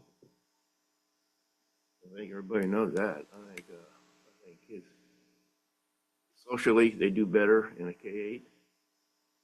They don't go through that transition at 2 years in a middle school with all new teachers and all new kids coming in and all that confusion. So I would like to see Washington be a K-8. So with that, we have a logo, but I think we ought to maybe postpone that to another day. Well, we have our gentleman here today. How long will that take? I think we planned for about 15 to 30 minutes, if I'm not mistaken. May I just quickly, as we transition to that, I want to thank our principals. I want to thank Director Ochoa, Mr. Perez, Ms. Sissel, the entire team for putting all of this together. Ms. Musso, I want to thank you for enduring a really challenging situation this fall with a lot of grace and a lot of strength. Thanks for your leadership over at Pershing. The staff really took its cues from you and Mr. Santiago, so thank you for all you did to support the family and your staff. We really appreciate it. You guys all, Mr. Gillis, everyone, thank you for your exemplary work trying to build something really from scratch in Madera Unified. We have a lot of language assets, but we don't have a lot of knowledge, but we're learning and we're growing and we're building and you're doing it together. Thank you. We appreciate it. So, Director Garnica, would you please approach the podium? The floor is yours. Make sure you turn on the microphone. That tends to be a consistent challenge. Sir. No problem. Good evening, Board President Seibert, Clerk Mendoza, and members of the board. Over the past several months, our communications team, Superintendent Lyle, Deputy Superintendent Schwartz, and Archer and our marketing team have collaborated, and we are aligned with the logo concepts that are going to be introduced to you today. We look forward to your feedback, and to not delay this, Sean, the floor is yours. Well, good evening, and I appreciate you guys allowing me the opportunity to present the work that we've been working on for the last several months. Excited to show you what we have in this presentation that we have queued up. It looks like the battery on here is kind of dying. It might be dying, and if we can figure that out, I do want to share with the trustees. We have heard a good deal of frustration at various times from different trustees that our branding for Madera Unified, aside from we believe, has been a bit of a struggle. We don't always love the lantern, especially when you know the story of Diogenes. You would not love the lantern if you knew the actual origin of that story. In the 1800s, the lantern became kind of a symbol of education. Everyone's kind of just riffed off of that for about 200 years or so, 150 years. But the story of Diogenes is not really very grand or awesome. And we also know that the working arts logo of the Phoenix was just meant for the time to come back from COVID and rebuild ourselves. And we knew that the trustees were not necessarily huge fans of it. It served us very well. We got a lot of great feedback from the community and from some of our teachers, but we knew the trustees weren't super big fans of it, and it was temporary anyway. So we really wanted to make sure we were thinking about 21st century branding, and we gave ourselves an opportunity to be the most recognizable and most succinct branding that we could have. And there are several ways in which you'll see that Sean has to share. And Archer and Hanna has a fantastic reputation. We've been working with them on other projects. So we're excited that you're here. Thank you. You're going to bring us 3 draft concepts for feedback from the board. We're not here for approval. Don't think that. We're only here to make sure that you have the opportunity to give us feedback on all 3, and we really hear you out. Yep. Yeah, and my name is Sean Tambagaha, and I'm the creative director for Archer and Hound, and you guys should have the packets in front of you. I'm going to ask that you try to practice self-control and not go too far ahead and spoil the surprise as I walk you guys through the presentation.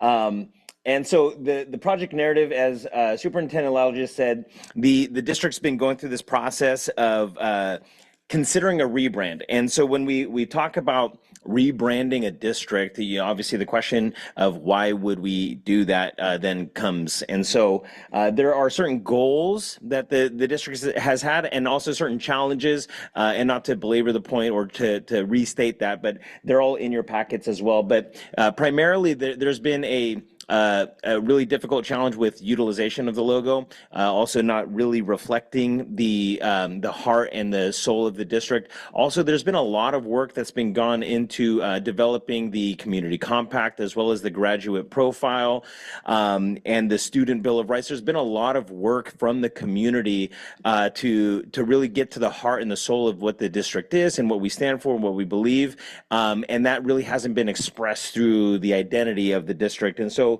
aside from that, again, just some design challenges. And so as we were working with the district for the last several months, we took a look at some of those challenges and some of the goals, and what I'm going to be presenting today is kind of a distillation of all of that. And so we have had quite an extensive process that included research and discovery and surveys, and then our team, again, my background is brand identity, brand strategy, working together not only with Superintendent Lau, Deputy Superintendent, the marketing communications department, but also our internal design and art team together to present these concepts.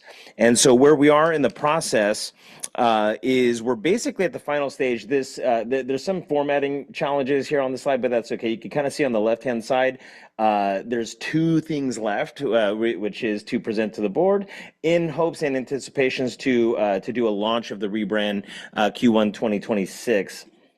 And so what we're asking of the board is, again, provide high-level directional input. We don't expect you guys to be design experts in all of these things, but to have the opportunity to interact and to provide feedback with these concepts, and then ultimately to approve the district's communication department to continue working with us to finalize brand identity based off of board's input. And so that's really what we're looking for today.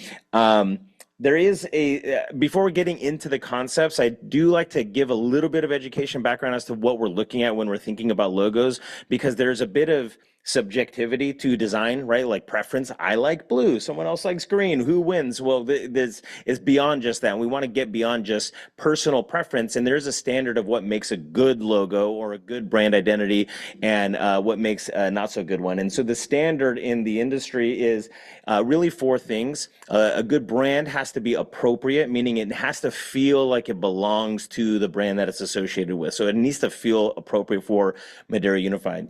Also, it has to be distinct. And so if there's a bunch of other different districts out there, especially ones that carry the same acronym MUSD, how can we stand out to where it does look different and it just doesn't look like the same kind of educational logo that everybody else would have? So appropriate, distinct, simple, and that's really the hardest part because a lot of design agencies, they try to over design where the most timeless brands have a very simple logo, and we want to help the district avoid having to go through infinite permutations or redesigns as the years go by. We want something that'll last a while, have a longer shelf life, and then versatile. We understand that the district's logo and branding is ubiquitous. It's on all kinds of different things. I'm seeing it in 5 different things right now. We have it on tablecloths and placards, and we have it on shirts, and so it has to have a versatility to it to where we can use it in multiple applications. And so we take that standard and then we develop a logo. And when you have a brand identity, you're looking really at 4 things. And so when I'm going to show you these 3 concepts, these are kind of the things that we could be looking at. There's 4 things. One is the mark, the logo mark itself.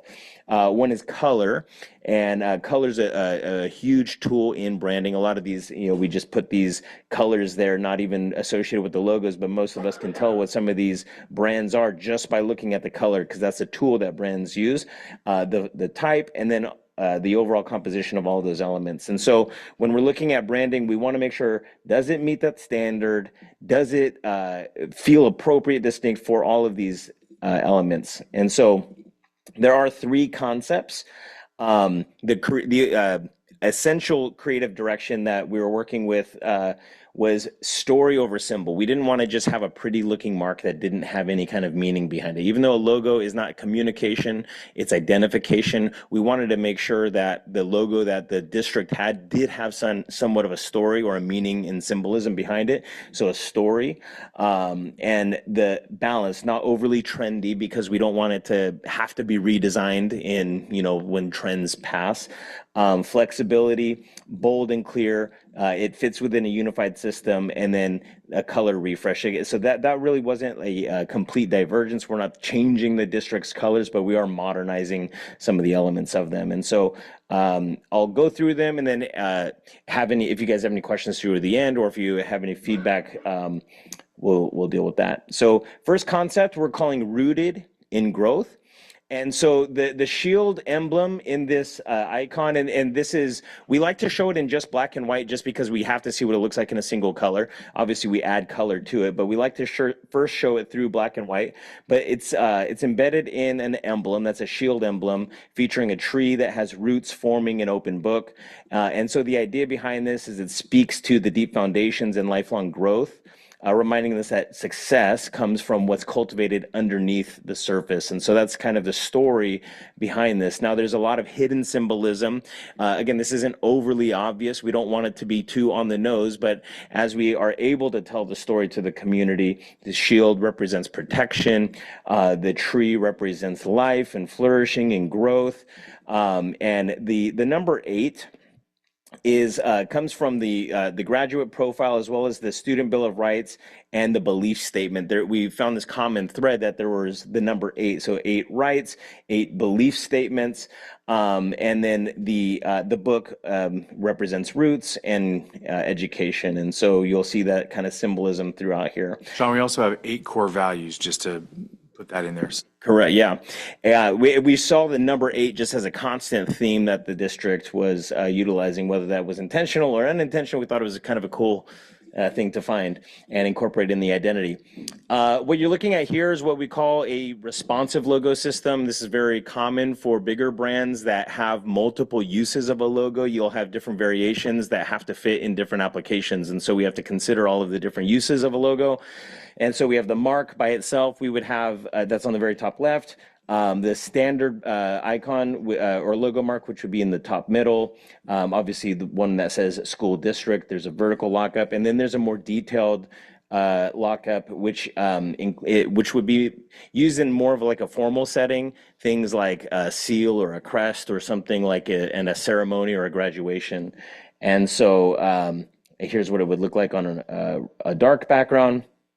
And the rest of the slides are really just to show the logo in context, because this is, again, you don't see a logo in all of its glory on a white background. You always see it in context in some sort of a use.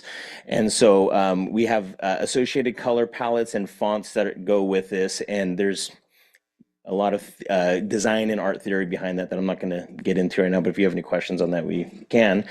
But yeah, these are all photos that we found through the district that can really accompany this brand.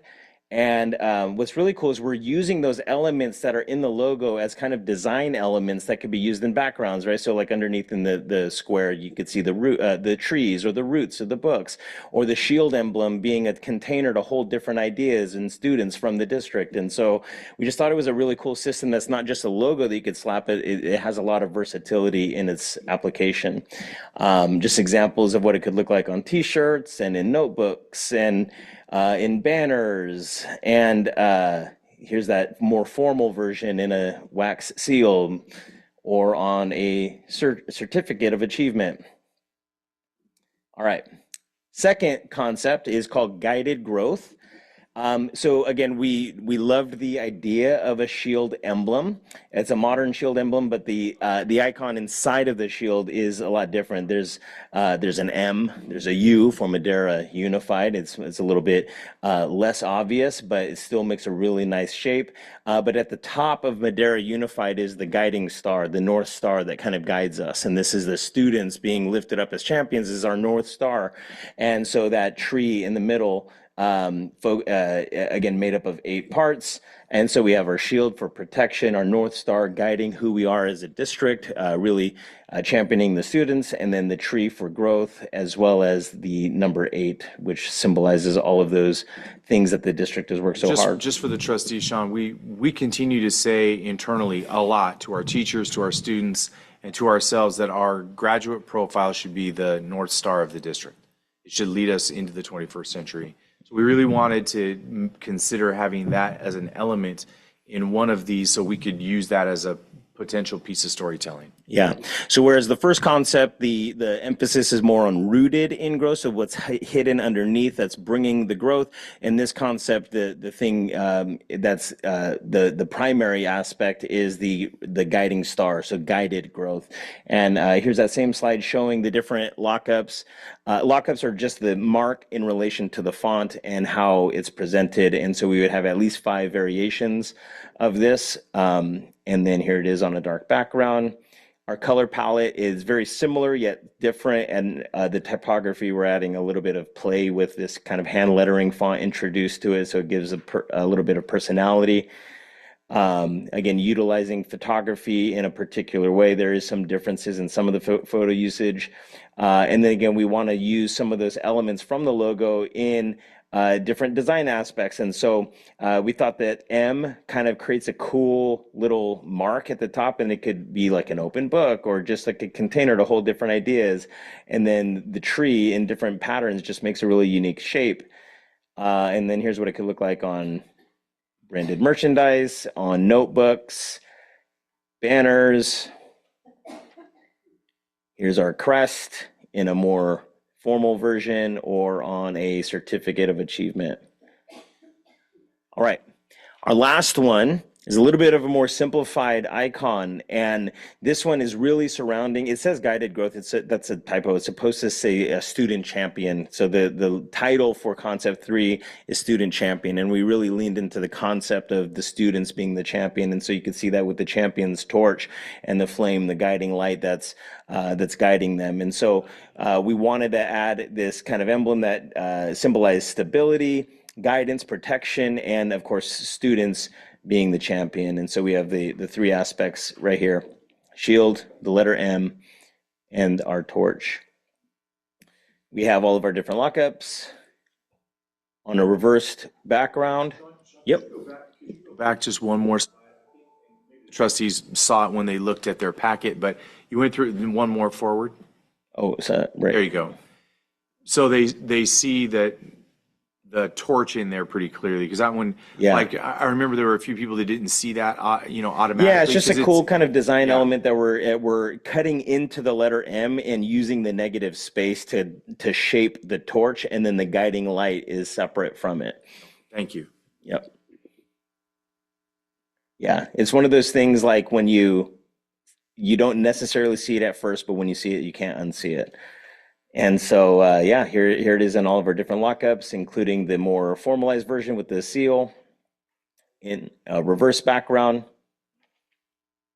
Our color palette, we're going deeper on the blue and really popping with the brighter blue on top of that, using a mixture of fun, playful fonts as well as hand-lettered, hand-drawn elements in there. And so you'll see that throughout some of the different variations of, there you go, here's some different patterns and icons, and using that idea of even the North Star in some of our symbolism. Even though the logo itself is using the student champion as our torch, we can still use the idea of star in our brand system. Here's what it could look like on shirts, notebooks, banners, and then here's our more formal version with the crest. Now, obviously, the we believe statement is a huge part of the identity of not only the district, but the community. And we knew that any kind of rebrand that the district would undergo would have to consider the we believe statement as being part of it. We believe is more than just a tagline. It's more than just like a motto. It's become part of the identity of the district. And so we wanted to make sure that as we're thinking through these three concepts, again, there were multiple concepts and variations that we went through. These are the ones that we have distilled down after our series of iterations. But we wanted to make sure that we had we believe statements incorporated into them. And so for each of these concepts, you'll see that they have corresponding we believe statements that can be used with them.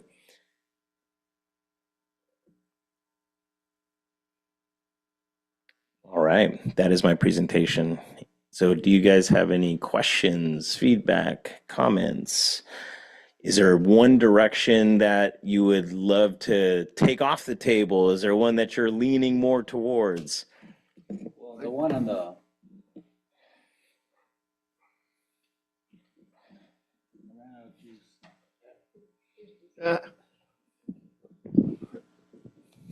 I kind of like the one on the lower left corner, that one there. Because the we believe, who knows, maybe years from now we might change it and we'll stick with the logo. Because with changing the logo, everything will have to be changed. Envelopes, letterheads, everything that we can think of. That's just a thought. Looking at even a color, I don't think you can use blue because you got different colors at different high schools. So you got maybe like a gold or something like that, black that will go into different colors. But also, I like to see something that represents career pathways. Maybe like a gear, like like a rotary gear on the outside, and with the other part of your logo on the inside. But if it represent, And there could be derivatives of this that get utilized, right? So that would be something we might create some extension opportunities, especially for those kinds of pathways to use them. That makes some sense. And just as a point of clarification, we did use the navy blue and the gold because we didn't have any schools that represented those two things, and they're representative of royalty. And we wanted to have some depth and some richness to the way we presented ourselves. That was the rationale back in 2017 when and Trustee Dibert remembers we were all in this together at that time. We wanted to give ourselves a new chance to be a little bit different. And so that's why you see the blue and the gold here represented still. I think we want, for me, I think my perspective is not to really go along with the school logos, but to be the district-wide brand, right? So I kind of like the first and the second. I like the first one because we're in the valley, we're rooted here. Our students are rooted here, and I like the eight concepts that you said about the core values, right? Do we have eight? We have the Student Bill of Rights. I like that.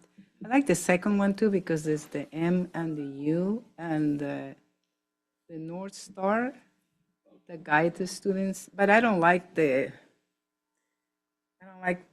around. I think it looks too busy for me. I think I would prefer if we have the, how would you say, the Madera Unified School District you have on the one, on the two, I'm not sure. The other thing too, I would like to know are those the palms? What's outside? What does that represent? In the middle one? On the first one, those palms? Yeah, those are thank you for pointing that out. Those are typically considered laurels, and laurels are used in a lot of Roman architecture, Roman art, but we changed them to be more agricultural, and so these are grains that we've turned into laurels, and so to represent just the farming community that that Madera Unified is surrounded by. All three of them are nice. I'm just trying to see how we identify, with us to be unique. We're in the Valley, like we go somewhere when you go to conferences and some places. For me, that's it, but I'm not sure how we're voting. You're going to bring it to the board? Yeah, one of the things, just kind of reiterating what we were wanting to get from the board was initial feedback, exactly what you guys are providing, just kind of if there's any glaring concerns that you had, or if there was any directional leanings that you would prefer. And then ultimately, it's not necessarily voting on which one are we landing on, but to allow Superintendent Lyle, Deputy Superintendent, as well as Archer and Hound working together with the communications department to then take a selected one across the finish line. And so I kind of like the third concept. One is Madera, and also it's more recognized that M is stand for Madera, Madera Unified, and it also has, like you said, a torch. That's what we stand. We want to have our kids to shine. And only if this one, we added 1966 on this. And definitely we believe we all in concept that we want believe this, that we do believe that we want to improve our achievement for our kids. So for some reason, what is the reason we have those dots on the M, around them, with the blue, we have a lot of lines. I'm sorry, which one are we looking at? With the M number 3, we are number looking 3 in between, surrounded by the. So line. On concept 3, the bottom variation is what you're looking at, and then the sunbursts that are around the shield. Right. Yeah. Okay. Yeah. Exactly. So it's a sunburst. Okay. It's a starburst to kind of represent the guiding light, the brightness, and So it's to subliminally, but also kind of like to the point, show a sunburst. So it's supposed to represent light. It's look more simple, not too much crowded like the other ones to me. It looks like that it's more stands out. And that one seems, the other two, I mean, they're good, but there seems a little bit too much stuff in there. This one is more, to me, looks brand. Yeah, that you can tell this is Madera Unified. When was the last one we had that? That was a while back, right? The logo that we have, it's pretty old. Yeah, with the lantern. Yeah, the original lantern logo goes all the way back to '66, and it was kind of a ripoff of. I can't believe I just said that out loud.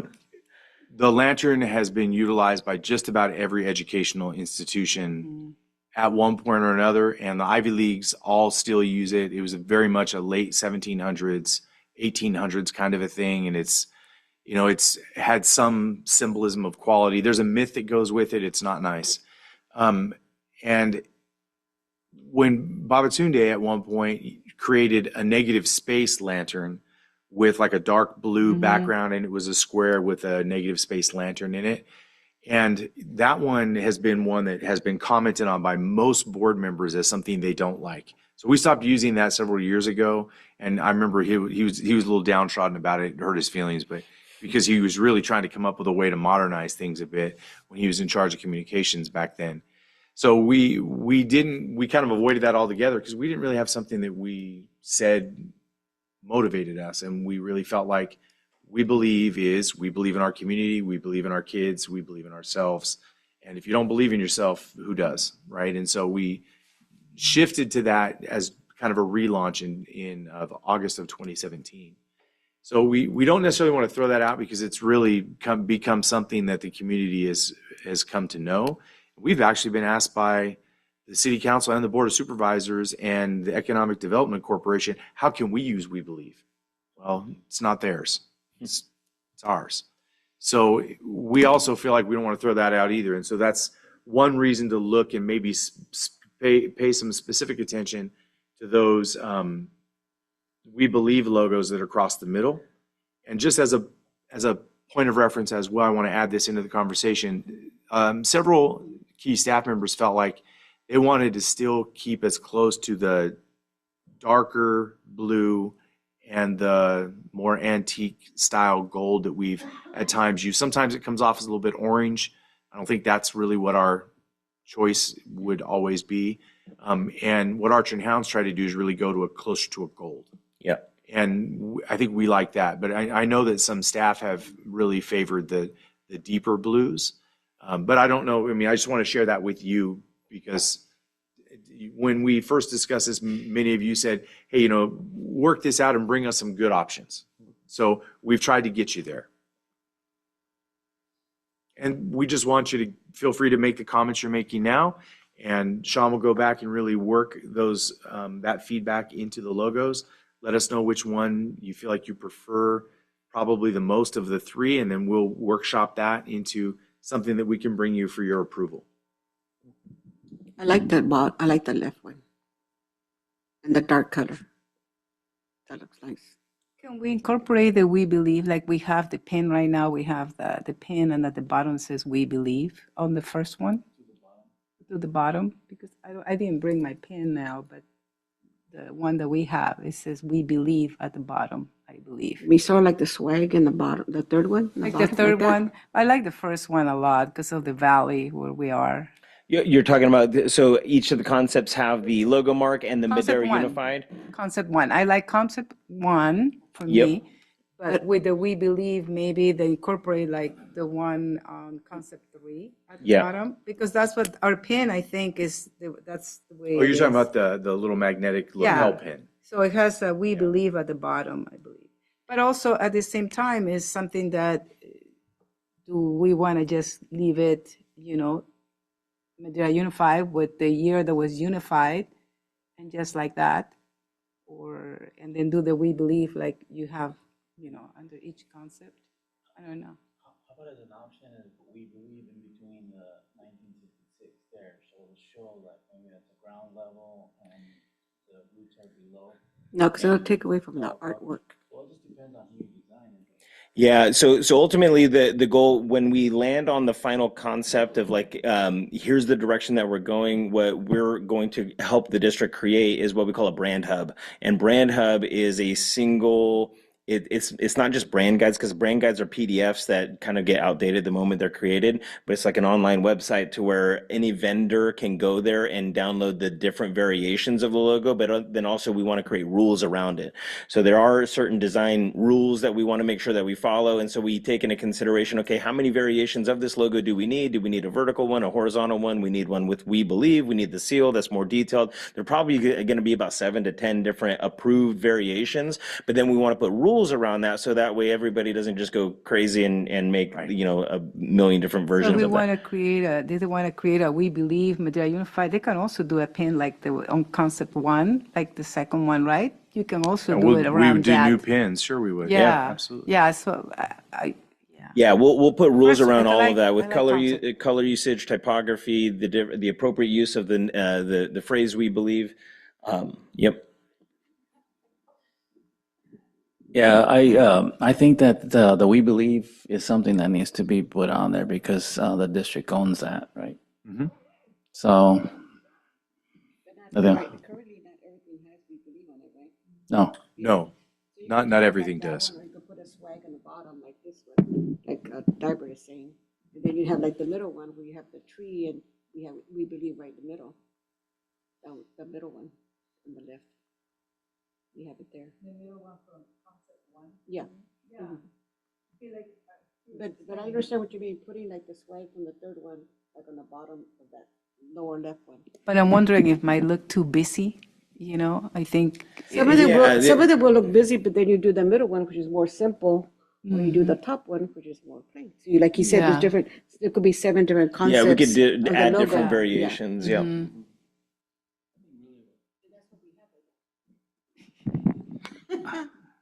I'm sorry. I think color might be influential. You know, Spit it out. you know. I think that will probably. It just depends on the color. You know how bright it is. Yeah. Yeah.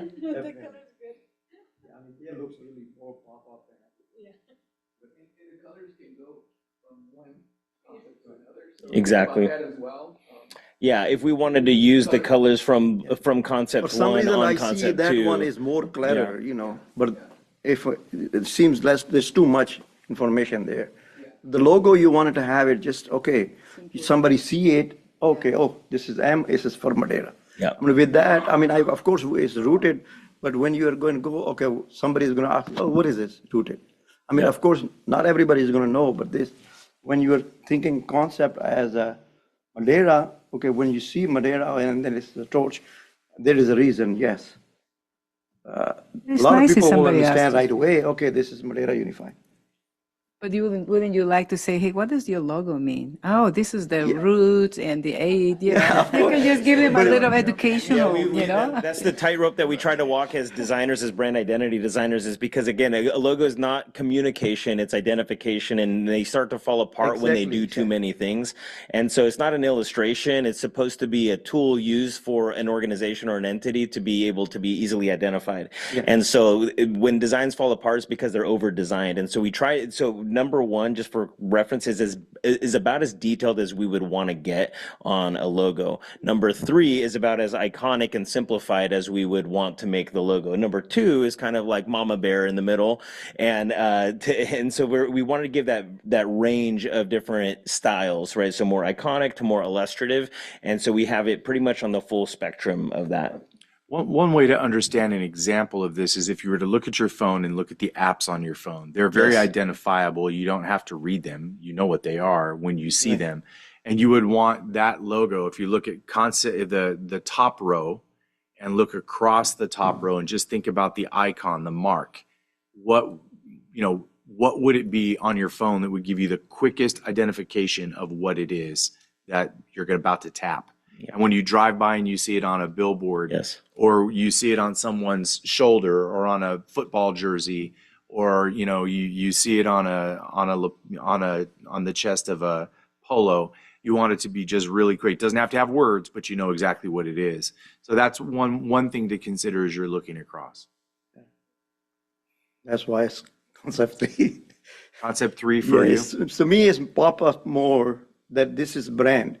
This, I mean, of course, that one you have to actually figure it out. But this one, when you're looking at the way I see it, that, okay, this is, M is the brand, is for Madeira, and plus Madeira, I mean, then Madeira Unified. So the simplicity of Simplicity of this is really, even though if you look at just only on the top, just the M, you still can tell this is Madeira.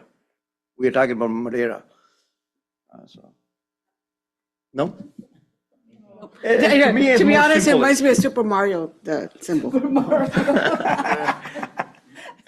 I would like to work on the first one. Okay.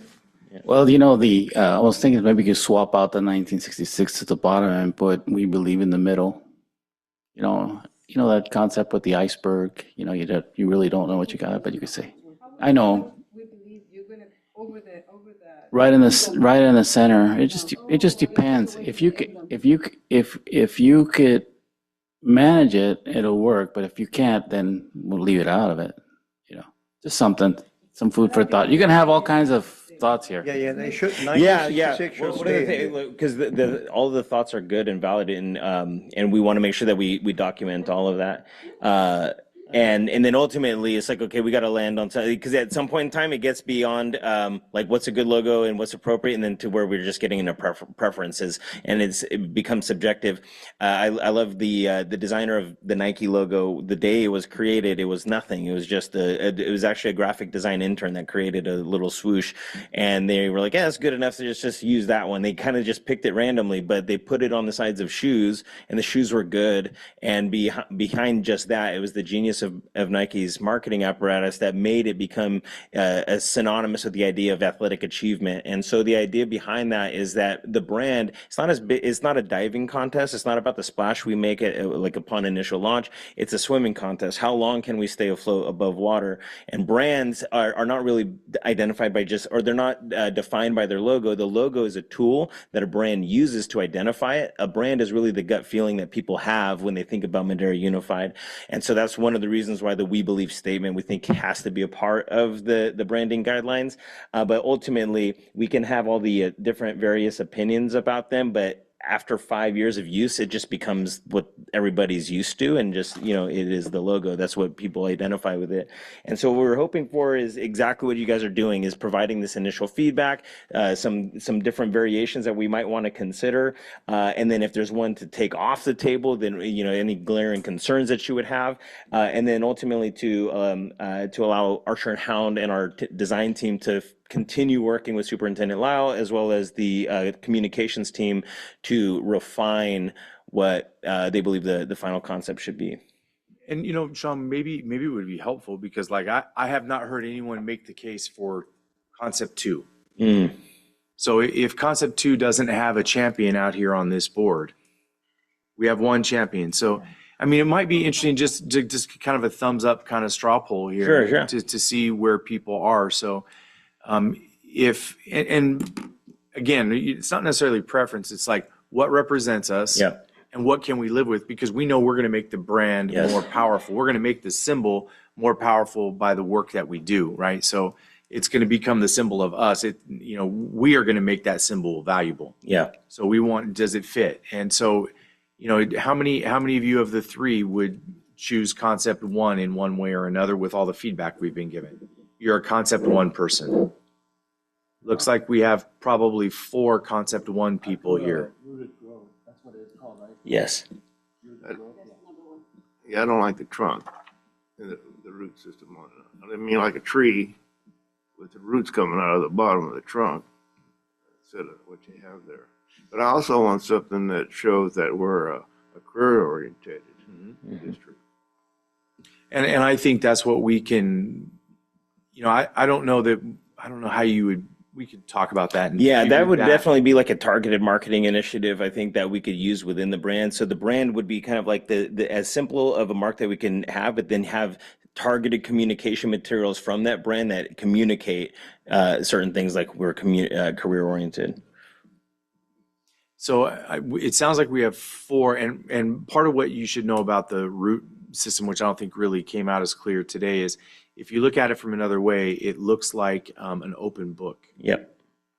Right. So there's like the pages of a book instead of just simply the roots. And that was a clever little design element that was that Archer and Hound put in there because of education. So there's like a dual meaning, which is fun storytelling. I mean, when we're signing contracts and we can talk about the story of the district, there it is, right? That's a pretty cool little thing to do.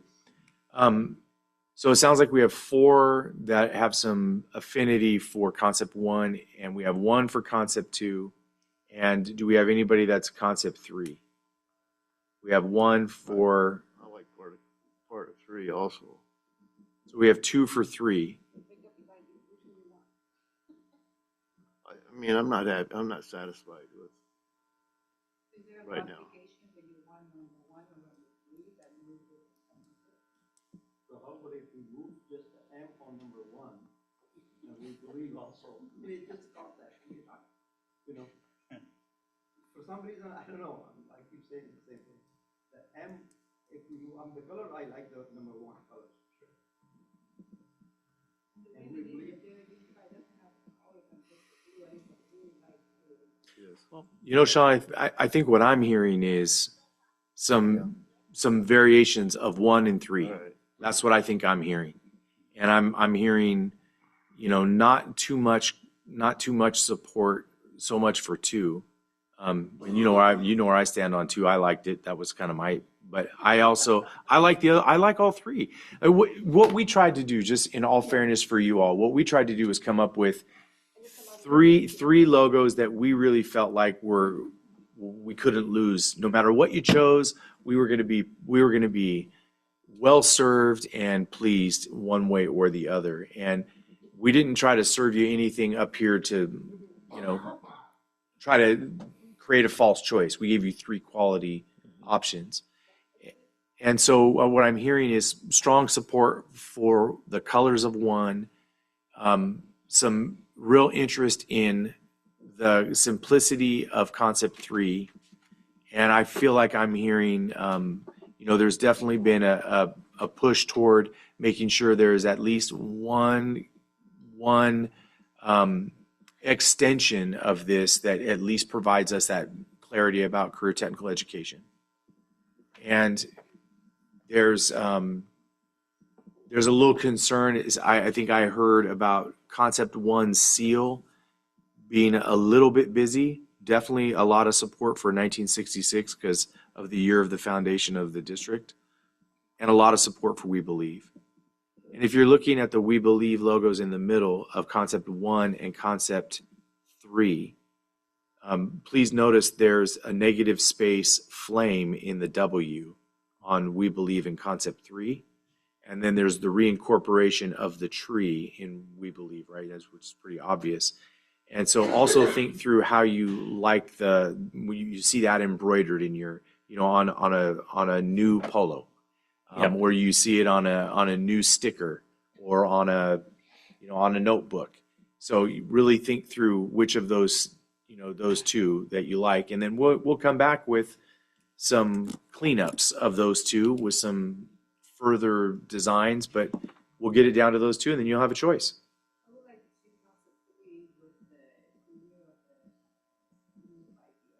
Okay.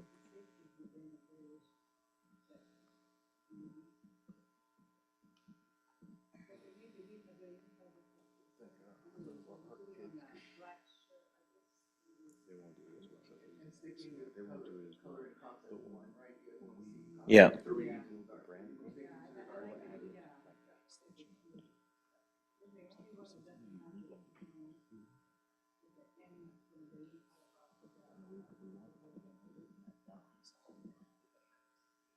Yep.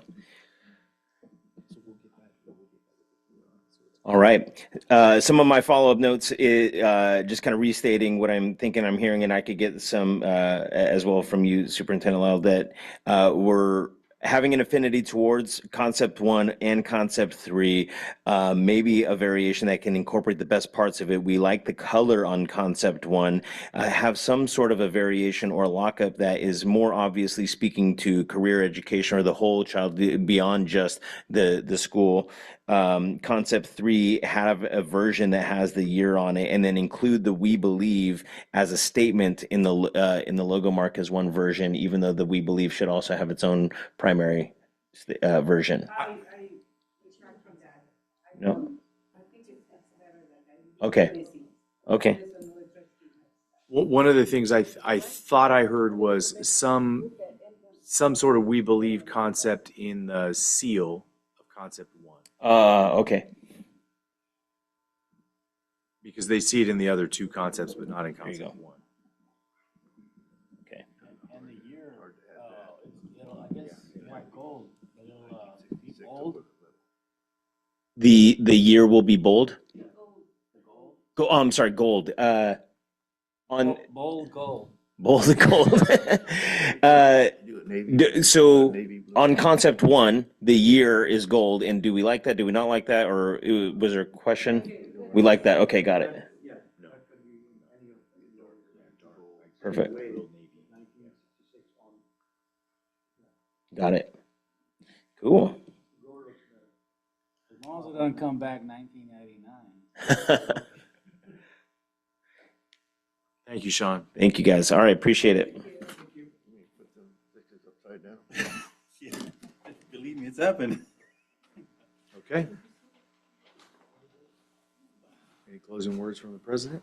Nope. Okay, it's time to close up shop here. Okay, thank you for your presentations. It's time for adjournment. It is 6:10 and we are adjourned. Thank you, everybody. That was a tough day. See you in the morning. We do it all over again. What? Yep. What time tomorrow? We better plug in these microphones. You guys asked for presentations, so it's presentation day with some breaks. Just like CSBA.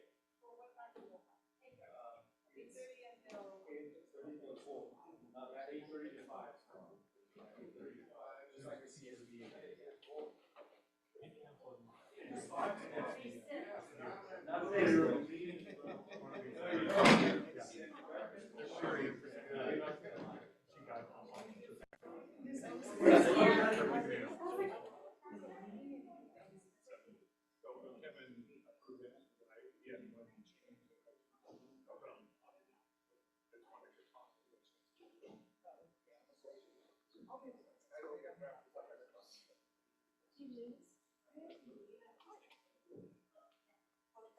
to